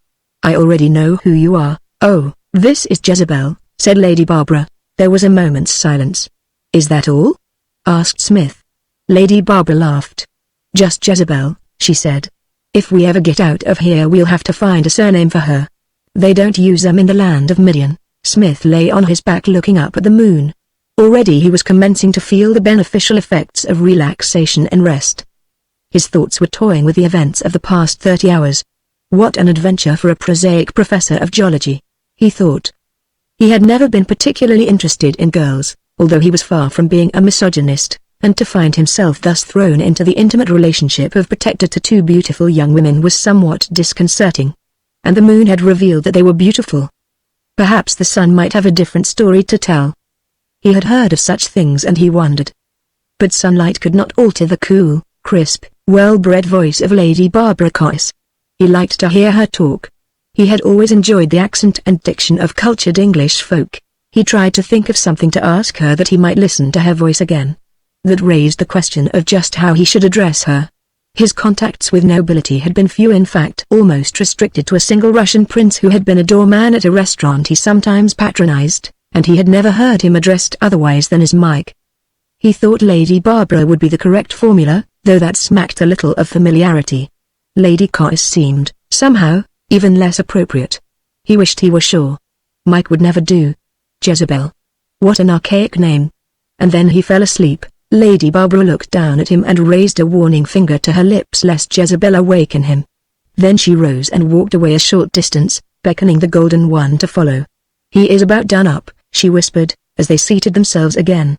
"Poor chap, he has had a rough time of it. Imagine being chased by a lion with only that little pop gun with which to defend oneself." "Is he from your country?" asked Jezebel. "No, he's an American. I can tell by his accent." "He is very beautiful," said Jezebel, with a sigh. "After looking at Abraham, the son of Abraham, and Jobab, for all these weeks I could agree with you if you insisted that Street Gandhi is an Adonis," replied Lady Barbara. "I do not know what you mean," said Jezebel, "but do you not think him beautiful?" I am less interested in his pulchritude than in his marksmanship, and that is positively beastly. He's got sand though, my word. No end. He walked right into that village and took us out from under the noses of hundreds of people with nothing but his little pea-shooter for protection. That Jezebel was top hole, the golden Jezebel sighed. He is much more beautiful than the men of the land of North Midian, she said. Lady Barbara looked at her companion for a long minute, then she sighed. If I ever get you to civilization, she said, I'm afraid you are going to prove something of a problem. Wherewith she stretched herself upon the ground and was soon asleep, for she, too, had had a strenuous day. Chapter 15. Eshbel, the shepherd. The sun shining on his upturned face awakened Lafayette Smith. At first he had difficulty in collecting his thoughts. The events of the previous night appeared as a dream, but when he sat up and discovered the figures of the sleeping girls a short distance from him, his mind was jerked truly back into the world of realities. His heart sank. How was he to acquit himself creditably of such a responsibility? Frankly, he did not know. He had no doubt but that he could find the fisher and lead his charges to the outer world, but how much better off would they be then? He had no idea now, and he realized that he never had, where his camp lay. Then there was the possibility of meeting the lion again in the fissure, and if they did not, there was still the question of sustenance. What were they going to use for food, and how were they going to get it? The thought of food awoke a gnawing hunger within him.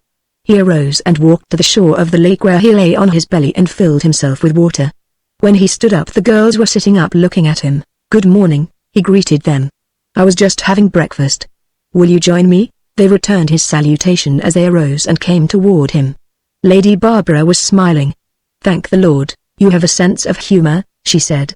I think we are going to need a lot of it before we get out of this. I would much prefer ham and eggs, he replied ruefully. Now I know you're an American, she said. I suppose you are thinking of tea and marmalade, he rejoined. I am trying not to think of food at all, she replied. Have some lake, he suggested. You have no idea how satisfying it is if you take enough of it. After the girls had drunk, the three set off again, led by Smith, in search of the opening to the fissure. I know just where it is, he had assured them the night before, and even now he thought that he would have little difficulty in finding it, but when they approached the base of the cliff at the point where he had expected to find it, it was not there. Along the foot of the beetling escarpment he searched, almost frantically now, but there was no sign of the opening through which he had crawled into the valley of the land of Midian. Finally, crushed, he faced Lady Barbara.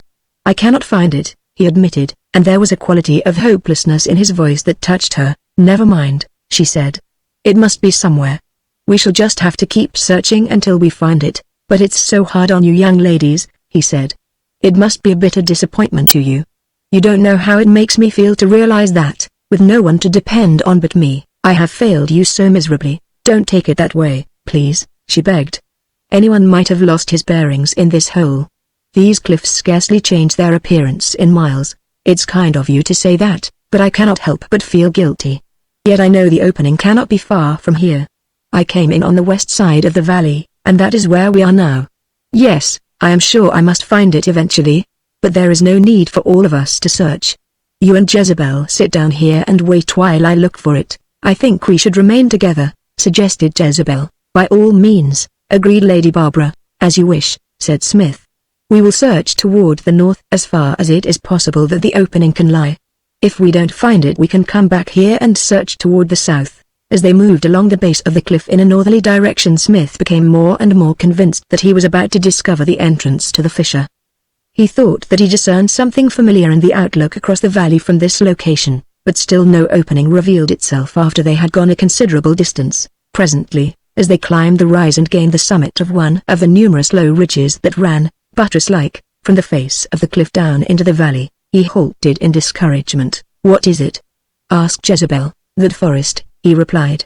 There was no forest in sight of the opening. Before them spread an open forest of small trees that grew almost to the foot of the cliffs and stretched downward to the shore of the lake, forming a landscape of exceptional beauty in its park-like aspect. But Lafayette Smith saw no beauty there. He saw only another proof of his inefficiency and ignorance. You came through no forest on your way from the cliffs to the village? demanded Lady Barbara. He shook his head. We've got to walk all the way back now, he said, and search in the other direction. It is most disheartening. I wonder if you can forgive me. Don't be silly, said Lady Barbara. One might think that you were a cook to a courier who had got lost during a personally conducted tour of the art galleries of Paris and expected to lose his job in consequence. I feel worse than that, Smith admitted with a laugh, and I imagine that's saying a lot. Look! Exclaimed Lady Barbara. There are animals of some sort down there in the forest. Don't you see them? Oh, yes, cried Jezebel, I see them. What are they? Asked Smith. They look like deer. They are goats, said Jezebel. The North Midians have goats. They roam over this end of the valley. They look like something to eat, to me, said Lady Barbara. Let's go down and get one of them. They will probably not let us catch them, suggested Lafayette. You've a pistol, the English girl reminded him. That's a fact, he agreed. I can shoot one, maybe, qualified Lady Barbara. I'd better go down alone, said Smith. 3 of us together might frighten them. You'll have to be mighty careful or you'll frighten them yourself, warned Lady Barbara. Have you ever stalked game? No, admitted the American. I never have. Lady Barbara moistened the finger and held it up.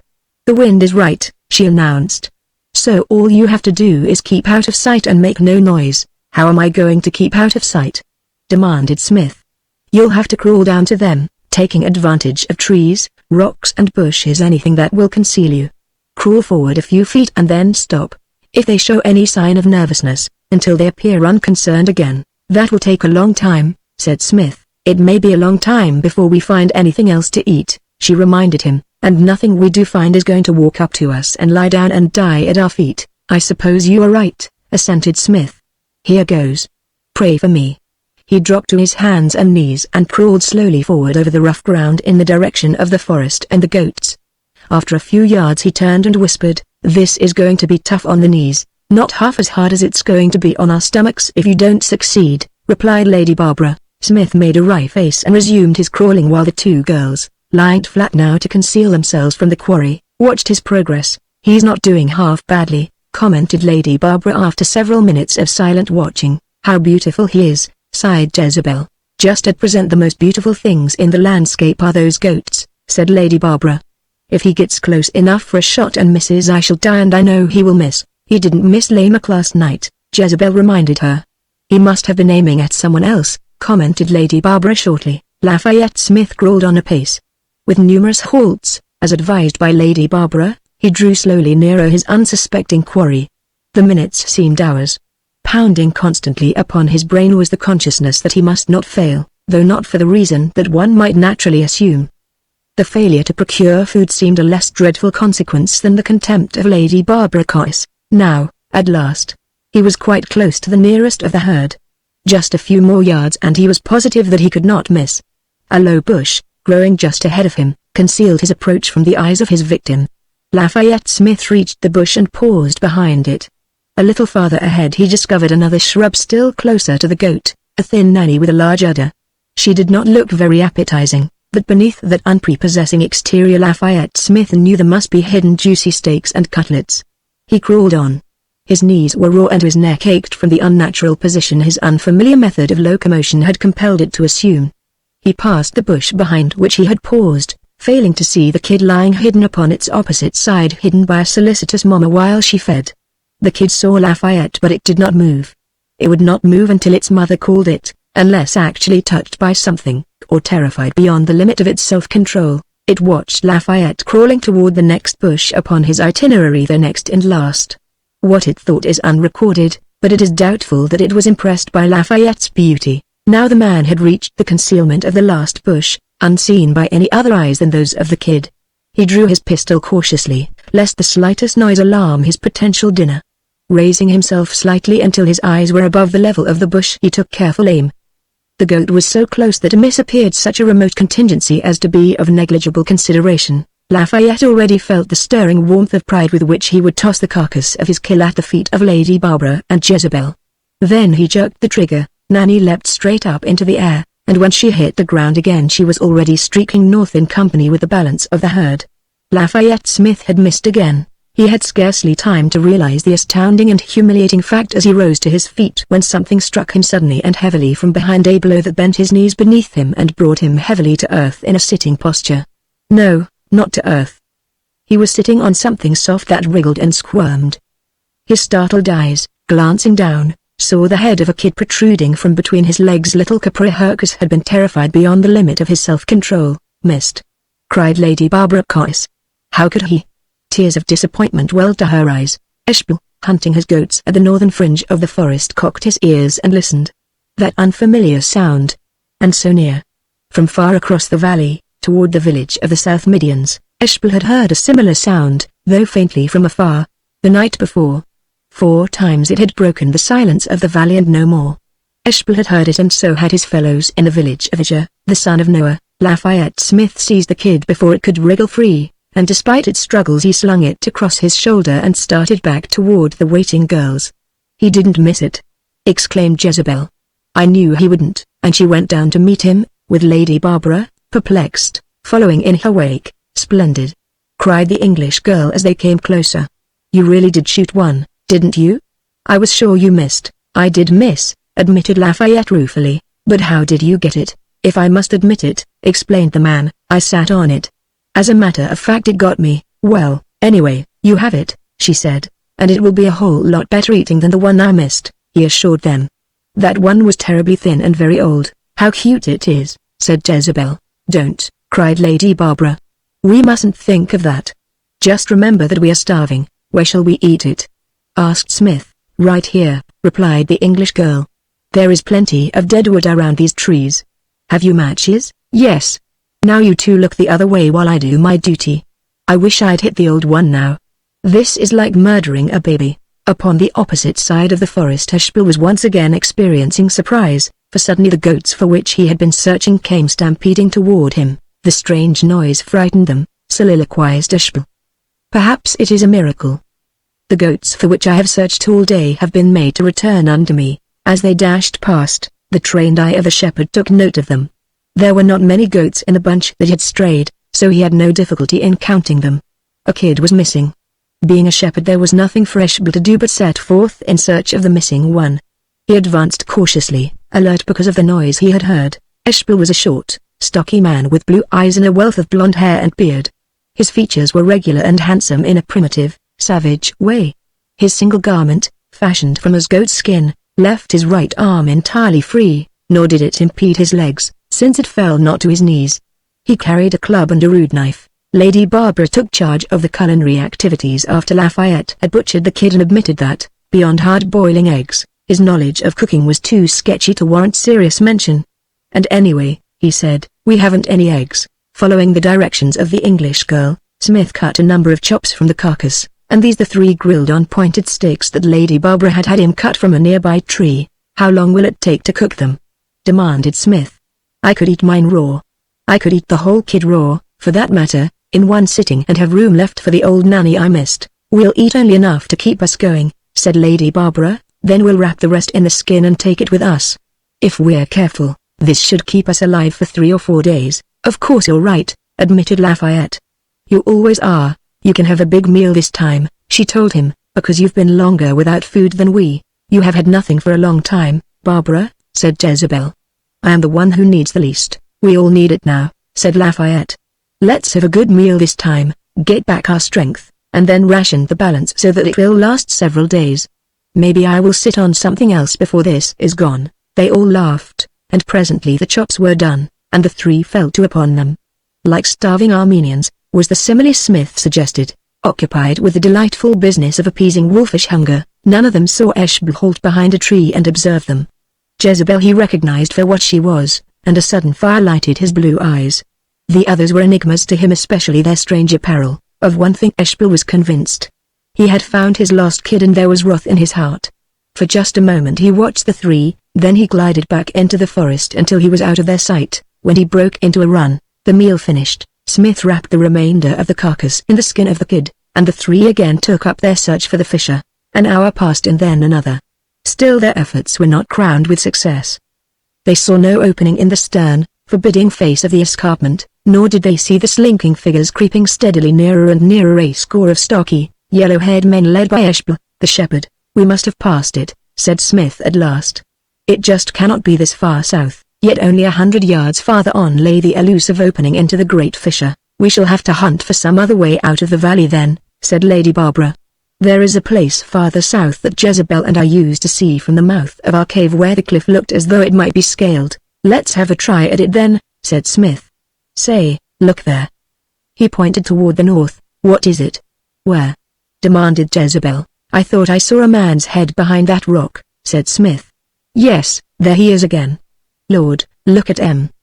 They're all around. Eshbel and his fellows, realizing that they were discovered, came into the open, advancing slowly toward the three.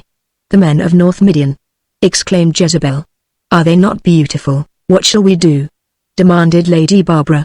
We must not let them take us. We'll see what they want, said Smith. They may not be unfriendly. Anyway, we couldn't escape them by running. They would overtake us in no time. Get behind me, and if they show any signs of attacking I'll shoot a few of them.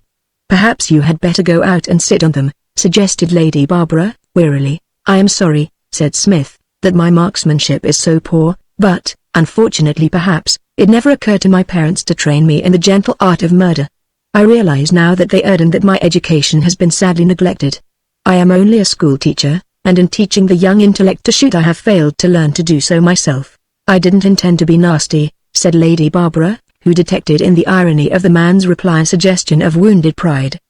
Please forgive me. The North Midians were advancing cautiously, halting occasionally for brief, whispered conferences. Presently one of them spoke, addressing the three. Who are you? He demanded. What do you in the land of Midian? Can you understand him? Asked Smith, over his shoulder. Yes, replied both girls simultaneously.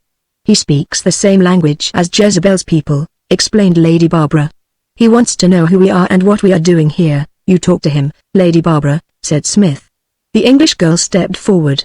We are strangers in Midian, she said. We are lost. All we wish is to get out of your country. There is no way out of Midian, replied the man. You have killed a kid belonging to Eshbel. For that you must be punished. You must come with us. We were starving, explained Lady Barbara. If we could pay for the kid we would gladly do so. Let us go in peace. The Midians held another whispered conference, after which their spokesman addressed the three again. You must come with us, he said. The women at least if the man will go away we will not harm you. We do not want him, we want the women. What did he say? Demanded Smith, and when Lady Barbara had interpreted he shook his bead. Tell them no, he directed. Also tell them that if they molest us I shall have to kill them. When the girl delivered this ultimatum to the Midians they laughed. What can one man do against 20?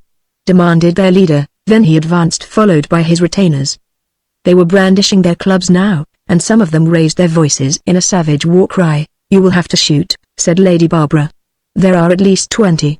You cannot miss them all. You flatter me, said Smith, as he raised his .32 and leveled it at the advancing Midians. Go back, shouted Jezebel, or you will be killed. But the attackers only came forward the faster. Then Smith fired. At the sharp crack of the pistol the Midians halted, surprised, but no one fell. Instead, the leader hurled his club, quickly and accurately, just as Smith was about to fire again. He dodged, but the missile struck his pistol hand a glancing blow, sending the weapon flying. Then the North Midians were upon them. Chapter 16 Trailing. Tarzan of the Apes had made a kill. It was only a small rodent, but it would satisfy his hunger until the morrow. Darkness had fallen shortly after he had discovered the spoor of the missing American, and he was forced to abandon the search until daylight came again. The first sign of the spoor had been very faint, just the slightest imprint of one corner of a boot heel, but that had been enough for the ape-man. Clinging to a bush nearby was the scarcely perceptible scent spoor of the white man, which Tarzan might have followed even after dark, but it would have been a slow and arduous method of tracking which the ape-man did not consider the circumstances warranted. Therefore he made his kill, ate, and curled up in a patch of tall grass to sleep. Wild beasts may not sleep with one eye open, but often it seems that they sleep with both ears cocked. The ordinary night sounds go unnoticed, while a lesser sound, portending danger or suggesting the unfamiliar, may awaken them on the instant. It was a sound falling into the latter category that awoke Tarzan shortly after midnight. He raised his head and listened, then he lowered it and placed an ear against the ground. Horses and men, he soliloquized as he rose to his feet. Standing erect, his great chest rising and falling to his breathing, he listened intently. His sensitive nostrils, seeking to confirm the testimony of his ears, dilated to receive and classify the messages that Ushur, the wind, bore to them. They caught the scent of Tongani, the baboon, so strong as almost to negate the others. Tenuous, From a great distance came the scent spoor of saber, the lioness, and the sweet, heavy stench of tantor, the elephant. One by one the ape-man read these invisible messages brought by Ushur, the wind, but only those interested him that spoke of horses and men. Why did horses and men move through the night? Who and what were the men? He scarcely needed to ask himself that latter question, and only the first one interested him. It is the business of beasts and of men to know what their enemies do. Tarzan stretched his great muscles lazily and moved down the slope of the foothills in the direction from which had come the evidence that his enemies were afoot. The gunner stumbled along in the darkness. Never in his 20-odd years of life had he even approximated such utter physical exhaustion. Each step he was sure must be his last. He had long since become too tired even to curse his captors as he plodded on, now almost numb to any sensation, his mind a chaos of dull misery. But even endless journeys must ultimately end, and at last the cavalcade turned into the gateway of the village of Dominic K. Pietro, the raider, and the gunner was escorted to a hut where he slumped to the hard earth floor after his bonds had been removed, positive that he would never rise again. He was asleep when they brought him food, but aroused himself long enough to eat, for his hunger was fully as great as his fatigue. Then he stretched out again and slept, while a tired and disgusted shifter nodded drowsily on guard outside the entrance to the hut. Tarzan had come down to the cliff above the village as the raiders were filing through the gateway. A full moon cast her revealing beams upon the scene, lighting the figures of horses and men. The ape-man recognized K. Pietro and Stabuch. He saw Argonio, the headman of the safari of the young American geologist, and he saw the gunner stumbling painfully along in bonds. The ape-man was an interested spectator of all that transpired in the village below. He noted particularly the location of the hut into which the white prisoner had been thrust. He watched the preparation of food, and he noted the great quantities of liquor that K. Pietro and Stabuch consumed while waiting for the midnight supper being prepared by slaves. The more they drank the better pleased was Tarzan. As he watched them, he wondered how supposedly rational creatures could consider the appellation beast a term of reproach and man one of glorification. The beasts, as he knew, held an opposite conception of the relative virtues of these two orders, although they were ignorant of most of man's asininities and degradations, their minds being far too pure to understand them. Waiting with the patience of the unspoiled primitive nervous system, Tarzan watched from the cliff top until the village below seemed to have settled down for the night. He saw the sentries in the banquet inside the palisade, but he did not see the guards squatting in the shadow of the hut where the gunner lay in heavy slumber. Satisfied, the ape-man rose and moved along the cliff until he was beyond the village, and there, where the escarpment was less precipitous, he made his way to its base. Noiselessly and cautiously he crept to the palisade at a point that was hidden from the view of the sentries. The moon shone full upon him, but the opposite side of the palisade he knew must be in dense shadow. There he listened for a moment to assure himself that his approach had aroused no suspicion. He wished that he might see the sentries at the gate, for when he topped the palisade he would be in full view for an instant. When last he had seen them they had been squatting upon the banquet, their backs to the palisade, and apparently upon the verge of sleep. Would they remain thus? Here, however, was a chance he must take, and so he gave the matter little thought and few regrets. What was, and if he could not change it he must ignore it, and so, leaping lightly upward, he seized the top of the palisade and drew himself up and over. Only a glance he threw in the direction of the sentries as he topped the barrier, a glance that told him they had not moved since he had last looked. In the shadow of the palisade he paused to look about. There was nothing to cause him apprehension, and so he moved quickly, keeping ever in the shadows where he could, toward the hut where he expected to find the young white man. It was hidden from his view by another hut which he approached and had circled when he saw the figure of the guard sitting by the doorway, his rifle across his knees. This was a contingency the ape-man had not anticipated, and it caused a change in his immediate plans. He drew back out of sight behind the hut he had been circling, lay down flat upon the ground, and then crawled forward again until his head protruded beyond the hut far enough to permit one eye to watch the unconscious guard. Here he lay waiting, a human beast watching its quarry. For a long time he lay thus, trusting to his knowledge of men that the moment for which he waited would arrive. Presently the chin of the shifter dropped to his chest, but immediately it snapped back again, erect. Then the fellow changed his position. He sat upon the ground, his legs stretched before him, and leaned his back against the hut. His rifle was still across his knees. It was a dangerous position for a man who would remain awake. After a while his head rolled to one side. Tarzan watched him closely, as a cat watches a mouse. The head remained in the position to which it had rolled, the chin dropped, and the mouth gaped. The tempo of the breathing changed, denoting sleep. Tarzan rose silently to his feet and as silently crept across the intervening space to the side of the unconscious man. There must be no outcry, no scuffle, as strikes Hister, the snake, so struck Tarzan of the apes. There was only the sound of parting vertebrae as the neck broke in the grip of those thews of steel. The rifle Tarzan laid upon the ground, then he raised the corpse in his arms and bore it into the darkness of the hut's interior. Here he groped for a moment until he had located the body of the sleeping white, and knelt beside him. Cautiously he shook him, one hand ready to muffle any outcry the man might make, but the gunner did not awaken. Tarzan shook him again more roughly and yet without results, then he slapped him heavily across the face. The gunner stirred. "Geez," he muttered, "can't you let a guy sleep? Didn't I tell you you'd get your ransom?" Tarzan permitted a faint smile to touch his lips. "Wake up," he whispered. "Make no noise. I have come to take you away." "Who are you, Tarzan of the apes?" "Geez." The gunner sat up. "Make no noise," cautioned the ape-man once more. "Sure," whispered Danny as he raised himself stiffly to his feet. "Follow me," said Tarzan, "and no matter what happens stay very close to me. I am going to toss you to the top of the palisade. Try not to make any noise as you climb over, and be careful when you drop to the ground on the other side to alight with your knees flexed. It is a long drop." "You say you're going to toss me to the top of the palisade, guy?" "Yes." "Do you know what I weigh?" "No, and I don't care. Keep still and follow me. Don't stumble over this body." Tarzan paused in the entrance and looked about, then he passed out, with the gunner at his heels, and crossed quickly to the palisade. Even if they discovered him now he still had time to accomplish what he had set out to do, before they could interfere, unless the sentries, firing on them, chanced to make a hit, but on that score he felt little apprehension. As they came to the palisade the gunner glanced up, and his skepticism increased. A fat chance any guy would have to toss his 180 pounds to the top of that. The ape-man seized him by the collar and the seat of his breeches. "Catch the top," he whispered. Then he swung the gunner backward as though he had been a 50-pound sack of meal, surged forward and upward, and in the same second Danny Patrick's outstretched fingers clutched the top of the palisade. "Geez," he muttered, "if I'd missed I'd have gone clean over." Catlike, the ape-man ran up the barrier and dropped to the ground on the outside almost at the instant that the gunner alighted, and without a word started toward the cliff, where once again he had to assist the other to reach the summit. Danny Gunner Patrick was speechless, partly from shortness of breath following his exertions, but more, by far, from astonishment. Here was a guy. In all his experience of brawny men, and it had been considerable, he had never met, nor expected to meet, such a one as this. "I have located the spoor of your friend," said Tarzan. "The what?" asked the gunner.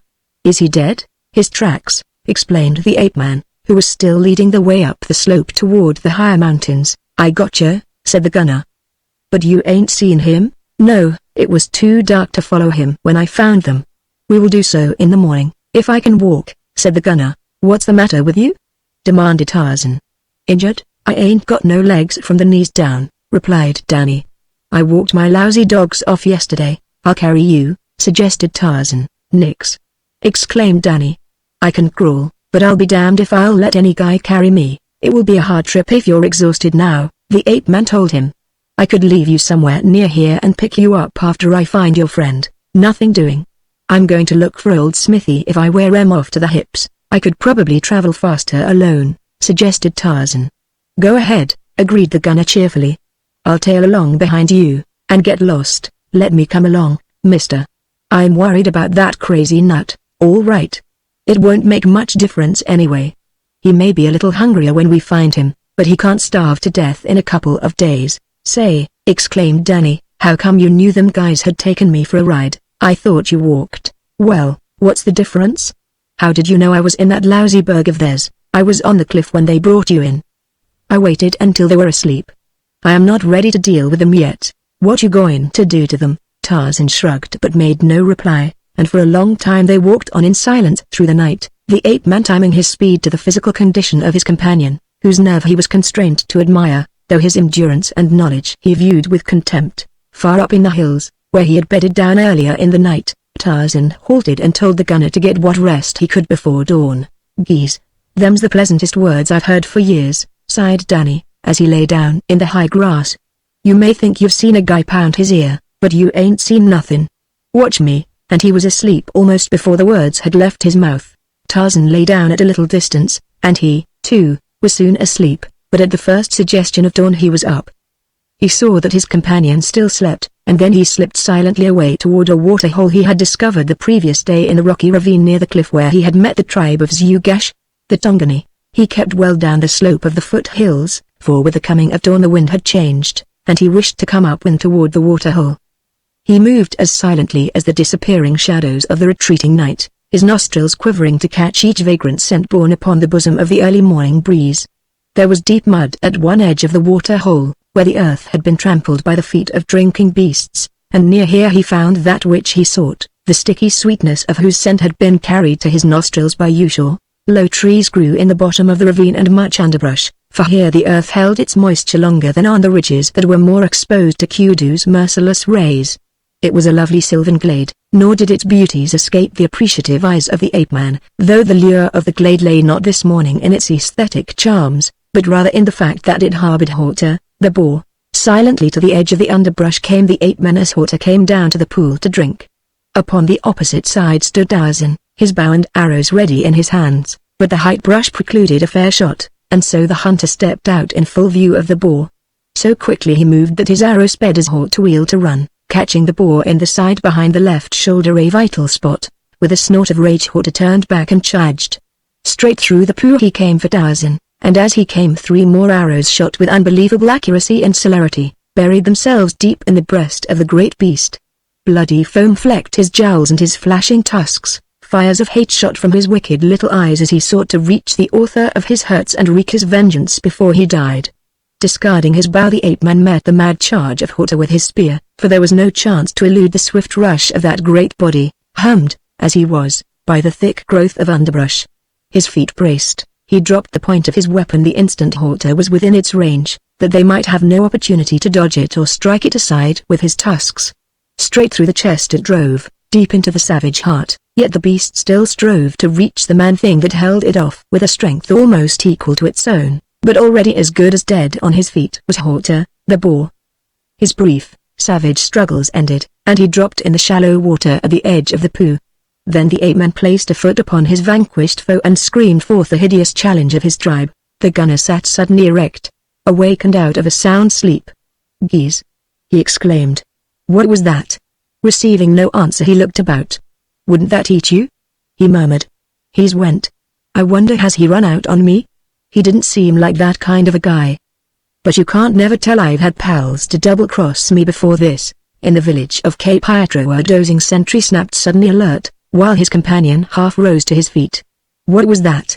demanded one. "A hairy one has made a kill," said the other. Sheeta, the panther, downwind, stalking both the man and the boar, stopped in his tracks. Then he turned aside and loped away in easy, graceful bounds, but he had not gone far before he stopped again and raised his nose upwind. Again the scent of man, but this time a different man, nor was there any sign of the feared thunder stick that usually accompanied the scent spoor of the Tarmangani. Belly low, Sheeta moved slowly up the slope toward Danny Gunner. "Patrick, what to do?" mused the gunner. "Geese, I'm hungry. Should I wait for him or should I go on?" "On, where? I sure got myself in a jam all right. Where do I go? How do I eat? Hell." He arose and moved about, feeling out his muscles. They were lame and sore, but he realized that he was much rested. Then he scanned the distances for a sight of Tarzan and, instead, saw Sheeta, the panther, a few hundred yards away. Danny Patrick, hoodlum, racketeer, gangster, gunman, killer, trembled in terror. Cold sweat burst from every pore, and he could feel the hair rise on his scalp. He felt a mad impulse to run, but, fortunately for Danny, his legs refused to move. He was literally, in the vernacular to which he was accustomed, scared stiff. The gunner, without a gun, was a very different man. The panther had stopped and was surveying him. Caution and an hereditary fear of man gave the great cat pause, but he was angry because he had been frightened from his prey after hunting futilely all night, and he was very, very hungry.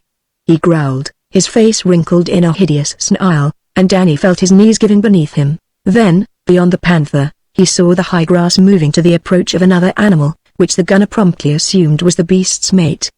There was just a single, narrow strip of this high grass, and when the animal had crossed it he, too, would see Danny, who was confident that this would spell the end. One of them might hesitate to attack a man he didn't know, but he was sure the two would not. He dropped to his knees and did something that he had not done for many years. He prayed. and then the grasses parted, and Tarzan of the Apes stepped into view, the carcass of a boar upon one broad shoulder. Instantly the ape-man took in the scene that his nostrils had already prepared him for. Dropping the carcass of Halter, he voiced a sudden, ferocious growl that startled Sheeta no more than it did Danny Patrick. The cat wheeled, instantly on the defensive. Tarzan charged, growls rumbling from his throat, and Sheeta did exactly what he had assumed he would do, turned and fled. Then Tarzan picked up the carcass of Halter and came up the slope to Danny, who knelt open-mouthed and petrified. "What are you kneeling for?" asked the ape-man. "I was just tying my bootlace," explained the gunner. "Here is breakfast," said Tarzan, dropping the boar to the ground. "Help yourself, that sure looks good to me," said Danny. "I could eat it raw." "That is fine," said Tarzan, and, squatting, he cut 2 strips from one of the hams. "Here," he said, offering one to the gunner. "Quit your kidding," remonstrated the latter. Tarzan eyed him questioningly, at the same time tearing off a mouthful of the meat with his strong teeth. "Halter is a little bit tough," he remarked, "but he is the best I could do without losing a great deal of time." "Why don't you eat?"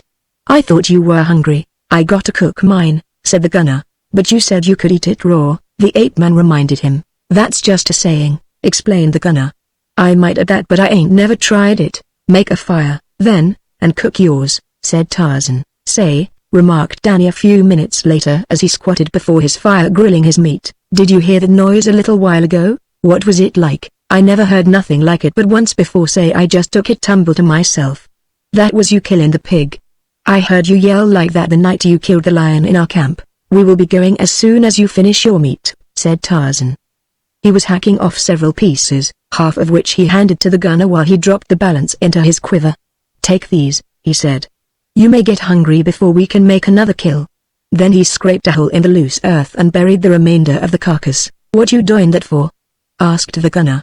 "Afraid it will smell? We may come back this way," explained Tarzan. "If we do, Halter will be less tough." The gunner made no comment, but he assured himself, mentally, that he wasn't no dog, to bury his meat and then dig it up again after it had rotted. The idea almost made him sick. Tarzan quickly picked up the trail of Lafayette Smith and followed it easily, though the gunner saw nothing to indicate that human foot had ever trod these hills. "I don't see nothing," he said. "I have noticed that," returned Tarzan. "That," thought Danny Patrick, "sounds like a dirty crack," but he said nothing. "A lion picked up his trail here," said the ape-man. "You ain't spoofing me, are you?" demanded Danny. "There ain't no sign of nothing on this ground." "Nothing that you can see perhaps," replied Tarzan, "but then, though you may not know it, you so-called civilized men are almost blind and quite stone-deaf." Soon they came to the fissure, and here Tarzan saw that the man and the lion had both gone in. The lion followed the man, and that only the lion had come out. "That looks tough for old Smithy, doesn't it?" said the gunner when Tarzan had explained the story of the spoor. "It may," replied the ape-man. "I'll go on in and look for him. You can wait here or follow. You can't get lost if you stay inside this crack." "Go ahead," said Danny. "I'll follow." The fissure was much longer than Tarzan had imagined. But some distance from the entrance he discovered that the lion had not attacked Smith, for he could see where Numa had turned about and that the man had continued on.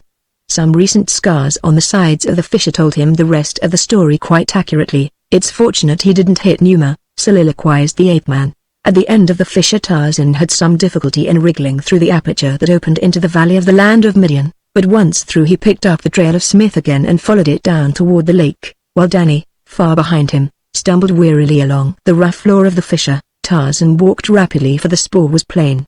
When he came to the shore of Chinareth he discovered Smith's tracks intermingled with those of a woman wearing well-worn European boots and another shod with sandals.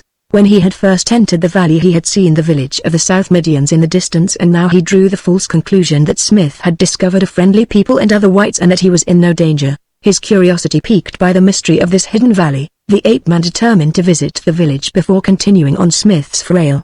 Time had never entered greatly into his calculations, trained, as he had been, by savage apes to whom time meant less than nothing. But to investigate and to know every detail of his wilderness world was as much a part of the man as is his religion to a priest. And so he continued rapidly on toward the distant village while Danny Patrick still crawled and stumbled slowly along the rocky floor of the fissure. Danny was tired. Momentarily he expected to meet Tarzan returning either with Smith or with word of his death, so he stopped often to rest, with the result that when he had reached the end of the fissure and crawled through to behold the mystifying sight of a strange valley spread before him, Tarzan was already out of sight. "Geese!" exclaimed the gunner. "Who would have thought that hole led into a place like this? I wonder which way that Tarzan guy went?" This thought occupied the gunner for a few minutes. He examined the ground as he had seen Tarzan do, mistook a few spots where some little rodent had scratched up the earth, or taken a dust bath, for the footprints of a man, and set forth in the wrong direction. Chapter 17. Shears Mine. The stocky, blonde warriors of Lear, the son of Noah, quickly surrounded and seized Lafayette Smith and his two companions. Aaliyah picked up Smith's pistol and examined it with interest, then he dropped it into a goatskin pouch that was suspended from the girdle that held his single garment about him. "This one," said Eshbel, pointing to Jezebel, "is mine." "Why?" asked Aaliyah, the son of Noah. "I saw her first," replied Eshbel. "Did you hear what he said?" demanded Jezebel of Lady Barbara. The English girl nodded apathetically. Her brain was numb with disappointment and the horror of the situation, for in some respects their fate might be worse with these men than with those of South Midian. These were lusty, primitive warriors, not half-witted creatures whose natural passions had been weakened by generations of hereditary disease of nerve and brain. "He wants me," said Jezebel. "Is he not beautiful?" Lady Barbara turned upon the girl almost angrily, and then suddenly she remembered that Jezebel was little more than a child in experience and that she had no conception of the fate that might await her at the hands of the North Midians. In their narrow religious fanaticism the South Midians denied even the most obvious phases of procreation. The subject was absolutely taboo, and so hideous had ages of training and custom made it appear to them that mothers often killed their firstborn rather than exhibit these badges of sin. "Poor little Jezebel," said Lady Barbara. "What do you mean, Barbara?" asked the girl. "Are you not happy that the beautiful man wants me?" "Listen, Jezebel," said Lady Barbara. "You know I am your friend, do you not?" "My only friend," replied the girl. "The only person I ever loved." "Then believe me when I say that you must kill yourself, as I shall kill myself, if we are unable to escape from these creatures." "Why?" demanded Jezebel. "Are they not more beautiful than the South Midians?" "Forget their fatal beauty," replied Lady Barbara, "but never forget what I have told you." "Now I am afraid," said Jezebel. "Thank God for that," exclaimed the English girl. The North Midians marched loosely and without discipline. They seemed a garrulous race, and their arguments and speeches were numerous and lengthy. Sometimes so intent did they become on some point at argument, or in listening to a long-winded oration by one of their fellows, that they quite forgot their prisoners, who were sometimes amongst them, sometimes in advance and once behind them. It was what Lady Barbara had been awaiting and what she had to some extent engineered. "Now," she whispered. "They are not looking." She halted and turned back. They were among the trees of the forest where some concealment might be found. Smith and Jezebel had stopped at Lady Barbara's direction, and for an instant the three paused, breathless, watching the retreating figures of their captors. "Now run," whispered Lady Barbara. "We'll scatter and meet again at the foot of the cliff." Just what prompted Lady Barbara to suggest that they separate Lafayette Smith did not understand. To him it seemed a foolish and unnecessary decision, but as he had a great deal more confidence in Lady Barbara's judgment in practical matters than in his own, he did not voice his doubts, though he accepted her plan with certain mental reservations, which guided his subsequent acts. The English girl ran in a southeasterly direction, while Jezebel, obeying the commands of her friend, scurried off toward the southwest. Smith, glancing to the rear, discovered no indication that their captors had, as yet, missed them. For a moment he was hesitant as to what course to pursue. The conviction still gripped him that he was the natural protector of both girls, notwithstanding the unfortunate circumstances that had nullified his efforts to function successfully in that role, but he saw that it was going to be still more difficult to protect them both now that they had elected to run in different directions. However, his decision was soon made, difficult though it was.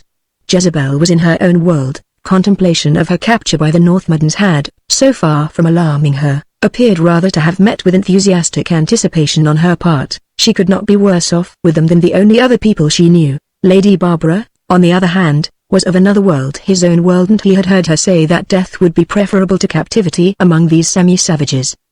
His duty, therefore, was to follow and protect Lady Barbara, and so he let Jezebel take her way unprotected back toward the cliff, while he pursued the English girl in the direction of Chinnerith. Lady Barbara Coyce ran until she was out of breath. For several minutes she had distinctly heard the sounds of pursuit behind her, the heavy footfalls of a man. Frantic from hopelessness, she drew her pocket knife from a pocket of her jacket and opened the blade as she ran. She wondered if she could destroy herself with this inadequate weapon. She was positive that she could not inflict either fatal or disabling injuries upon her pursuer with it. Yet the thought of self-destruction revolted her. The realization was upon her that she had about reached the limit of her endurance, and that the fatal decision could not be long averted, when her heritage of English fighting blood decided the question for her. There was but one thing it would permit: she must stand and defend herself. She stopped then, suddenly, and wheeled about, the little knife clutched in her right hand. A tigress at bay. When she saw Lafayette Smith running toward her, she collapsed suddenly and sank to the ground, where she sat with her back against the bole of a tree. Lafayette Smith, breathing hard, came and sat down beside her. Neither had any breath for words. Lady Barbara was the first to regain her power of speech. "I thought I said we would scatter," she reminded him. "I couldn't leave you alone," he replied. "But how about Jezebel?" "You left her alone. I couldn't go with both of you," he reminded her, "and you know Jezebel is really at home here. It means much more to you to escape than it means to her." She shook her head. "Capture means the same thing to either of us," she said, "but of the two I am better able to take care of myself than Jezebel. She does not understand the nature of her danger." "Nevertheless," he insisted, "you are the more important. You have relatives and friends who care for you. Poor little Jezebel has only one friend, and that is you. Unless I may consider myself a friend, as I should like to do, I imagine we three have the unique distinction of being the closest corporation of friends in the world," she replied, with a wan smile. "And there doesn't seem to be anyone who wants to buy in." "The Friendless Friends Corporation, Limited," he suggested. "Perhaps we'd best hold a directors' meeting and decide what we should do next to conserve the interests of the stockholders." "I move we move," he said. "Seconded." The girl rose to her feet. "You're terribly tired, aren't you?" he asked. "But I suppose the only thing we can do is to get as far away from the territory of the North Midians as possible. It's almost certain they will try to capture us again as soon as they discover we are missing. If we can only find a place to hide until night," she said. "Then we can go back to the cliffs under the cover of darkness and search for Jezebel and the place that she and I thought might be scaled. This forest is so open that it doesn't afford any good hiding places, but at least we can look. Perhaps we shall find a place near the lake," said Lady Barbara. "We ought to come to it soon." They walked on for a considerable distance without talking, each occupied with his own thoughts, and as no sign of pursuit developed their spirits rose. "Do you know," he said presently, "that I can't help but feel that we're going to get out of this all right in the end? But what a terrible experience. It doesn't seem possible that such things could have happened to me. I can't forget Jobab." It was the first time mention had been made of the tragedy at the southern village. "You must not give that a thought," he said. "You did the only thing possible under the circumstances. If you had not done what you did, both you and Jezebel would have been recaptured, and you know what that would have meant." "But I've killed a human being," she said. There was an awed tone in her voice. "I killed one, too," he reminded her, "but I don't regret it in the least, notwithstanding the fact that I never killed anyone before. If I were not such a terrible marksman, I should have killed another today, perhaps several. My regret is that I didn't. It's a strange world," he continued after a moment's reflective silence. "Now, I always considered myself rather well educated and fitted to meet the emergencies of life, and I suppose I should be, in the quiet environment of a college town. But what an awful failure I have proved to be when jolted out of my narrow little rut. I used to feel sorry for the boys who wasted their time in shooting galleries and in rabbit hunting. Men who boasted of their marksmanship merited only my contempt. Yet within the last 24 hours I would have traded all my education along other lines for the ability to shoot straight." "One should know something of many things to be truly educated," said the girl.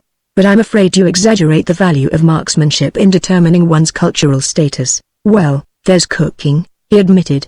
"A person who cannot cook is not well educated. I had hoped one day to be an authority on geology, but with all I know of the subject, which of course isn't so much that, I would probably starve to death in a land overrunning with game, because I can neither shoot nor cook." Lady Barbara laughed. "Don't develop an inferiority complex at this stage," she cried. "We need every ounce of self-assurance that we can muster. I think you are top hole. You may not be much of a marksman, that I'll have to admit, and perhaps you cannot cook, but you've one thing that covers a multitude of shortcomings in a man. You are brave." It was Lafayette Smith's turn to laugh. "That's mighty nice of you," he said. "I'd rather you thought that of me than anything else in the world, and I'd rather you thought it than anyone else, because it would mean so much to you now, but it isn't true. I was scared stiff in that village last night and when those fellows came at us today, and that's the truth, which only the more definitely justifies my statement." she replied. I don't understand. Cultured and intelligent people are more ready to realize and appreciate the dangers of a critical situation than are ignorant, unimaginative types.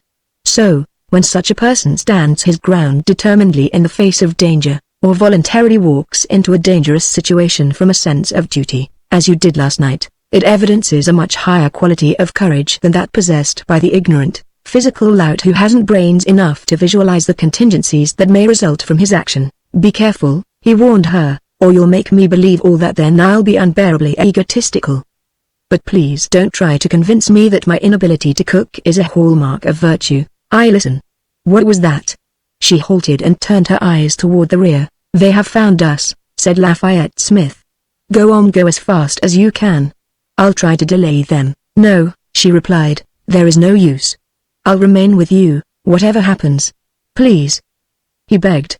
Why should I face them if you won't take advantage of it? It wouldn't do any good, she said.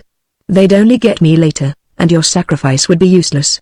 We might as well give ourselves up in the hope that we can persuade them to free us later, or, perhaps, find the opportunity to escape after dark. You had better run, he said, because I am going to fight. I am not going to let them take you without raising a hand in your defense. If you get away now, perhaps I can get away later. We can meet at the foot of the cliffs, but don't wait for me if you can find a way out. Now, do as I tell you. His tone was peremptory, commanding. Obediently she continued on toward Chinnerith, but presently she stopped and turned. 3 men were approaching Smith. Suddenly one of the 3 swung his club and hurled it at the American, at the same instant dashing forward with his fellows. The club fell short of its mark, dropping at Smith's feet. She saw him stoop and seize it, and then she saw another detachment of the Medians coming through the woods in the wake of the first 3. Smith's antagonists were upon him as he straightened up with the club in his hand, and he swung it heavily upon the skull of the man who had hurled it at him and who had rushed forward in advance of his fellows with hands outstretched to seize the stranger. Like a felled ox the man dropped, and then Lady Barbara saw Smith carry the unequal battle to the enemy as, swinging the club above his head, he rushed forward to meet them. So unexpected was his attack that the men baited and turned to elude him. But one was too slow and the girl heard the fellow's skull crush beneath the heavy blow of the bludgeon. Then the reinforcements, advancing at a run, surrounded and overwhelmed their lone antagonist, and Smith whinnied down beneath them. Lady Barbara could not bring herself to desert the man who had thus bravely, however hopelessly, sought to defend her, and when the North Medians had disarmed and secured Smith they saw her standing where she had stood during the brief engagement. I couldn't run away and leave you, she explained to Smith, as the 2 were being escorted toward the village of the North Medians. I thought they were going to kill you, and I couldn't help you. Oh, it was awful. I couldn't leave you then, could I? He looked at her for a moment. No, he answered. You couldn't, chatterating a guy and a skirt. Danny Gunnerpatrick was tired and disgusted. He had walked for several hours imagining that he was following a spoor, but he had seen nothing of his erstwhile companion. He was thirsty, and so cast frequent glances in the direction of the lake. Hell, he muttered. I ain't going to tail that guy no longer till I get me a drink. My mouth feels like I'd been eating cotton for a week. He turned away from the cliffs and started down in the direction of the lake, the inviting waters of which sparkled alluringly in the afternoon sun. But the beauties of the scene were wasted upon the gunner, who saw only a means of quenching his thirst. The way led through a field of scattered boulders fallen from the towering rim above. He had to pick his way carefully among the smaller ones, and his eyes were almost constantly upon the ground. Occasionally he was compelled to skirt some of the larger masses, many of which towered above his head, obstructing his view ahead. He was damning Africa in general and this section of it in particular as he rounded the corner of an unusually large fragment of rock, when suddenly he stopped and his eyes went wide. Geese! He exclaimed aloud. Abroad. Before him, and coming in his direction, was a golden-haired girl attired in a single, scant piece of rough material. She saw him simultaneously and halted. Oh, exclaimed Jezebel with a happy smile. Who art thou? But as she spoke in the language of the land of Midian the gunner failed to understand her. Geese, he said. I knew I must have come to Africa for something, and I guess you're it. Sacred, you're about all right. I'll tell the world you are all right, thank you, said Jezebel in English. I am so glad that you like me, Geese, said Danny. You talk United States, don't you? Where you from? Midian, replied Jezebel. Ain't never heard of it. What you doing here? Where are your people? I am waiting for Lady Barbara, replied the girl, and Smith, she added. Smith. What Smith? he demanded. "Oh, he is beautiful," confided Jezebel. "Then he ain't the Smith I'm looking for," said the gunner. "What's he doing here, and who's this Lady Barbara dame?" Abraham, the son of Abraham, would have killed Lady Barbara and Jezebel if Smith had not come and saved us. "He is very brave. Now I know it ain't my Smith," said Danny, "though I ain't saying he ain't got guts. What I mean is he wouldn't know how to save no one. He's a geologist." "Who are you?" demanded Jezebel. "Call me Danny, kid. My name is not Kid," she explained sweetly. "It is Jezebel, Jezebel." "Geez, what a moniker. You look like it ought to be Gwendolyn." "It is Jezebel," she assured him. "Do you know who I hoped you'd be?" "No." "Now just tell me, kid, who you supposed I was?" "Probably President Hoover or Big Bill Thompson, eh?" "I do not know them," said Jezebel. "I hoped that you were the gunner." "The gunner? What do you know about the gunner, kid?" "My name is not Kid, it is Jezebel," she corrected him, sweetly. "Ok, Jez," conceded Danny, "but tell me who wised you up to the gunner bozo." "My name is not Jez, it is." "Oh, sure kid, it's Jezebel, that's ok by me. But how about the gunner? What about him?" "I just been asking you, but I don't understand your language," explained Jezebel. "It sounds like English, but it is not the English Lady Barbara taught me." "It ain't English," Danny assured her. "Seriously, it's United States. It is quite like English though, isn't it?" "Sure," said the gunner. "The only difference is we can understand English, but the English don't never seem to understand all of ours. I guess they're dumb." "Oh, no, they're not dumb," Jezebel assured him. "Lady Barbara is English, and she can talk quite as well as you." Danny scratched his head. "I didn't say they was dummies. I said they was dumb. Dummies can't talk, only with their mates. If a guy's dumb, he don't know nothing." "Oh," said Jezebel, "but what I asked you is, who wised you up to this gunner bozo?" "Can you say it in English, please?" asked Jezebel. "Geez, what could be plainer? I asked who told you about the gunner, and what did they tell you?" Danny was waxing impatient. "Smith told us. He said the gunner was a friend of his, and when I saw you I thought you must be Smith's friend, hunting for him." "Now, what do you know about that?" exclaimed Danny. "I have just told you what I know about it," explained the girl, "but perhaps you did not understand me. Perhaps you are what you call dumb. Are you trying to kid me, kid?" demanded the gunner. "My name is not." "Oh, all right, all right. I know what your name is. Then why do you not call me by my name? Do you not like it?" "Sure, kid, I mean Jezebel, sure I like it. It's a swell handle when you get used to it. But tell me, where is old Smithy? I do not know such a person." "But you just told me you did." "Oh, I see," cried Jezebel. "Smithy is the United States for Smith. But Smith is not old. He's quite young." "Well, where is he?" demanded Danny, resignedly. "We were captured by the beautiful men from North Midian," explained Jezebel, "but we escaped and ran away. We ran in different directions, but we are going to meet tonight farther south along the cliffs." "Beautiful men?" demanded the gunner. "Did old Smithy let a bunch of fairies hoist him?" "I do not understand," said Jezebel. "You wouldn't," he assured her. "But say, kid, my name, or, forget it, you know who I mean. As I was saying, let me and you stick together till we find old Smithy." "What say?" "That would be nice, the gunner," she assured him. "Say, call me Danny, K. Jezebel." "Yes, Danny. Geez, I never knew Danny was such a swell moniker till I heard you say it. What say we beat it for the big drink down there? I got me such a thirst my tongue's hanging out. Then we can come back to this here rock pile and look for old Smithy." "That will be nice," agreed Jezebel. "I, too, am thirsty." She sighed. "You cannot know how happy I am, Danny." "Why?" he asked. "Because you are with me." "Geez, K. Jezebel, but you're sure a fast worker." "I do not know what you mean," she replied, innocently. "Well, just tell me why you're happy." "Because I'm with you." "It is because I feel safe with you after what Smith told us. He said he always felt safe when you were around, so that's it? All you want is a protection guy, eh? You don't like me for myself at all, eh?" "Oh, of course I like you, Danny," cried the girl.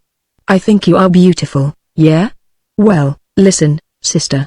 You may be a swell kid, I don't know, or you may be just a dumb egg, but don't call me no names.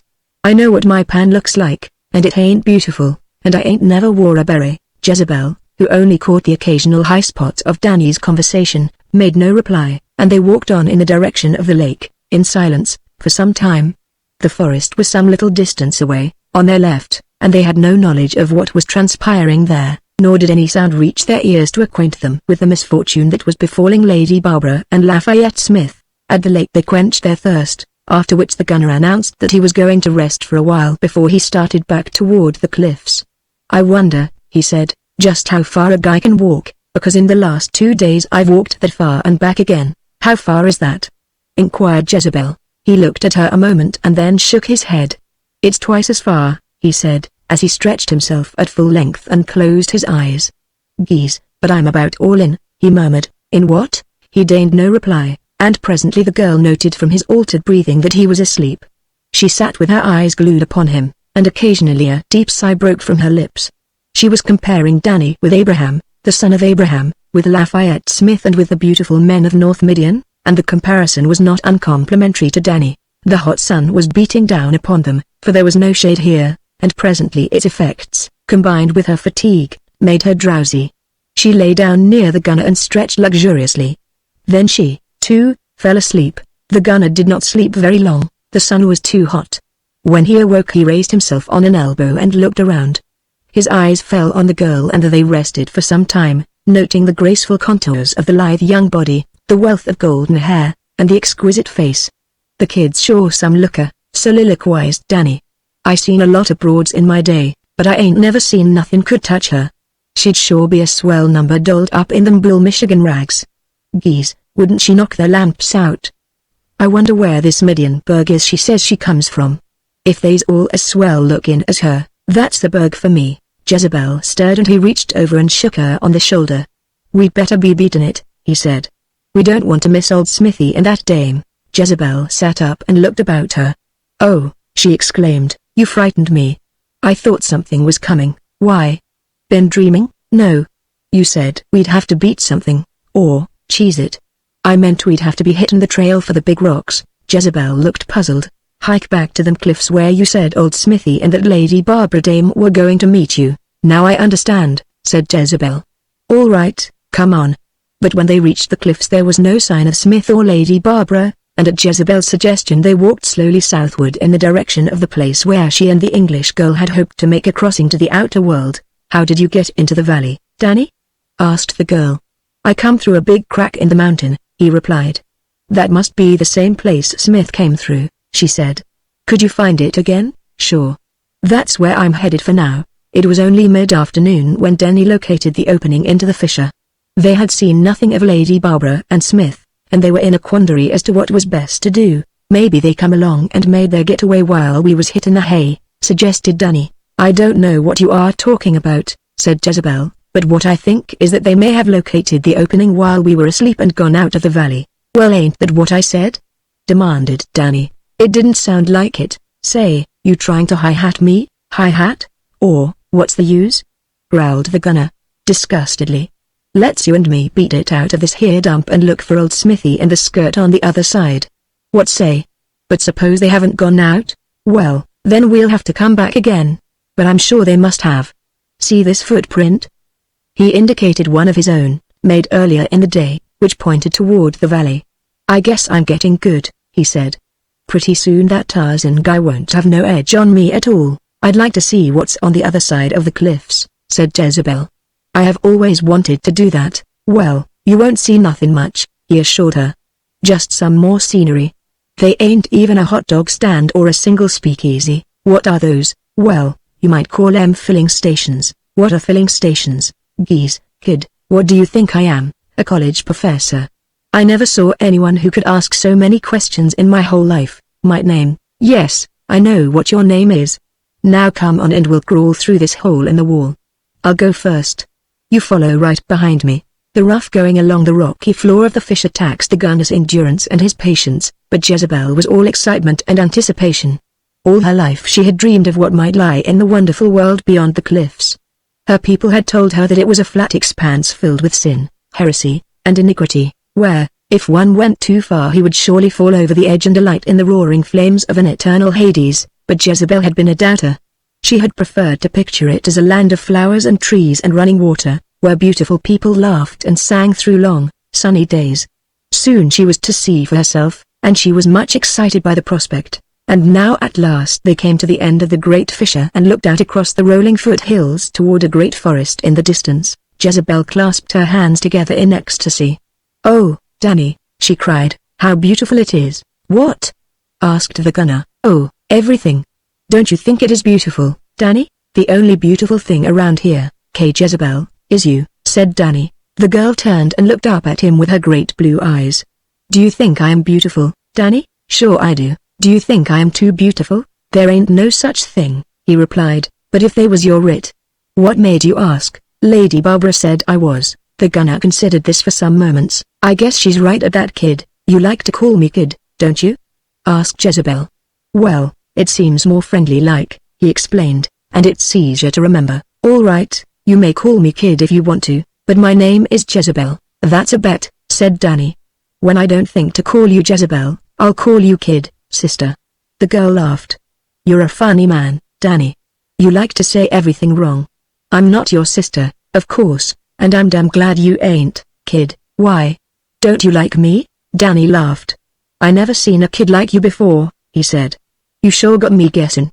But at that," he added, a little seriously for him, "they's one thing I ain't guessing about, and that's that you're a good little kid." "I don't know what you are talking about," said Jezebel. "And at that I'll bet you don't," he replied. "And now kid, let's sit down and rest." "I'm tired, I'm hungry," said Jezebel. "I ain't never see a skirt that wasn't, but why did you have to bring that up?" "I'm so hungry I could eat hay. Smith killed a kid and we ate some of that," said Jezebel. "He wrapped the rest up in the skin and I suppose he lost it when the North Midians attacked us." "I wish, say," exclaimed Danny, "what a dumble I am." He reached down into one of his pockets and brought out several strips of raw meat. "Here I been packing this around all day and forgets all about it and me starving to death." "What is it?" asked Jezebel, leaning closer to inspect the unsavory morsels. "It's pig," said Danny as he started searching for twigs and dry grass to build a fire. "And I know where there's a lot more that I thought I couldn't never eat, but I know now I could even if I had to fight with the maggots for it." Jezebel helped him gather wood, which was extremely scarce, being limited to dead branches of a small variety of artemisia that grew on a mountainside. But at length they had collected quite a supply, and presently they were grilling pieces of the boar meat over the flames. So preoccupied were they that neither saw three horsemen draw rein at the top of a ridge a mile away and survey them. "This is like housekeeping, ain't it?" remarked the gunner. "What is that?" asked Jezebel. "That's where a guy and his girlfriend get hitched and go to doing their own cooking. Only in a way this is better, they ain't going to be no dishes to Washington." "What is hitched, Danny?" asked Jezebel. "Why Danny flushed. He had said many things to many girls in his life, many of them things that might have brought a blush to the cheek of a wooden Indian, but this was the first time, perhaps, that Danny had felt any embarrassment. "Why he repeated, "hitched means married." "Oh," said Jezebel. She was silent for a while, watching the pork sizzling over the little flames. Then she looked up at Danny. "I think housekeeping is fun," she said. "So do I," agreed Danny. "With you," he added, and his voice was just a trifle husky. His eyes were on her, and there was a strange light in them, that no other girl had ever seen there. "You're a funny little kid," he said presently. "I never seen one like you before," and then the neglected pork fell off the end of the sharpened twig, with which Bee had been holding it, and tumbled into the fire. "Geese!" exclaimed Danny. "Look at that." He fished the unsavory-looking morsel from the ashes and flames and surveyed it. "It don't look so good, but I'm going to fool it. I'm going to eat it anyway. I wouldn't care if an elephant had sat on it for a week, I'd eat it, and the elephant, too." "Oh, look!" cried Jezebel. "Here come some men and they are all black. What strange beasts are they sitting on?" "Oh, Danny, I am afraid." At her first exclamation the gunner had turned and leapt to his feet. A single look told him who the strangers were, no strangers to him. "Beat it, kid!" he cried. "Duck back into the crack, and hit the trail for the valley. They can't follow you on GG's." The three shifters were already close, and when they saw that they had been discovered they spurred forward at a gallop, and yet Jezebel stood beside the little fire, wide-eyed and frightened. She had not understood the strange argot that the gunner employed in lieu of English. Beat it and duck and hit the trail had not been included in the English idiom she had gleaned from Lady Barbara Coyce. But even had she understood him it would have made no difference, for Jezebel was not of the clay that is soft in the face of danger. Her little feet not of the kind that run away, leaving a companion in distress. The gunner glanced behind him and saw her. "For God's sake run, kid," he cried. "These are tough guys." "I know, M." Then the shifters were upon him. To conserve ammunition, which was always scarce and difficult to obtain, they tried to ride him down, striking at him with their rifles. He dodged the leading horseman, and as the fellow reined in to wheel his mount back to the attack, the gunner leapt to his side and dragged him from the saddle. The mount of a second shifter stumbled over the two men and fell, unhorsing its rider. The gunner seized the long rifle that had fallen from the hands of the man he had dragged down and scrambled to his feet. Jezebel watched him in wide-eyed wonder and admiration. She saw him swing the rifle like a club and strike at the third horseman, and then she saw the one he had first grappled lunge forward and, seizing him around the legs, drag him down, while the second to be unhorsed ran in now and leapt upon him just as the remaining shifter struck him a heavy blow on the head. As she saw him fall, the blood gushing from an ugly wound in his head, Jezebel ran forward to him, but the shifters seized her. She was thrown to the back of a horse in front of one of them, the others mounted, and the three galloped away with their prisoner, leaving Danny Gunner Patrick lying motionless in a welter of his own blood.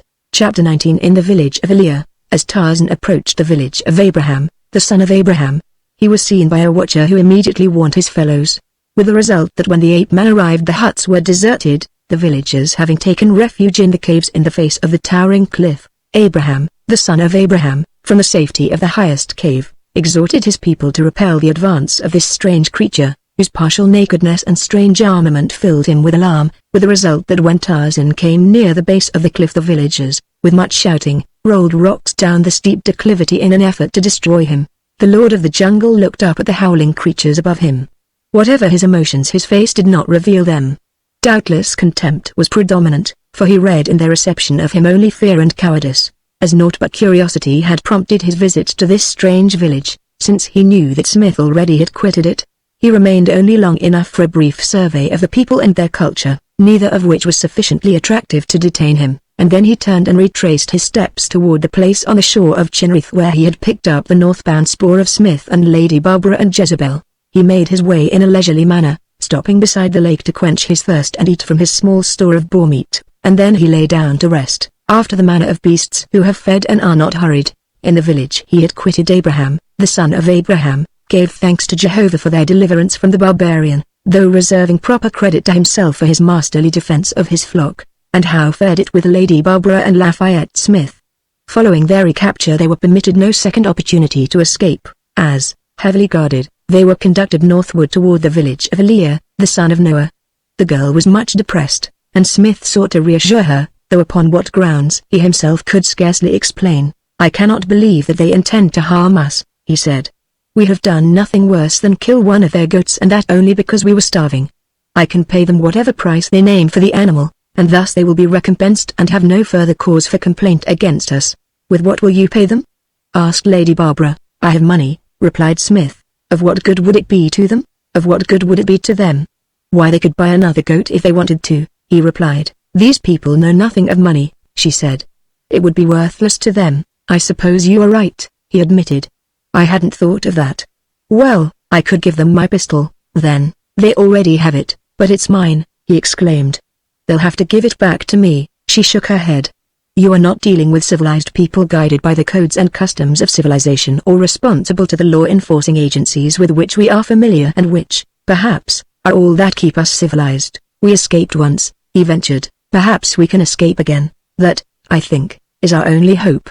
The village of the North Midians, where they presently arrived, was more pretentious than that of the people at the southern end of the valley.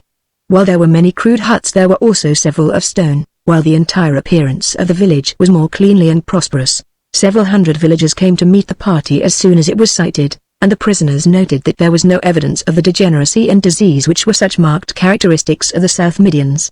On the contrary, these people appeared endowed with abundant health. They looked intelligent and, physically, they were a splendid race, many of them being handsome. All were golden-haired and blue-eyed. That they were descended from the same stock that had produced Abraham, the son of Abraham, and his degraded flock would have appeared impossible, yet such was the fact. The women and children pushed and jostled one another and the men in their efforts to get close to the prisoners. They jabbered and laughed incessantly, the clothing of the prisoners seeming to arouse the greatest wonder and mirth, their language being practically the same as that of the South Midians. Lady Barbara had no difficulty in understanding what they were saying, and from scraps of their conversation which she overheard she realized that her worst fears might be realized. However, the crowd offered them no personal injury, and it was apparent that in themselves they were not inherently a cruel people, though their religion and their customs evidently prescribed harsh treatment for enemies who fell into their hands. Upon arrival in the village, Lady Barbara and Smith were separated. She was taken to a hut and put in charge of a young woman, while Smith was confined, under guard of several men, in another. Lady Barbara's jailer, far from being ill-favored, was quite beautiful, bearing a strong resemblance to Jezebel, and she proved to be quite as loquacious as the men who had captured them. "You are the strangest-looking South Midian I ever saw," she remarked, "and the man does not look at all like one. Your hair is neither the color of those they keep nor of those they destroy, it is just between, and your garments are such as no one ever saw before." "We are not Midians," said Lady Barbara. "But that is impossible," cried the woman. "There are none but Midians in the land of Midian and no way to get in or out. Some say there are people beyond the great cliffs, and some say there are only devils. If you are not a Midian, perhaps you are a devil, but then, of course, you are a Midian. We come from a country beyond the cliffs," Lady Barbara told her, "and all we want is to go back to our own country. I do not think Elia will let you. He will treat you as we always treat South Midians." "And how is that?" "The men are put to death because of their heresy, and the women, if they are good-looking, are kept as slaves. But being a slave is not bad. I am a slave. My mother was a slave. She was a South Midian who was captured by my father who owned her. She was very beautiful. After a while the South Midians would have killed her, as you do to all your beautiful women just before their first child is born. But we are different. We kill the bad-looking ones, both boys and girls, and also any who become subject to the strange demons which afflict the South Midians." "Do you have these demons?" "I'm not a Midian, I told you," said Lady Barbara. The woman shook her head. "It is true that you do not look like them, but if Elia ever believes you are not, you are lost." "Why?" asked Lady Barbara. "Elia is one of those who believe that the world beyond the cliffs is inhabited by demons, so, if you are not a South Midian, you must be a demon, and he would certainly destroy you as he will destroy the man. But for my part I am one of those who say they do not know. Some say that perhaps this world around Midian is inhabited by angels." "Are you an angel?" "I am not a demon," replied Lady Barbara. "Then you must be a South Midian or an angel." "I am no South Midian," insisted the English girl. "Then you are an angel," reasoned the woman. "And if you are, you will have no difficulty in proving it." "How?" "Just perform a miracle." "Oh," said Lady Barbara. "Is the man an angel?" demanded the woman. "He is an American. I never heard of that. Is it a kind of angel? Europeans do not call them that. But really I think Elia will say he is a South Midian, and he will be destroyed." "Why do your people hate the South Midians so?" asked Lady Barbara. "They are heretics." "They are very religious," said Lady Barbara. "They pray all the time to Jehovah and they never smile." "Why do you think them heretics?" "They insist that Paul's hair was black, while we know that it was yellow. They are very wicked, blasphemous people. Once, long before the memory of man, we were all one people, but there were many wicked heretics among us who had black hair and wished to kill all those with yellow hair, so those with yellow hair ran away and came to the north end of the valley. Ever since, the North Midians have killed all those with black hair and the South Midians all those with yellow hair." "Do you think Paul had yellow hair?" "Certainly I do," said Lady Barbara. "That will be a point in your favor," said the woman. Just then a man came to the door of the hut and summoned Lady Barbara. "Come with me," he commanded. The English girl followed the messenger, and the woman who had been guarding her accompanied them. Before a large stone hut they found Elia surrounded by a number of the older men of the village, while the remainder of the population was grouped in a semicircle facing them. Lafayette Smith stood before Elia, and Lady Barbara was conducted to the side of the American. Elia, the prophet, was a middle-aged man of not unprepossessing appearance. He was short and stocky, extremely muscular in build, and his face was adorned with a wealth of blonde whiskers. Like the other North Midians, he was garbed in a single garment of goat skin, his only ornament being the pistol he had taken from Smith, which he wore on a leather thong that encircled his neck. "This man," said Elia, addressing Lady Barbara, "will not talk. He makes noises, but they mean nothing." "Why will he not talk? He does not understand the language of the land of Midian," replied the English girl. "He must understand it," insisted Elia. "Everyone understands it." "He is not from Midian," said Lady Barbara. "Then he must be a demon," said Elia. "Perhaps he is an angel," suggested Lady Barbara. "He believes that Paul's hair was yellow." This statement precipitated a wordy argument and so impressed Elia and his apostles that they withdrew into the interior of the hut for a secret conference. "What's it all about, Lady Barbara?" asked Smith, who, of course, had understood nothing of what had been said. "You believe Paul's hair was yellow, don't you?" she asked. "I don't know what you are talking about." "Well, I told them you were a firm believer in the yellowness of Paul's hair." "Why did you tell them that?"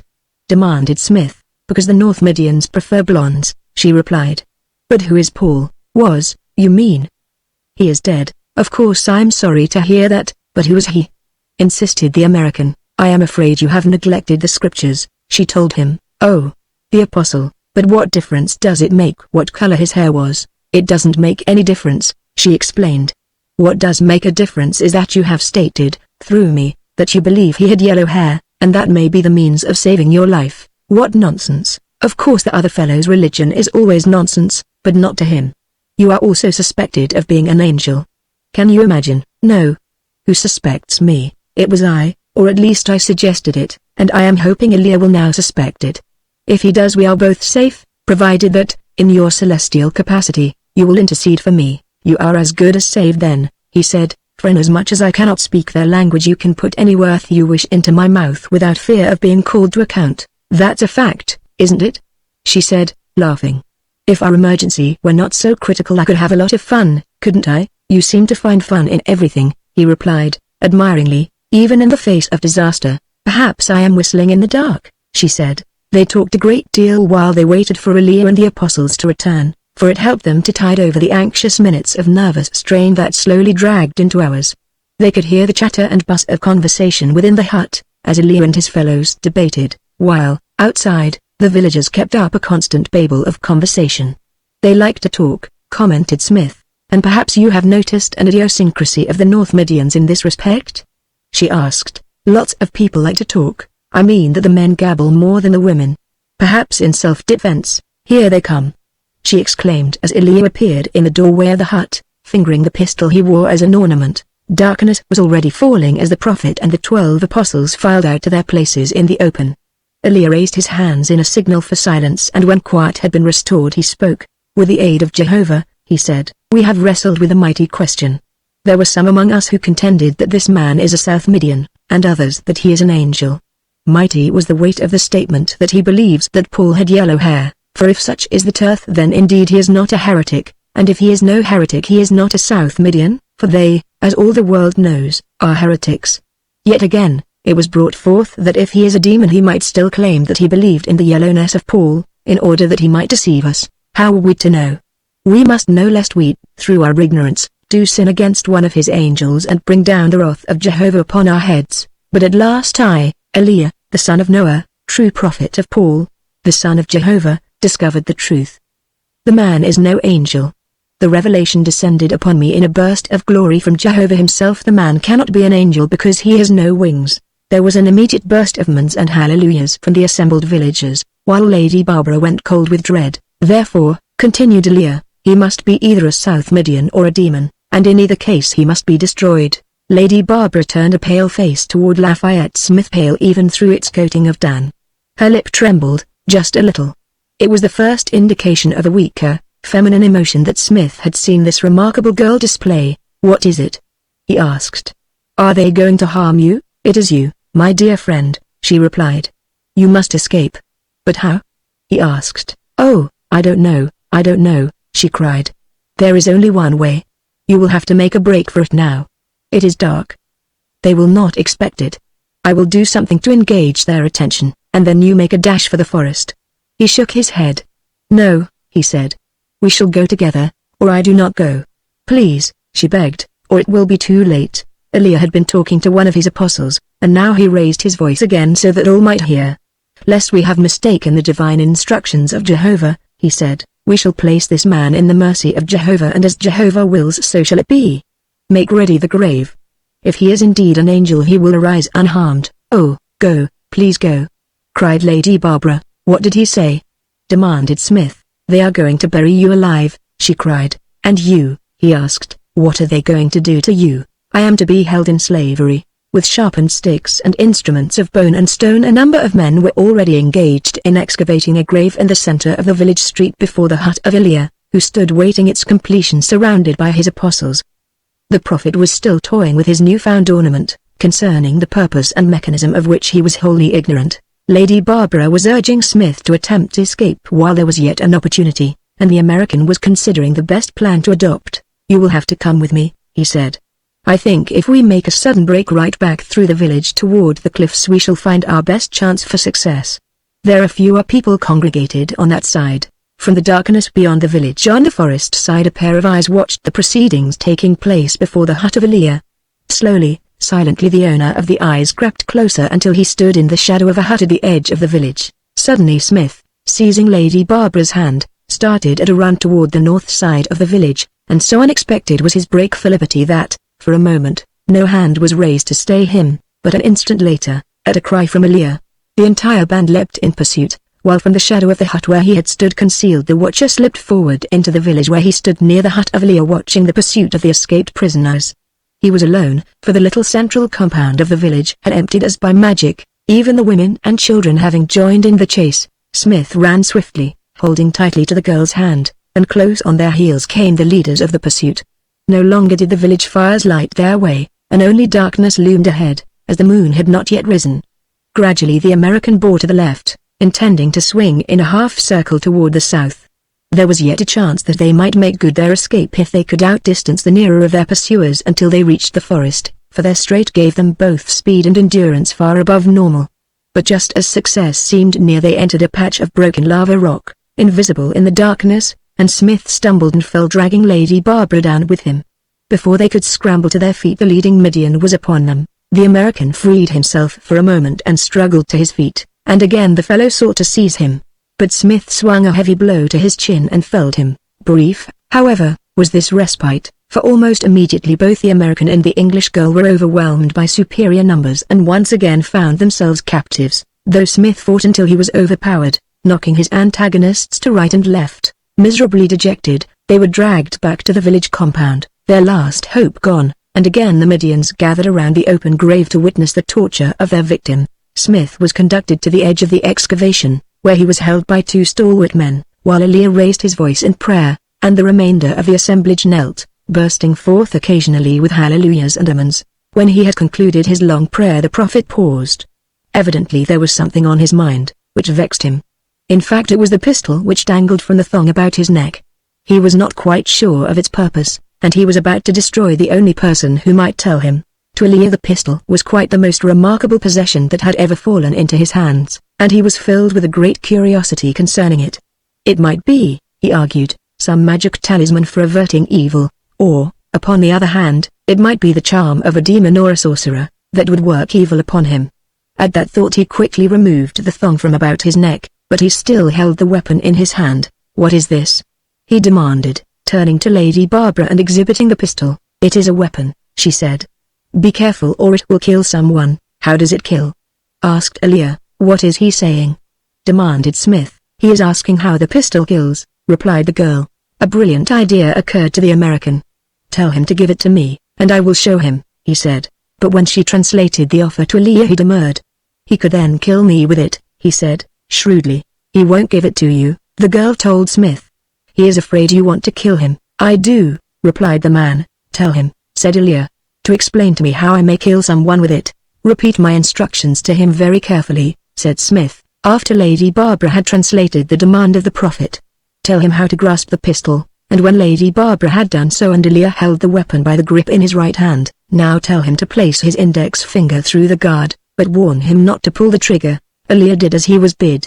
"Now," continued Smith, "explain to him that in order to see how the weapon operates he should place one eye to the muzzle and look down the barrel."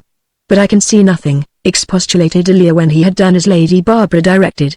"It is quite dark down the little hole. He says it is too dark in the barrel for him to see anything," repeated Lady Barbara to the American. "Explain to him that if he pulls the trigger there will be a light in the barrel," said Smith. "But that will be murder," exclaimed the girl. "It is war," said Smith, "and in the subsequent confusion we may escape." Lady Barbara steeled herself. "You could see nothing because you did not press the little piece of metal beneath your index finger," she explained to Elia. "What will that do?" demanded the prophet. "It will make a light in the little hole," said Lady Barbara. Elia again placed his eye against the muzzle, and this time he pulled the trigger, and as the report cracked the tense silence of the watching villagers Elia, the son of Noah, pitched forward upon his face. Instantly Lady Barbara sprang toward Smith, who simultaneously sought to break away from the grip of the men who held him, but they, although astonished at what had occurred, were not to be caught off their guard, and though he struggled desperately they held him. For an instant there was a hushed silence, and then pandemonium broke loose as the villagers realized that their prophet was dead, slain by the wicked charm of a demon. But at the very outset of their demands for vengeance their attention was distracted by a strange and remarkable figure that sprang from the hut of Elia, stooped and picked up the pistol that had fallen from the hands of the dead man, and leapt to the side of the prisoner struggling with his guards. This was such a man as none of them had ever seen, a giant white man with a tousled shock of black hair and with grey eyes that sent a shiver through them, so fierce and implacable were they. Naked he was but for a loincloth of skin, and the muscles that rolled beneath his brown hide were muscles such as they never had seen before. As the newcomer sprang toward the American, one of the men guarding Smith, sensing that an attempt was being made to rescue the prisoner, swung his club in readiness to deal a blow against the strange creature advancing upon him. At the same time the other guard sought to drag Smith from the compound. The American did not at first recognize Tarzan of the Apes, yet, though he was not aware that the stranger was bent upon his rescue, he sensed that he was an enemy of the Midians, and so struggled to prevent his guard from forcing him away. Another Midian seized Lady Barbara with the intention of carrying her from the scene, for all the villagers believed that the strange giant was a friend of the prisoners and had come to effect their release. Smith was successful in tearing himself free from the man who held him, and immediately sprang to the girl's assistance, felling her captor with a single blow, just as Tarzan leveled the American's pistol at the guard who was preparing to cudgel him. The sound of his second shot and the sight of their fellow dropping to the ground, as had Elia, filled the Midians with consternation, and for a moment they fell back from the three, leaving them alone in the center of the compound. "Quick!" called Tarzan to Smith. "You and the girl get out of here before they recover from their surprise. I will follow you. That way," he added, pointing toward the south. As Lafayette Smith and Lady Barbara hurried from the village, Tarzan backed slowly after them, keeping the little pistol in full view of the frightened villagers, who, having seen two of their number die beneath its terrifying magic, were loath to approach it too closely. Until out of range of a thrown club Tarzan continued his slow retreat, then he wheeled and bounded off into the night in pursuit of Lafayette Smith and Lady Barbara Coyce. Chapter 20. The best 3 out of 5. Though Jezebel was terrified by the black faces of her captors and by the strange beasts they bestrode, the like of which she had never even imagined, her fear for herself was outweighed by her sorrow. Her one thought was to escape and return to the side of the gunner, even though she believed him dead from the terrific blow that his assailant had struck him. She struggled violently to free herself from the grasp of the man in front of whom she rode, but the fellow was far too powerful, and, though she was difficult to hold, at no time was there the slightest likelihood that she might escape. Her efforts, however, angered him, and at last he struck her, bringing to the girl a realization of the futility of pitting her puny strength against his. She must wait, then, until she could accomplish by stealth what she could not effect by force. The village of the raiders lay but a short distance from the point at which she had been captured, and but a few minutes had elapsed since that event when they rode up to its gates and into the central compound. The shouts that greeted the arrival of a new and beautiful prisoner brought Kay Pietro and Stabbach to the doorway of their hut. "Now what have the black devils brought in?" exclaimed Kay Pietro. "It looks like a young woman," said Stabbach. "It is," cried Kay Pietro, as the shifters approached the hut with their prisoner. "We shall have company, eh, Stabbach? Who have you there, my children?" he demanded of the three who were accompanying Jezebel. "The price of a chief's ransom, perhaps," replied one of the blacks. "Where did you find her?" "Above the village a short distance, when we were returning from scouting. A man was with her." "The man who escaped with the help of the ape man, where is he?" "Why did you not bring him, also?" demanded Kay Pietro. "He fought us, and we were forced to kill him." "You have done well," said Kay Pietro. "She is worth 2 of him in many ways. Come girl, hold up your head, let us have a look at that pretty face. Come, you need not fear anything. If you are a good girl you will find Dom Kay Pietro a good fellow." "Perhaps she does not understand Italian," suggested Stabbach. "You are right, my friend, I shall speak to her in English." Jezebel had looked up at Stabbach when she heard him speak a language she understood. Perhaps this man would be a friend, she thought, but when she saw his face her heart sank. "What a beauty!" ejaculated the Russian. "You have fallen in love with her quickly, my friend," commented Kay Pietro. "Do you want to buy her? How much do you want for her?" "Friends should not bargain," said the Italian. "Wait, I have it. Come, girl," and he took Jezebel by the arm and led her into the hut, where Stabbach followed them. "Why was I brought here?" asked Jezebel. "I have not harmed you." Let me go back to Danny. He is hurt, he is dead, said Cape Pietro, but don't you grieve, little one. You now have 2 friends in place of the one you have lost. Soon you will forget him. It is easy for a woman to forget. I shall never forget him, cried Jezebel. I want to go back to him. Perhaps he is not dead. Then she broke down and cried. Stabbach stood eyeing the girl hungrily. Her youth and her beauty aroused a devil within him, and he made a mental vow that he would possess her. Do not cry, he said, kindly. I am your friend. Everything will be all right. The new tone in his voice gave hope to Jezebel, and she looked up at him gratefully. If you are my friend, she said, take me away from here and back to Danny. After a while, replied Stabbach, and then to Cape Pietro. How much? I shall not sell her to my good friend, replied the Italian. Let us have a drink, and then I shall explain my plan. The 2 drank from a bottle standing on the earth floor of the hut. Sit down, said Cape Pietro, waving Jezebel to a seat on the dirty rug. Then he searched for a moment in his duffel bag and brought out a deck of soiled and grimy cards. Be seated, my friend, he said to Stabbach. Let us have another drink, and then you shall hear my plan. Stabbach drank from the bottle and wiped his lips with the back of his band. Well, he said, what is it? We shall play for her, exclaimed the Italian, shooing the deck, and whoever wins, keeps her. Let us drink to that, said Stabbach. 5 games, and the first to win 3 takes her? Another drink to seal the bargain, exclaimed the Italian. The best 3 out of 5. Stabbach won the first game, while Jezebel sat looking on in ignorance of the purpose of the bits of pasteboard, and only knowing that in some way they were to decide her fate. She hoped the younger man would win, but only because he had said that he was her friend. Perhaps she could persuade him to take her back to Danny. She wondered what kind of water was in the bottle from which they drank, for she noticed that it wrought a change in them.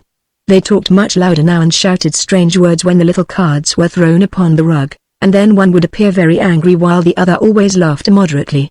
Also they swayed and lurched in a peculiar manner that she had not noticed before they had drunk so much of the water from the bottle. Cape Pietro won the second game and the third. Stabbach was furious, but now he became very quiet. He exerted all his powers of concentration upon the game, and he seemed almost sober as the cards were dealt for the 4th game. She is as good as mine, cried Cape Pietro, as he looked at his hand. She will never be yours, growled the Russian. What do you mean? I shall win the next 2 games. The Italian laughed loudly. That is good, he cried. We should drink to that.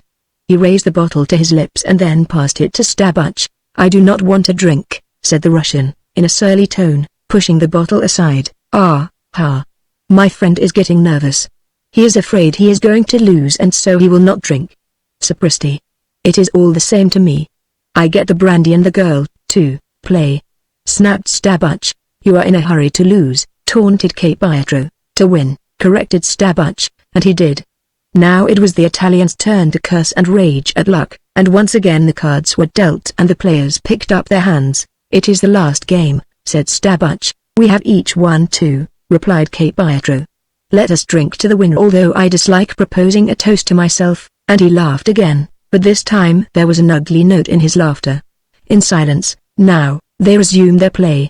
One by one the little pasteboards fell upon the rug. The girl looked on in wondering silence.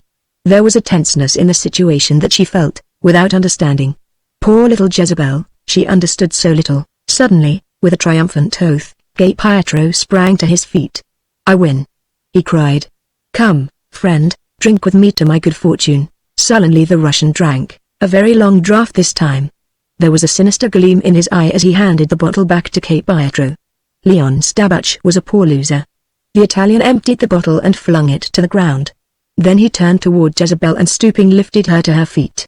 Come, my dear, he said, his coarse voice thick from drink, give me a kiss. Jezebel drew back, but the Italian jerked her roughly to him and tried to draw her lips to his. Leave the girl alone, growled Stabbach. Can't you see she is afraid of you? What did I win her for? Demanded Cape Pietro. To leave her alone? Mind your own business, I'll make it my business, said Stabbach. Take your bands off her.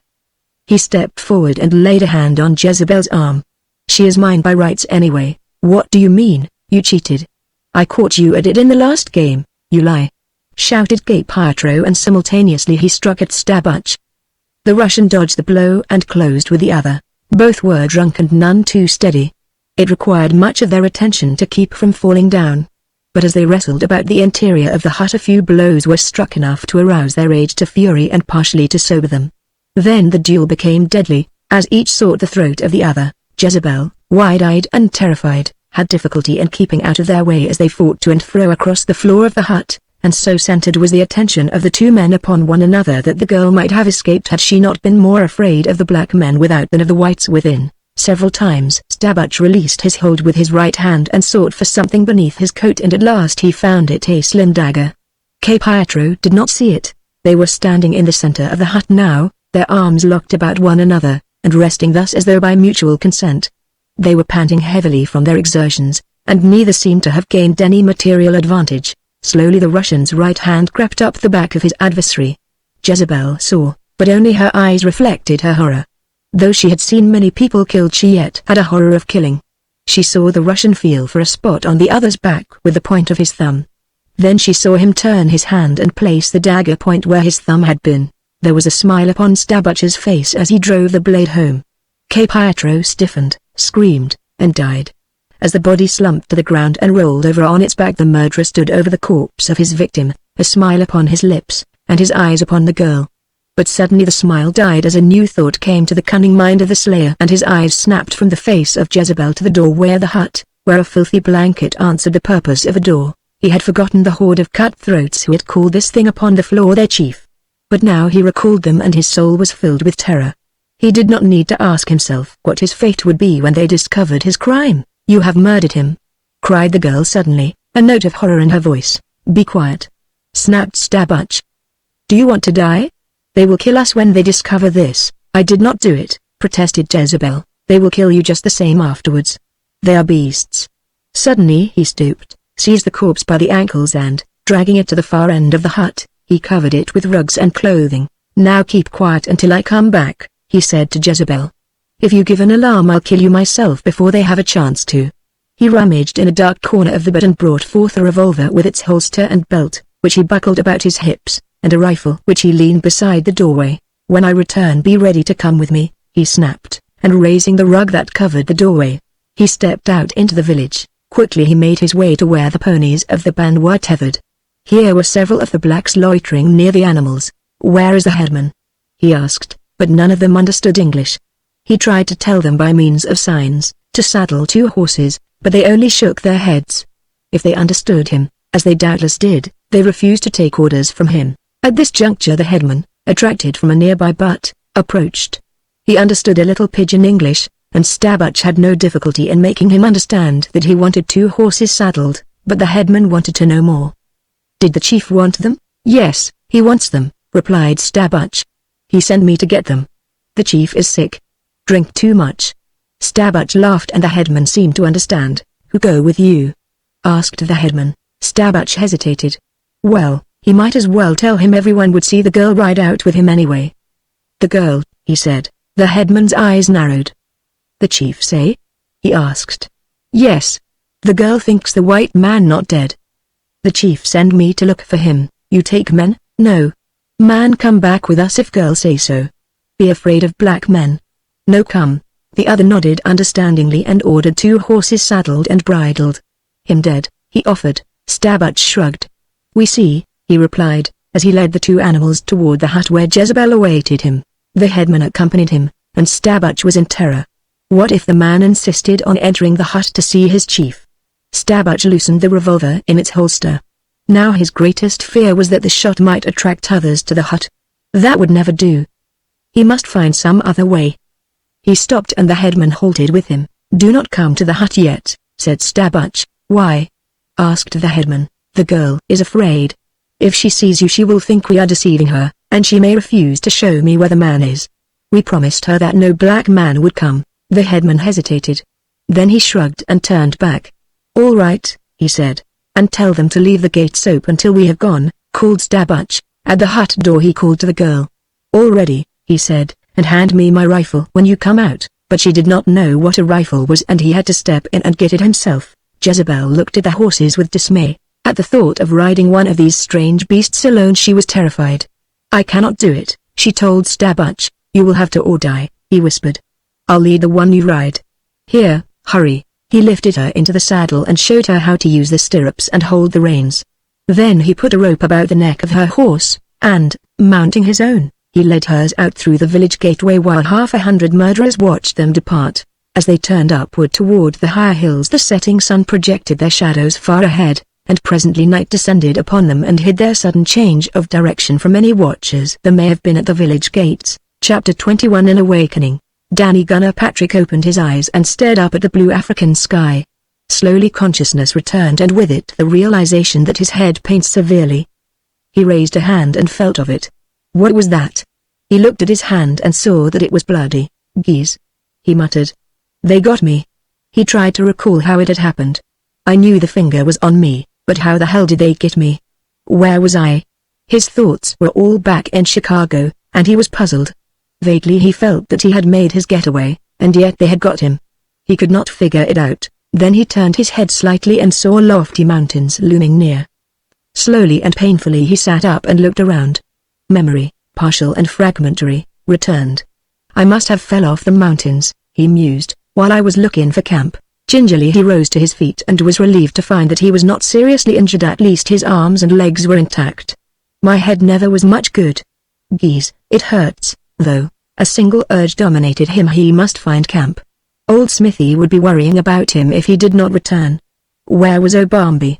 I wonder if he fell off too, he muttered, looking about him. But Obambi, neither dead nor alive, was in sight, and so the gunner started upon his fruitless search for camp. At first he wandered toward the northwest, directly away from Smith's last camp. Tongani, the baboon, sitting upon his sentinel rock, saw him coming and sounded the alarm. At first Danny saw only a couple of monkeys coming toward him, barking and growling.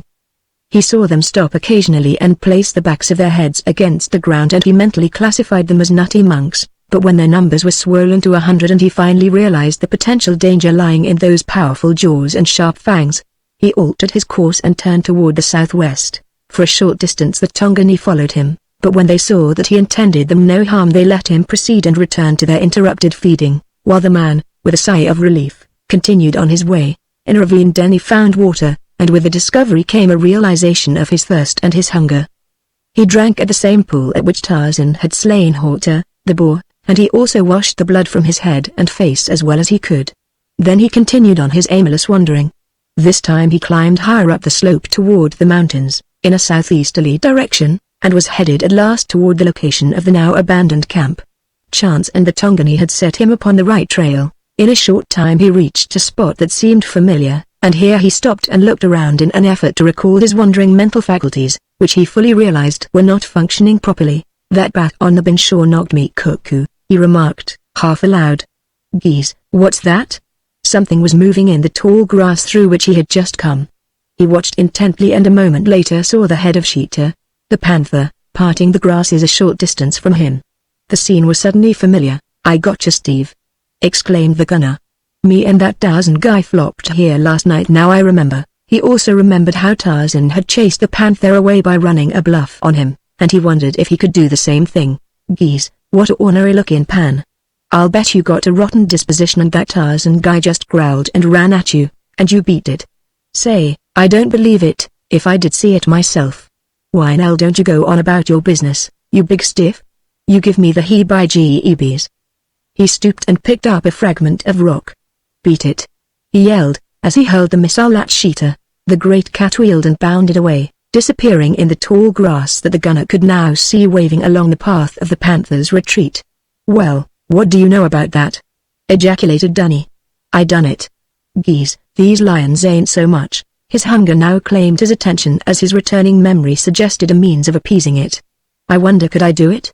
He mused, as he hunted around on the ground until he had found a thin fragment of rock, with which he commenced to scrape away the dirt from a loose heap that rose a few inches above the contour of the surrounding ground. I wonder could I? His digging soon revealed the remains of the boar Tarzan had cached against their possible return. With his pocket knife the gunner hacked off several pieces, after which he scraped the dirt back over the body and busied himself in the preparation of a fire, where he grilled the meat in a sketchy fashion that produced culinary results which ordinarily would have caused him to turn up his nose in disgust. But today he was far from particular and bolted the partially cooked and partially charred morsels like a ravenous woolly. His memory had returned now up to the point of the meal he had eaten at this same spot with Tarzan from there on until he had regained consciousness a short time before. It was a blank. He knew now that he could find his way back to camp from the point above the raiders' village where he and Obambi had lunched, and so he turned his footsteps in that direction. When he had found the place, he crept on down to the edge of the cliff where it overlooked the village, and here he lay down to rest and to spy upon the raiders, for he was very tired. The lousy bums. He ejaculated beneath his breath, as he saw the shifters moving about the village. I wish I had my typewriter, I'd clean up the dump. He saw Stabbach emerge from a hut and walk down to the horses. He watched him while he talked to the blacksmith and to the headman. Then he saw the Russian leading 2 saddled horses back to the hut. That guy don't know it, he muttered, but the finger is sure on him. I'll get him on the spot someday if it takes the rest of my natural life. Geese, glom the broad. Stabbach had summoned Jezebel from the hut. Suddenly a strange thing happened inside the head of Danny Gunner Patrick. It was as though someone had suddenly raised a window shade and let in a flood of light. He saw everything perfectly now in retrospection. With the sight of Jezebel his memory had returned. It was with difficulty that he restrained an urge to call out and tell her that he was there, but caution stilled his tongue, and he lay watching while the two mounted and rode out of the gateway. He rose to his feet and ran along the ridge toward the north, parallel to the course they were taking. It was already dusk. In a few minutes it would be dark. If he could only keep them in sight until he knew in what direction they finally went. Exhaustion was forgotten as he ran through the approaching night. Dimly now he could see them. They rode for a short distance upward toward the cliffs, and then, just before the darkness swallowed them, he saw them turn and gallop away toward the northwest and the great forest that lay in that direction. Reckless of life and limb, the gunner half stumbled, half fell down the cliffs that here had crumbled away and spilled their fragments out upon the slope below. I gotta catch him, I gotta catch him, he kept repeating to himself. The poor kid. The poor little kid. So help me God, if I catch him, what I won't do to that, if bees hurt her. On through the night he stumbled, falling time and again only to pick himself up and continue his frantic and hopeless search for the little golden-haired Jezebel who had come into his life for a few brief hours to leave a mark upon his heart that might never be erased. Gradually the realization of it crept upon him as he groped blindly into the unknown, and it gave him strength to go on in the face of such physical exhaustion as he had never known before. Geez, he muttered, I sure must have fell hard for that kid. Chapter 22 By a lonely pool. Night had fallen, and Tarzan of the Apes, leading Lady Barbara Coss and Lafayette Smith from the valley of the land of Midian, did not see the spoor of Jezebel and the gunner. His two charges were upon the verge of exhaustion, but the ape-man led them on through the night in accordance with the plan he had decided upon. He knew that there were two more whites missing, Jezebel and Danny Patrick, and he wanted to get Lady Barbara and Smith to a place of safety that he might be free to pursue his search for these others. To Lady Barbara and Smith the journey seemed interminable, yet they made no complaint, for the ape-man had explained the purpose of this forced march to them, and they were even more anxious than he concerning the fate of their friends. Smith supported the girl as best he could, but his own strength was almost spent, and sometimes his desire to assist her tended more to impede than to aid her. Finally she stumbled and fell, and when Tarzan, striding in advance, heard and returned to them, he found Smith vainly endeavoring to lift Lady Barbara. This was the first intimation the ape-man had received that his charges were upon the verge of exhaustion, for neither had voiced a single complaint, and when he realized it he lifted Lady Barbara in his arms and carried her, while Smith, relieved at least of further anxiety concerning her, was able to keep going, though he moved like an automaton, apparently without conscious volition. Nor may his state be wondered at, when one considers what he had passed through during the preceding 3 days, with Lady Barbara. Be marveled at the strength and endurance of the ape-man, which, because of his own weakened state, seemed unbelievable even as he witnessed it. It is not much farther, said Tarzan, guessing that the man needed encouragement. You are sure the hunter you told us of has not moved his camp? Asked Lady Barbara. He was there day before yesterday, replied the ape-man. I think we shall find him there tonight. He will take us in? Asked Smith. Certainly, just as you would, under similar circumstances, take in anyone who needed assistance, replied the Lord of the Jungle. He is an Englishman, he added, as through that fact in itself were a sufficient answer to their doubts. They were in a dense forest now, following an ancient game trail, and presently they saw lights flickering ahead. That must be the camp, exclaimed Lady Barbara. Yes, replied Tarzan, and a moment later he called out in a native dialect. Instantly came an answering voice, and a moment later Tarzan halted upon the edge of the camp, just outside the circle of beast fires. Several askaris were on guard, and with them Tarzan conversed for a few moments. Then he advanced and lowered Lady Barbara to her feet. "I have told them not to disturb their bwana," the ape-man explained. "There is another tent that Lady Barbara may occupy, and the headman will arrange to have a shelter thrown up for Smith. You will be perfectly safe here. The men tell me their bwana is Lord Passmore.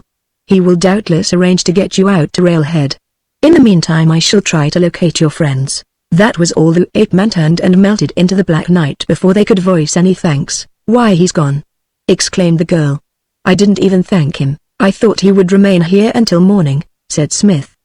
"He must be tired. He seems tireless," replied Lady Barbara. "He is a superman, if ever there was one." "Come," said the headman, "your tent is over here. The boys are arranging a shelter for the bwana." "Good night, Mr. Smith," said the girl. "I hope you sleep well." "Good night, Lady Barbara," replied Smith. "I hope we wake up sometime." And as they prepared for this welcome rest, Starbuck and Jezebel were riding through the night. The man completely confused and lost. Toward morning they drew rein at the edge of a great forest, after riding in wide circles during the greater part of the night. Starbuck was almost exhausted, and Jezebel was but little better off, but she had youth and health to give her the reserve strength that the man had undermined and wasted in dissipation. "I've got to get some sleep," he said, dismounting. Jezebel needed no invitation to slip from her saddle, for she was stiff and sore from this unusual experience. Starbuck led the animals inside the forest and tied them to a tree. Then he threw himself upon the ground and was almost immediately asleep. Jezebel sat in silence listening to the regular breathing of the man. Now would be the time to escape, she thought. She rose quietly to her feet. How dark it was. Perhaps it would be better to wait until it became light enough to see. She was sure the man would sleep a long time, for it was evident that he was very tired. She sat down again, listening to the noises of the jungle. They frightened her. Yes, she would wait until it was light, then she would untie the horses, ride one and lead the other away so that the man could not pursue her. Slowly the minutes crept by. The sky became lighter in the east, over the distant mountains. The horses became restless. She noticed that they stood with ears pricked up and that they looked deeper into the jungle and trembled. Suddenly there was the sound of crashing in the underbrush. The horses snorted and surged back upon their ropes, both of which broke. The noise awakened Starbuck, who sat up just as the two terrified animals wheeled and bolted. An instant later a lion leapt past the girl and the man, in pursuit of the two fleeing horses. Starbuck sprang to his feet, his rifle in his hands. "God!" he exclaimed. "This is no place to sleep," and Jezebel's opportunity had passed. The sun was topping the eastern mountains. The day had come. Soon the searchers would be ours. Now that he was afoot, Starbuck knew that he must not loiter. However, they must eat, or they would have no strength to proceed, and only by his rifle could they eat. "Climb into that tree, little one," he said to Jezebel. "You will be safe while I go and shoot something for our breakfast. Watch for the lion, and if you see him returning this way shout a warning. I am going farther into the forest to look for game." Jezebel climbed into the tree, and Starbuck departed upon the hunt for breakfast. The girl watched for the lion, hoping it would return, for she had determined that she would give no warning to the man if it did. She was afraid of the Russian because of things he had said to her during that long night ride. Much that he had said she had not understood at all, but she understood enough to know that he was a bad man. But the lion did not return, and presently Jezebel dozed and nearly fell out of the tree. Starbuck, hunting in the forest, found a waterhole not far from where he had left Jezebel, and here he hid behind bushes waiting for some animal to come down to drink. Nor had he long to wait before he saw a creature appear suddenly upon the opposite side of the pool. So quietly had it come that the Russian had not dreamed that a creature stirred within a mile of his post. The most surprising feature of the occurrence, however, was that the animal thus suddenly to step into view was a man. Starbuck's evil eyes narrowed. It was the man he had traveled all the way from Moscow to kill. What an opportunity! Fate was indeed kind to him. He would fulfill his mission without danger to himself, and then he would escape with the girl, that wondrous girl. Starbuck had never seen so beautiful a woman in his life, and now he was to possess her. She was to be his. But first he must attend to the business of the moment. What a pleasant business it was, too. He raised his rifle very cautiously and aimed. Tarzan had halted and turned his head to one side. He could not see the rifle barrel of his enemy because of the bush behind which Starbuck hid, and the fact that his eyes were centered on something in another direction. The Russian realized that he was trembling, and he cursed himself under his breath. The nervous strain was too great. He tensed his muscles in an effort to hold his hands firm and the rifle steady and immovable upon the target. The front sight of the rifle was describing a tiny circle instead of remaining fixed upon that great chest which offered such a splendid target, but he must fire. The man would not stand there thus forever. The thought hurried Stabbach, and as the sight passed again across the body of the ape-man the Russian squeezed the trigger. At the sound of the shot Jezebel's eyes snapped open. Perhaps the lion returned, she soliloquized, or maybe the man has found food. If it were the lion, I hope he missed it. Also, as the rifle spoke, the target leapt into the air, seized a low-hung branch and disappeared amidst the foliage of the trees above. Stabbach had missed. He should have relaxed his muscles rather than tensed them. The Russian was terrified. He felt as must one who stands upon the drop with the noose already about his neck. He turned and fled. His cunning mind suggested that he had better not return where the girl was. She was already lost to him, for he could not be burdened with her now in this flight, upon the success of which hung his very life. Accordingly he ran toward the south. As he rushed headlong through the forest he was already out of breath when he felt a sudden sickening pain in his arm and at the same instant saw the feathered tip of an arrow waving beside him as he ran. The shaft had pierced his forearm, its tip projecting from the opposite side. Sick with terror Stabbach increased his speed. Somewhere above him was his nemesis, whom he could neither see nor hear. It was as though a ghostly assassin pursued him on silent wings. Again an arrow struck him, sinking deep into the triceps of his other arm. With a scream of pain and horror Stabbach halted and, dropping upon his knees, raised his hands in supplication. "Spare me," he cried. "Spare me. I have never wronged you. If you will spare." An arrow, speeding straight, drove through the Russian's throat.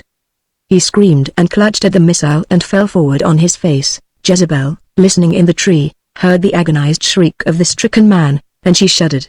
"The lion, he got him," she whispered. "He was wicked. It is the will of Jehovah." Tarzan of the apes dropped lightly from a tree and warily approached the dying man. Stabbach, writhing in agony and terror, rolled over on his side. He saw the ape-man approaching, his bow and arrow ready in his hand, and, dying, reached for the revolver at his hip to complete the work that he had come so far to achieve and for which he was to give his life. No more had his hand reached the grip of his weapon than the Lord of the Jungle loosed another shaft that drove deep through the chest of the Russian, deep through his heart. Without a sound Leon Stabbach collapsed, and a moment later there rang through the jungle the fierce, uncanny victory cry of the bull ape. As the savage notes reverberated through the forest Jezebel slid to the ground and fled in terror. She knew not where nor to what fate her flying feet led her. She was obsessed by but a single idea: to escape from the terrors of that lonely spot. Chapter 23 Captured. With the coming of day the gunner found himself near a forest. He had heard no sound of horses all during the night, and now that day had come, and he could see to a distance, he scanned the landscape for some sign of Stabbach and Jezebel but without success. "Geese," he muttered, "there ain't no use, I got a rest. The poor little kid. If I only knew where the rat took her, but I don't, and I got a rest." He surveyed the forest. "That looks like a swell hideout. I'll lay up there and grab off a little sleep. Geese, I'm all in." As he walked toward the forest his attention was attracted to something moving a couple of miles to the north of him. He stopped short, and looked more closely as two horses, racing from the forest, dashed madly toward the foothills, pursued by a lion. "Geese!" exclaimed the gunner, "those must be their horses. What if the lion got her?" Instantly his fatigue was forgotten, and he started at a run toward the north, but he could not keep the pace up for long, and soon he was walking again, his brain a turmoil of conjecture and apprehension. He saw the lion give up the chase and turn away almost immediately, cutting up the slope in a northeasterly direction. The gunner was glad to see him go, not for his own sake so much as for Jezebel, whom, he reasoned, the lion might not have killed after all. There was a possibility, he thought, that she might have had time to climb a tree. Otherwise, he was positive, the lion must have killed her. His knowledge of lions was slight. In common with most people, he believed that lions wandered about killing everything so unfortunate as to fall into their pathways unless they were bluffed out as he had bluffed the panther the day before. But of course, he reasoned, Jezebel wouldn't have been able to bluff a lion. He was walking close to the edge of the forest, making the best time that he could, when he heard a shot in the distance. It was the report of Stabbach's rifle as he fired at Tarzan. The gunner tried to increase his speed. There was too much doing there, where he thought Jezebel might be, to permit of loafing, but he was too exhausted to move rapidly. Then, a few minutes later, The Russian's scream of agony was wafted to his ears and again he was goaded on. This was followed by the uncanny cry of the ape-man, which, for some reason, Danny did not recognize, though he had heard it twice before. Perhaps the distance and the intervening trees muffled and changed it. On he plodded, trying occasionally to run, but his overtaxed muscles had reached their limit, and he had to give up the attempt, for already he was staggering and stumbling even at a walk. "I ain't no good," he muttered, "nothing but a lousy punk. Here's a guy beating it with my girl, and I ain't even got the guts to work my dogs. Geez, I'm a flop." A little farther on he entered the forest so that he could approach the spot where he had seen the horses emerge, without being seen, if Stabbach were still there. Suddenly he stopped. Something was crashing through the brush toward him. He recalled the lion and drew his pocket knife. Then he hid behind a bush and waited, nor did he have long to wait before the author of the disturbance broke into view. "Jezebel!" he cried, stepping into her path. His voice trembled with emotion. With a startled scream the girl halted, and then she recognized him. Danny. It was the last straw. Her overwrought nerves went to pieces, and she sank to the ground, sobbing hysterically. The gunner took a step or two toward her. He staggered, his knees gave beneath him, and he sat down heavily a few yards from her, and then a strange thing happened. Tears welled to the eyes of Danny Gunner Patrick. He threw himself face down on the ground, and he, too, sobbed. For several minutes they lay there, and then Jezebel gained control of herself and sat up. "Oh, Danny," she cried. "Are you hurt? Oh, your head. Don't die, Danny." He had quelled his emotion and was roughly wiping his eyes on his shirt sleeve. "I ain't dyin'," he said, "but I oughta. Someone oughta bump me off a great big stiff like me, cryin'." "It's because you've been hurt, Danny," said Jezebel. "No, it ain't that. I've been hurt before, but I ain't bald since I was a little kid when my mother died. It was something else.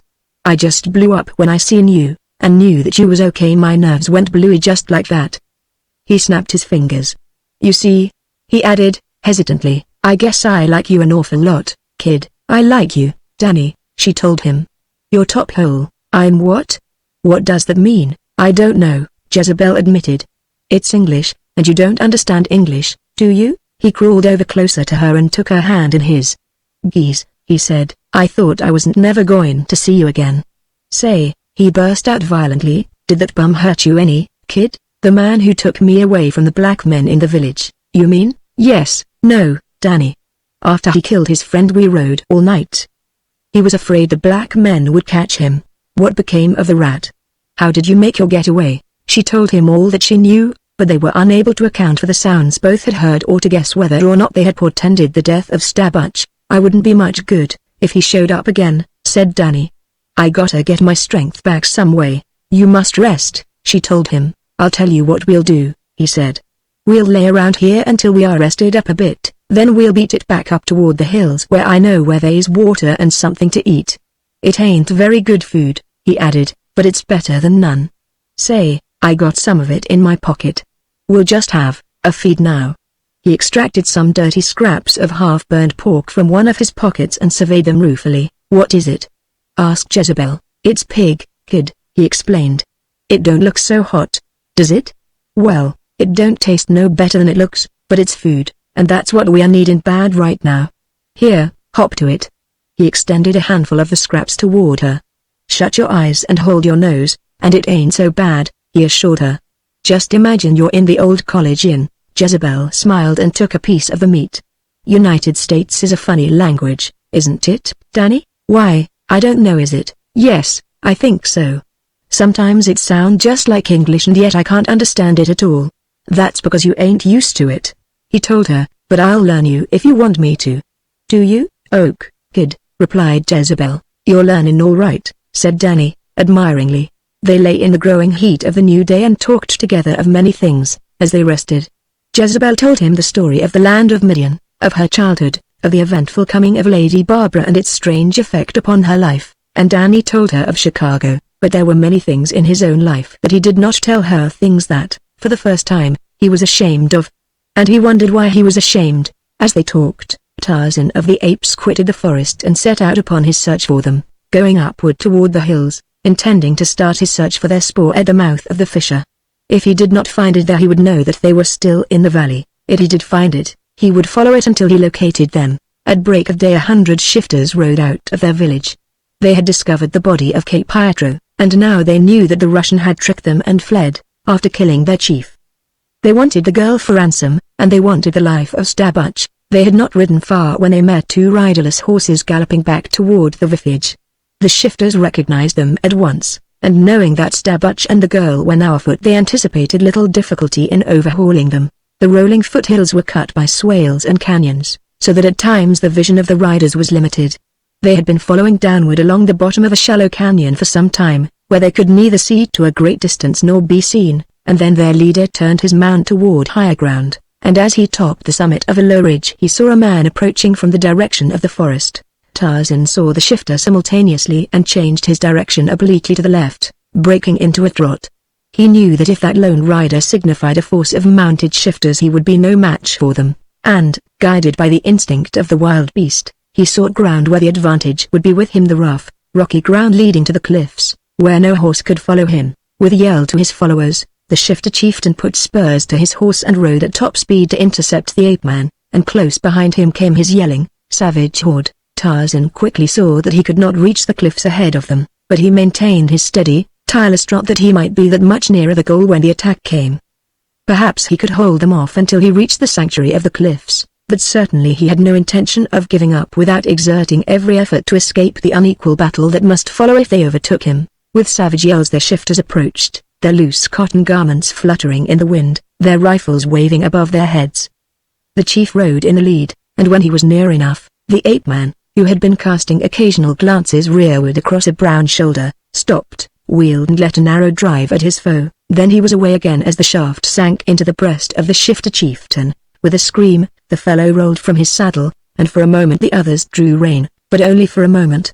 Here was but a single enemy, poorly armed with primitive weapons. He was no real menace to mounted riflemen. Shouting their anger and their threats of vengeance, they spurred forward again in pursuit, but Tarzan had gained and the rocky ground was not far away. Spreading in a great half-circle, the shifters sought to surround and head off their quarry, whose strategy they had guessed the moment that they had seen the course of his flight. Now another rider ventured too near, and for a brief instant Tarzan paused to loose another arrow. As this second enemy fell, mortally wounded, the ape-man continued his fight to the accompaniment of a rattle of musketry fire, but soon he was forced to halt again as several of the horsemen passed him and cut off his line of retreat. The hail of slugs screaming past him or kicking up the dirt around him gave him slight concern, so traditionally poor was the marksmanship of these roving bands of robbers, lily equipped with ancient firearms with which, because of habitual shortage of ammunition, they had little opportunity to practice. Now they pressed closer, in a rough circle of which he was the center, and, firing across him from all sides, it seemed impossible that they should miss him, but miss him they did, though their bullets found targets among their own men and horses, until one, who had supplanted the slain chief, took command and ordered them to cease firing. Turning again in the direction of his flight, Tarzan tried to shoot his way through the cordon of horsemen shutting off his retreat, but, though each arrow sped true to its mark, the effing horde closed in upon him until, his last shaft spent, he was the center of a closely milling mass of shrieking enemies. Shrilly above the pandemonium of battle rose the cries of the new leader. "Do not kill! Do not kill!" he screamed. "It is Tarzan of the Apes, and he is worth the ransom of a raz." Suddenly a giant black threw himself from his horse full upon the lord of the jungle, but Tarzan seized the fellow and held him back among the horsemen.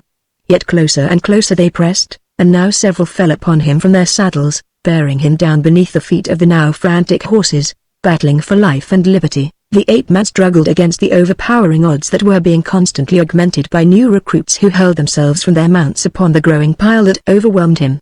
Once he managed to struggle to his feet, shaking most of his opponents from him, but they seized him about the legs and dragged him down again, and presently succeeded in slipping nooses about his wrists and ankles, thus effectually subduing him. Now that he was harmless, any of them reviled and struck him, but there were many others who lay upon the ground, some never to rise again. The shifters had captured the great Tarzan, but it had cost them dear. Now some of them rounded up the riderless horses, while others stripped the dead of their weapons, ammunition, and any other valuables the living coveted. Tarzan was raised to an empty saddle, where he was securely bound, and 4 men were detailed to conduct him and the horses of the dead to the village, the wounded accompanying them, while the main body of the blacks continued the search for Stabuch and Jezebel. Chapter 24. The long night. The sun was high in the heavens when Lady Barbara, refreshed by her long, undisturbed sleep, stepped from her tent in the camp of Lord Passmore. A smiling, handsome black boy came running toward her. "Breakfast soon be ready," he told her. Lord Passmore very sorry. "He have to go hunt?" she asked after Lafayette Smith and was told that he had just awakened. Nor was it long before he joined her, and soon they were breakfasting together. "If Jezebel and your friend were here," she said, "I should be very happy. I am praying that Tarzan finds them." "I am sure he will," Smith assured her, "though I am only worried about Jezebel. Danny can take care of himself." "Doesn't it seem heavenly to eat a meal again?" the girl remarked. "Do you know it has been months since I have eaten anything that even vaguely approximated a civilized meal." Lord Passmore was fortunate to get such a cook for his safari. "I had no such luck. Have you noticed what splendid-looking fellows all his men are?" asked Smith. "They would make that aggregation of mine resemble fourth-rate roustabouts with hookworm and sleeping sickness." "There is another very noticeable thing about them," said Lady Barbara. "What is that?" "There is not a single piece of cast-off European finery among them. Their garb is native, pure and simple, and, while I'll have to admit there isn't much to it, it lends a dignity to them that European clothing would change to the absurd." "I quite agree with you," said Smith. "I wonder why I didn't get a safari like this." Lord Passmore is evidently an African traveler and hunter of long experience. "No amateur could hope to attract such men as these. I shall hate to go back to my own camp, if I stay here very long," said Smith, "but I suppose I'll have to," and that suggests another unpleasant feature of the change. "And what is that?" she asked. "I shan't see you any more," he said with a simple directness that vouched for the sincerity of his regret. The girl was silent for a moment, as though the suggestion had aroused a train of thought she had not before considered. "That is true, isn't it?" she remarked, presently. "We shan't see each other anymore, but not for always. I'm sure you'll stop and visit me in London. Isn't it odd what old friends we seem? And yet we only met 2 days ago. Or, maybe, it doesn't seem that way to you. You see, I was so long without seeing a human being of my own world that you were quite like a long-lost brother, when you came along so unexpectedly." "I have the same feeling," he said, "as though I had known you forever," and he hesitated, "as though I could never get along without you in the future." He flushed a little as he spoke those last words. The girl looked up at him with a quick smile, a sympathetic, understanding smile. "It was nice of you to say that," she said. "Why, it sounded almost like a declaration," she added, with a gay, friendly laugh. He reached across the little camp table and laid a hand upon hers. "Accept it as such," he said. "I'm not very good at saying things like that. Let's not be serious," she begged. "Really, we scarcely know each other, after all." "I have known you always," he replied. "I think we were amoebas together before the first Cambrian dawn." "Now you've compromised me," she cried, laughingly, "for I'm sure there were no chaperons way back there. I hope that you were a proper amoeba. You didn't kiss me, did you?" "Unfortunately for me, amoebas have no mouths," he said, "but I've been profiting by several millions of years of evolution just to remedy that defect." "Let's be amoebas again," she suggested. "No," he said, "for then I couldn't tell you that I." He choked and flushed. "Please. Please, don't tell me," she cried. "We're such ripping friends, don't spoil it." "Would it spoil it?" he asked. "I don't know. It might. I am afraid." "Can't I ever tell you?" he asked. "Perhaps, someday," she said. A sudden burst of distant rifle fire interrupted them. The blacks in the camp were instantly alert. Many of them sprang to their feet, and all were listening intently to the sounds of this mysterious engagement between armed men. The man and the girl heard the headman speaking to his fellows in some African dialect. His manner showed no excitement, his tones were low but clear. It was evident that he was issuing instructions. The men went quickly to their shelters, and a moment later Lady Barbara saw the peaceful camp transformed. Every man was armed now. As by magic, a modern rifle and a bandolier of cartridges were in the possession of each black.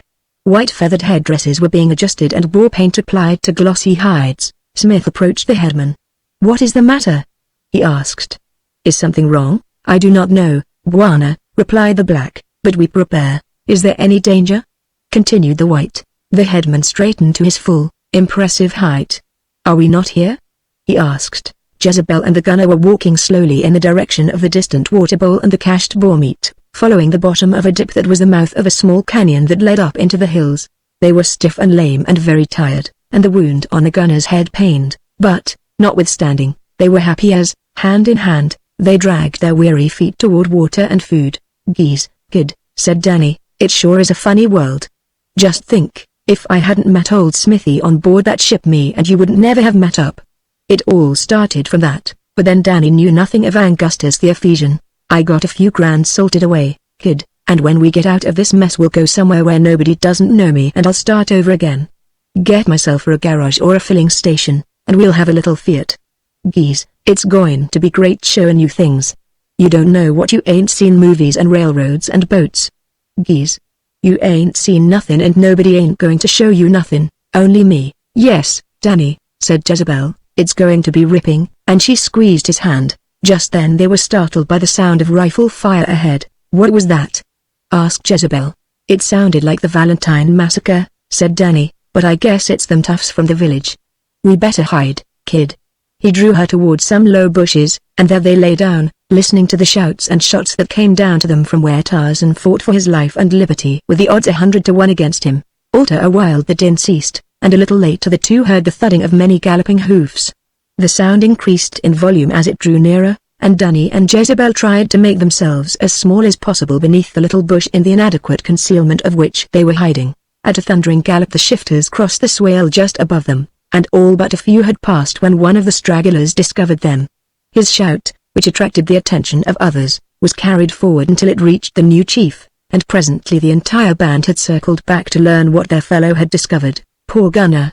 Poor Jezebel. Their happiness had been short-lived. Their recapture was effected with humiliating ease. Broken and dejected, they were soon on their way to the village under escort of two black ruffians. Bound, hands and feet, they were thrown into the hut formerly occupied by Pietro and left without food or water upon the pile of dirty rugs and clothing that littered the floor. Beside them lay the corpse of the Italian which his followers, in their haste to overtake his slayer, had not taken the time to remove. It lay upon its back, the dead eyes staring upward. Never before in his life had the spirits of Danny Patrick sunk so low, for the very reason, perhaps, that never in his life had they risen so high as during the brief interlude of happiness he had enjoyed following his reunion with Jezebel. Now he saw no hope ahead, for, with the two white men eliminated, he feared that he might not even be able to dicker with these ignorant black men for the ransom that he would gladly pay to free Jezebel and himself. "There goes the garage, the filling station, and the flat," he said, lugubriously. "Where?" asked Jezebel. "Fluey," explained Danny. "But you are here with me," said the Golden One, "so I do not care what else there is." "That's nice, kid, but I ain't much help, all tied up like a Christmas present. They sure picked out a swell bed for me, feels like I was lying on a piece of the kitchen stove." He rolled himself to one side and nearer Jezebel. "That's better," he said, "but I wonder what was that thing I was parked on." "Maybe your friend will come and take us away," suggested Jezebel. "Who, Smithy? What would he take us with that dinky toy pistol of his?" "I was thinking of the other that you told me about." "Oh, that Tarzan guy. Say kid, if he knew we was here he'd walk in and push all these nutty dumps over with one mitt and kick the whole gang over the back fence. Geez, you bet I wish he was here. There is one big shot, and I don't mean maybe, in a hut on the edge of the village," was the answer to the gunner's wish, bound hand and foot, as was the gunner, and, apparently, equally helpless. Constantly the ape-man was working on the thongs that confined his wrists, twisting, tugging, pulling. The long day wore on and never did the giant captive cease his efforts to escape. The thongs were heavy and securely tied, yet little by little he felt that they were loosening. Towards evening the new chief returned with the party that had been searching for Stabuch. They had not found him, but scouts had located the camp of Lord Passmore, and now the shifters were discussing plans for attacking it on the morrow. They had not come sufficiently close to it to note the number of armed natives it contained, but they had glimpsed Smith and Lady Barbara, and, being sure that there were not more than 2 white men, they felt little hesitation in attempting the raid, since they were planning to start back for Abyssinia on the morrow. "We will kill the white man we now have," said the chief, "and carry the 2 girls and Tarzan with us. Tarzan should bring a good ransom and the girls a good price." "Why not keep the girls for ourselves?" suggested another. "We shall sell them," said the chief. "Who are you, to say what we shall do?" demanded the other. "You are no chief." "No," growled a villainous-looking black squatting beside the first objector. He who would be chief leapt, cat-like, upon the first speaker, before any was aware of his purpose. A sword gleamed for an instant in the light of the new-made cook fires and fell with terrific force upon the skull of the victim. "Who am I?" repeated the killer, as he wiped the bloody blade upon the garment of the slain man. "I am chief." He looked around upon the scowling faces about him. "Is there any who says I am not chief?" There was no demur. Tail was chief of the shifter band. Inside the dark interior of the hut where he had lain bound all day without food or water, the ape-man tugged and pulled until the sweat stood in beads upon his body, but not in vain. Gradually a hand slipped through the stretched thong, and he was free. Or at least his hands were, and it took them but a moment to loosen the bonds that secured his ankles. With a low, inaudible growl he rose to his feet and stepped to the doorway. Before him lay the village compound. He saw the shifters squatting about while slaves prepared the evening meal. Nearby was the palisade. They must see him as he crossed to it. But what matter? He would be gone before they could gather their wits. Perhaps a few stray shots would be fired, but then, had they not fired many shots at him this morning, not one of which had touched him?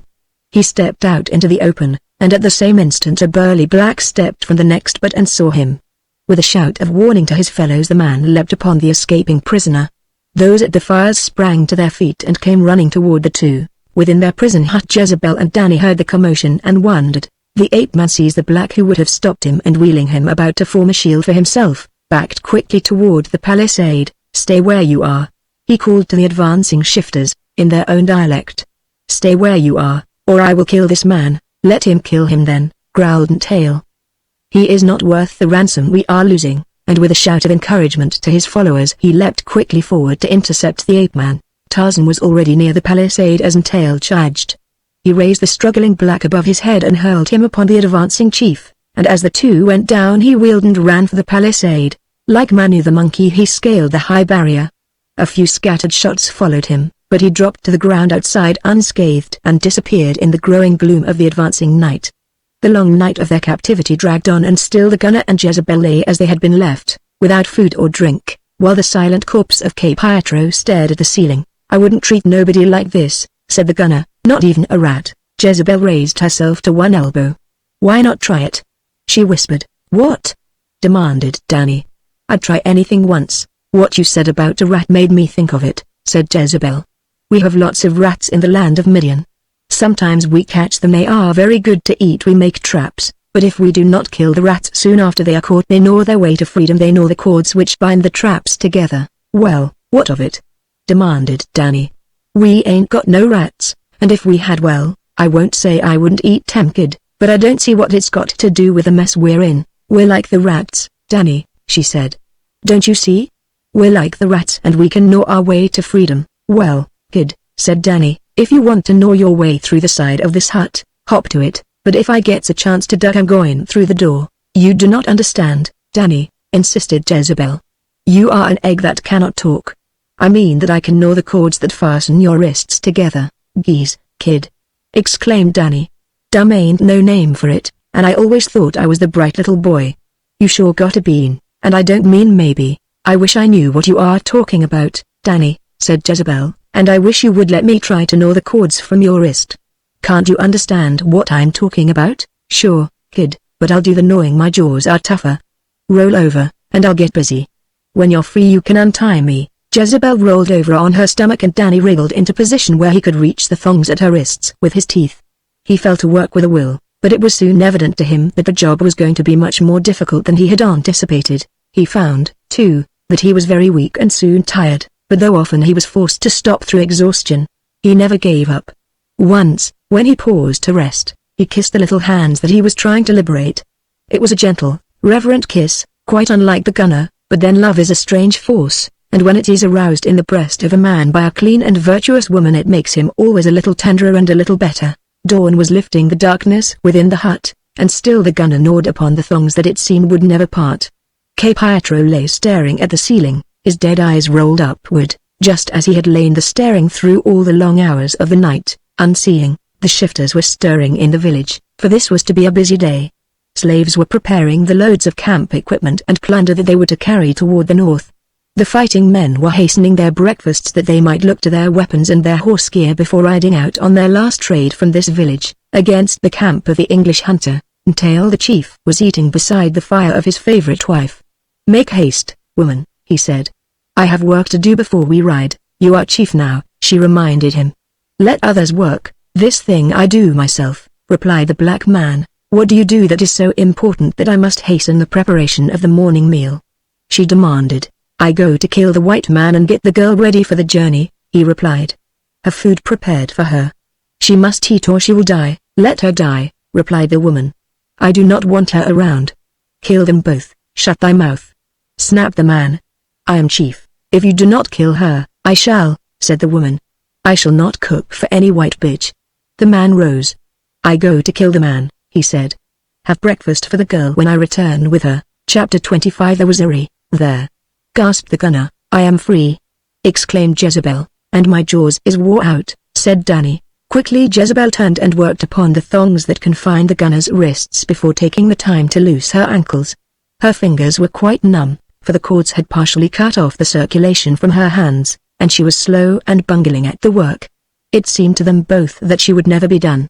Had they known that Entail had already arisen from his breakfast fire with the announcement that he was going to kill the gunner, they would have been frantic, but they did not know it, and perhaps that were better, since to Jezebel's other handicaps was not added the nervous tension that surely would have accompanied a knowledge of the truth. But at last the gunner's hands were free, and then both fell to work upon the cords that secured their ankles, which were less tightly fastened. At last the gunner arose. "The first thing I do," he said, "is to find out what I was lying on yesterday. It had a familiar feel to it, and, if I'm right boy." He rummaged among the filthy rags at the end of the hut, and a moment later straightened it with a Thompson submachine gun in one hand and his revolver, belt and holster in the other, a grin on his face. "This is the first break I've had in a long time," he said. "Everything's Jake now, sister." "What are those things?" asked Jezebel. "Them's the other half of Gunner Patrick," replied Danny. "Now, bring on the dirty rats." As he spoke, Entail the chief drew aside the rug at the doorway and looked in. The interior of the hut was rather dark, and at first glance he could not make out the figures of the girl and the man standing at the far side, but, silhouetted as he was against the growing morning light beyond the doorway, he was plainly visible to his intended victim, and Danny saw that the man carried a pistol ready in his hand. The gunner had already buckled his belt about him. Now he transferred the machine gun to his left hand and drew his revolver from its holster. He did these things quickly and silently. So quickly that, as he fired, Entail had not realized that his prisoners were free of their bonds, a thing he never knew, as, doubtless, he never heard the report of the shot that killed him. At the same instant that the gunner fired, the report of his revolver was drowned by yells and a shot from a sentry at the gate, to whom the coming day had revealed a hostile force creeping upon the village. As Danny Patrick stepped over the dead body of the chief and looked out into the village, he realized something of what had occurred. He saw men running hastily toward the village gates and scrambling to the banquet. He heard a fusillade of shots that spattered the palisade, splintering the wood and tearing through to fill the village with a screaming, terror-stricken mob. His knowledge of such things told him that only high-powered rifles could send their projectiles through the heavy wood of the palisade. He saw the shifters on the banquet returning the fire with their antiquated muskets. He saw the slaves and prisoners cowering in a corner of the village that was freer from the fire of the attackers than other portions. He wondered who the enemies of the shifters might be, and past experience suggested only two possibilities: either Anvil Gang or the police. "I never thought I'd come to it, kid," he said. "Come to what, Danny?" "I hate to tell you what I've been hoping," he admitted. "Tell me, Danny," she said. "I won't be angry. I've been hoping them guys out there was cops. Just think of that, kid. Me, Gunner Patrick, hoping the cops would come." "What are cops, Danny?" "Laws, harness bulls keys, kid. Why do you ask so many questions? Cops is cops. And I'll tell you why I hope it's them. If it ain't cops, it's a rival mob, and we'd get just as tough a break with them as with these guys." He stepped out into the village street. "Well," he said, "here goes Danny Patrick smearing up with the police. You stay here, kid, and lie down on your bread basket, so none of them slugs'll find you, while I go out and push the smokes around." Before the gate was a great crowd of shifters firing through openings at the enemy beyond. The gunner knelt and raised the machine gun to his shoulder.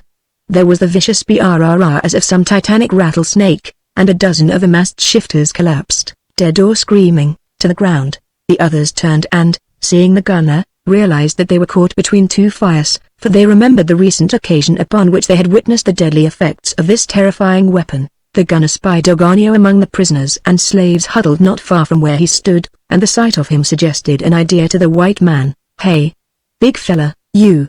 He waved his hand to Ogonio. "Come here. Bring all them geese with you.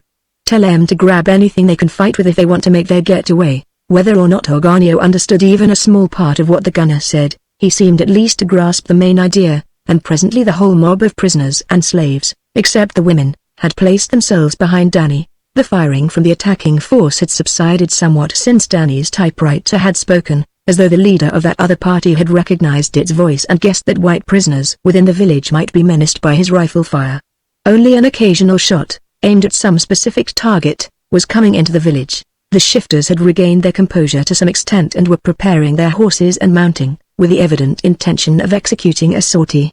They were leaderless and confused, half a dozen shouting advice and instructions at the same time. It was at this moment that Danny advanced upon them with his motley horde armed with sticks and stones, an occasional knife and a few swords hastily stolen from the huts of their captors. As the shifters realized that they were menaced thus seriously from the rear, the gunner opened fire upon them for the second time, and the confusion that followed in the village compound gave the attackers both within and without a new advantage. The shifters fought among themselves for the loose horses that were now stampeding in terror about the village, and as a number of them succeeded in mounting they rode for the village gates, overthrowing those who had remained to defend them. Some among them forced the portals open, and as the horsemen dashed out they were met by a band of black warriors, above whose heads waved white plumes, and in whose hands were modern high-powered rifles.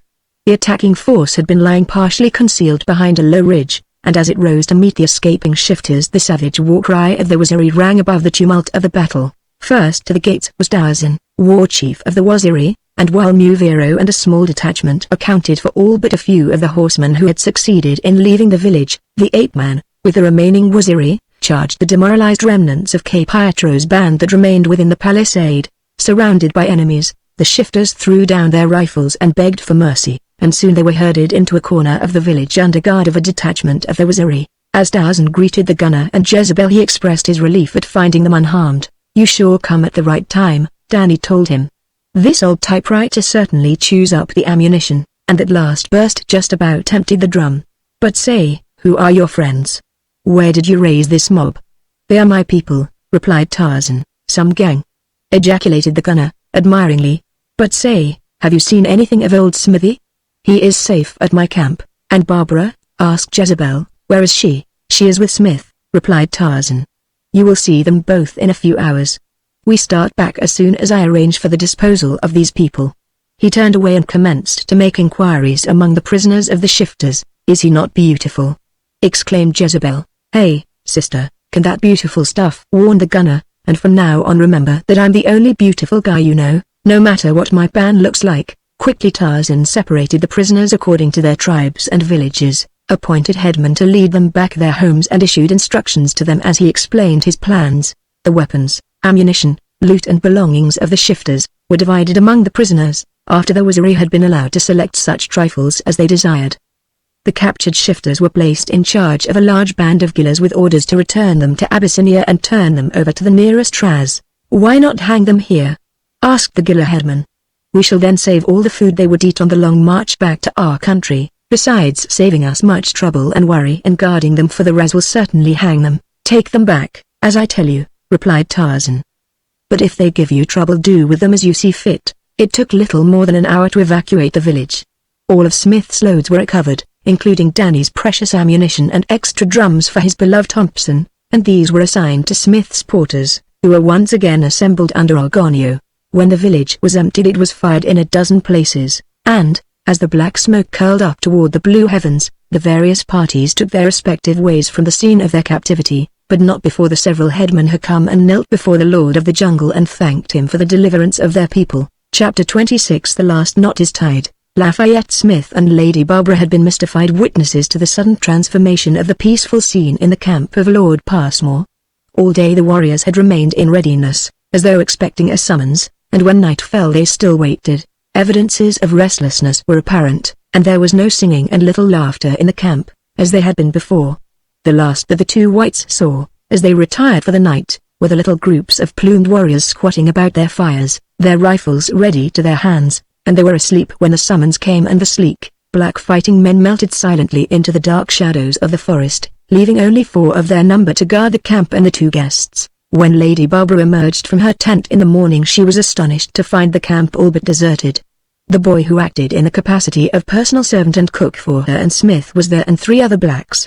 All were constantly armed, but their attitude toward her had not changed, and she felt only curiosity relative to the other altered conditions, so obvious at first glance, rather than apprehension. When Smith joined her a few minutes later, he was equally at a loss to understand the strange metamorphosis that had transformed the laughing, joking porters and askaris into painted warriors and sent them out into the night so surreptitiously, nor could they glean the slightest information from their boy, who, though still courteous and smiling, seemed by some strange trick of fate suddenly to have forgotten the very fair command of English that he had exhibited with evident pride on the previous day. The long day dragged on until mid-afternoon without sign of any change. Neither Lord Passmore nor the missing blacks returned, and the enigma was as baffling as before. The two whites, however, seemed to find much pleasure in one another's company, and so, perhaps, the day passed more rapidly for them than it did for the four blacks, waiting and listening through the hot, drowsy hours.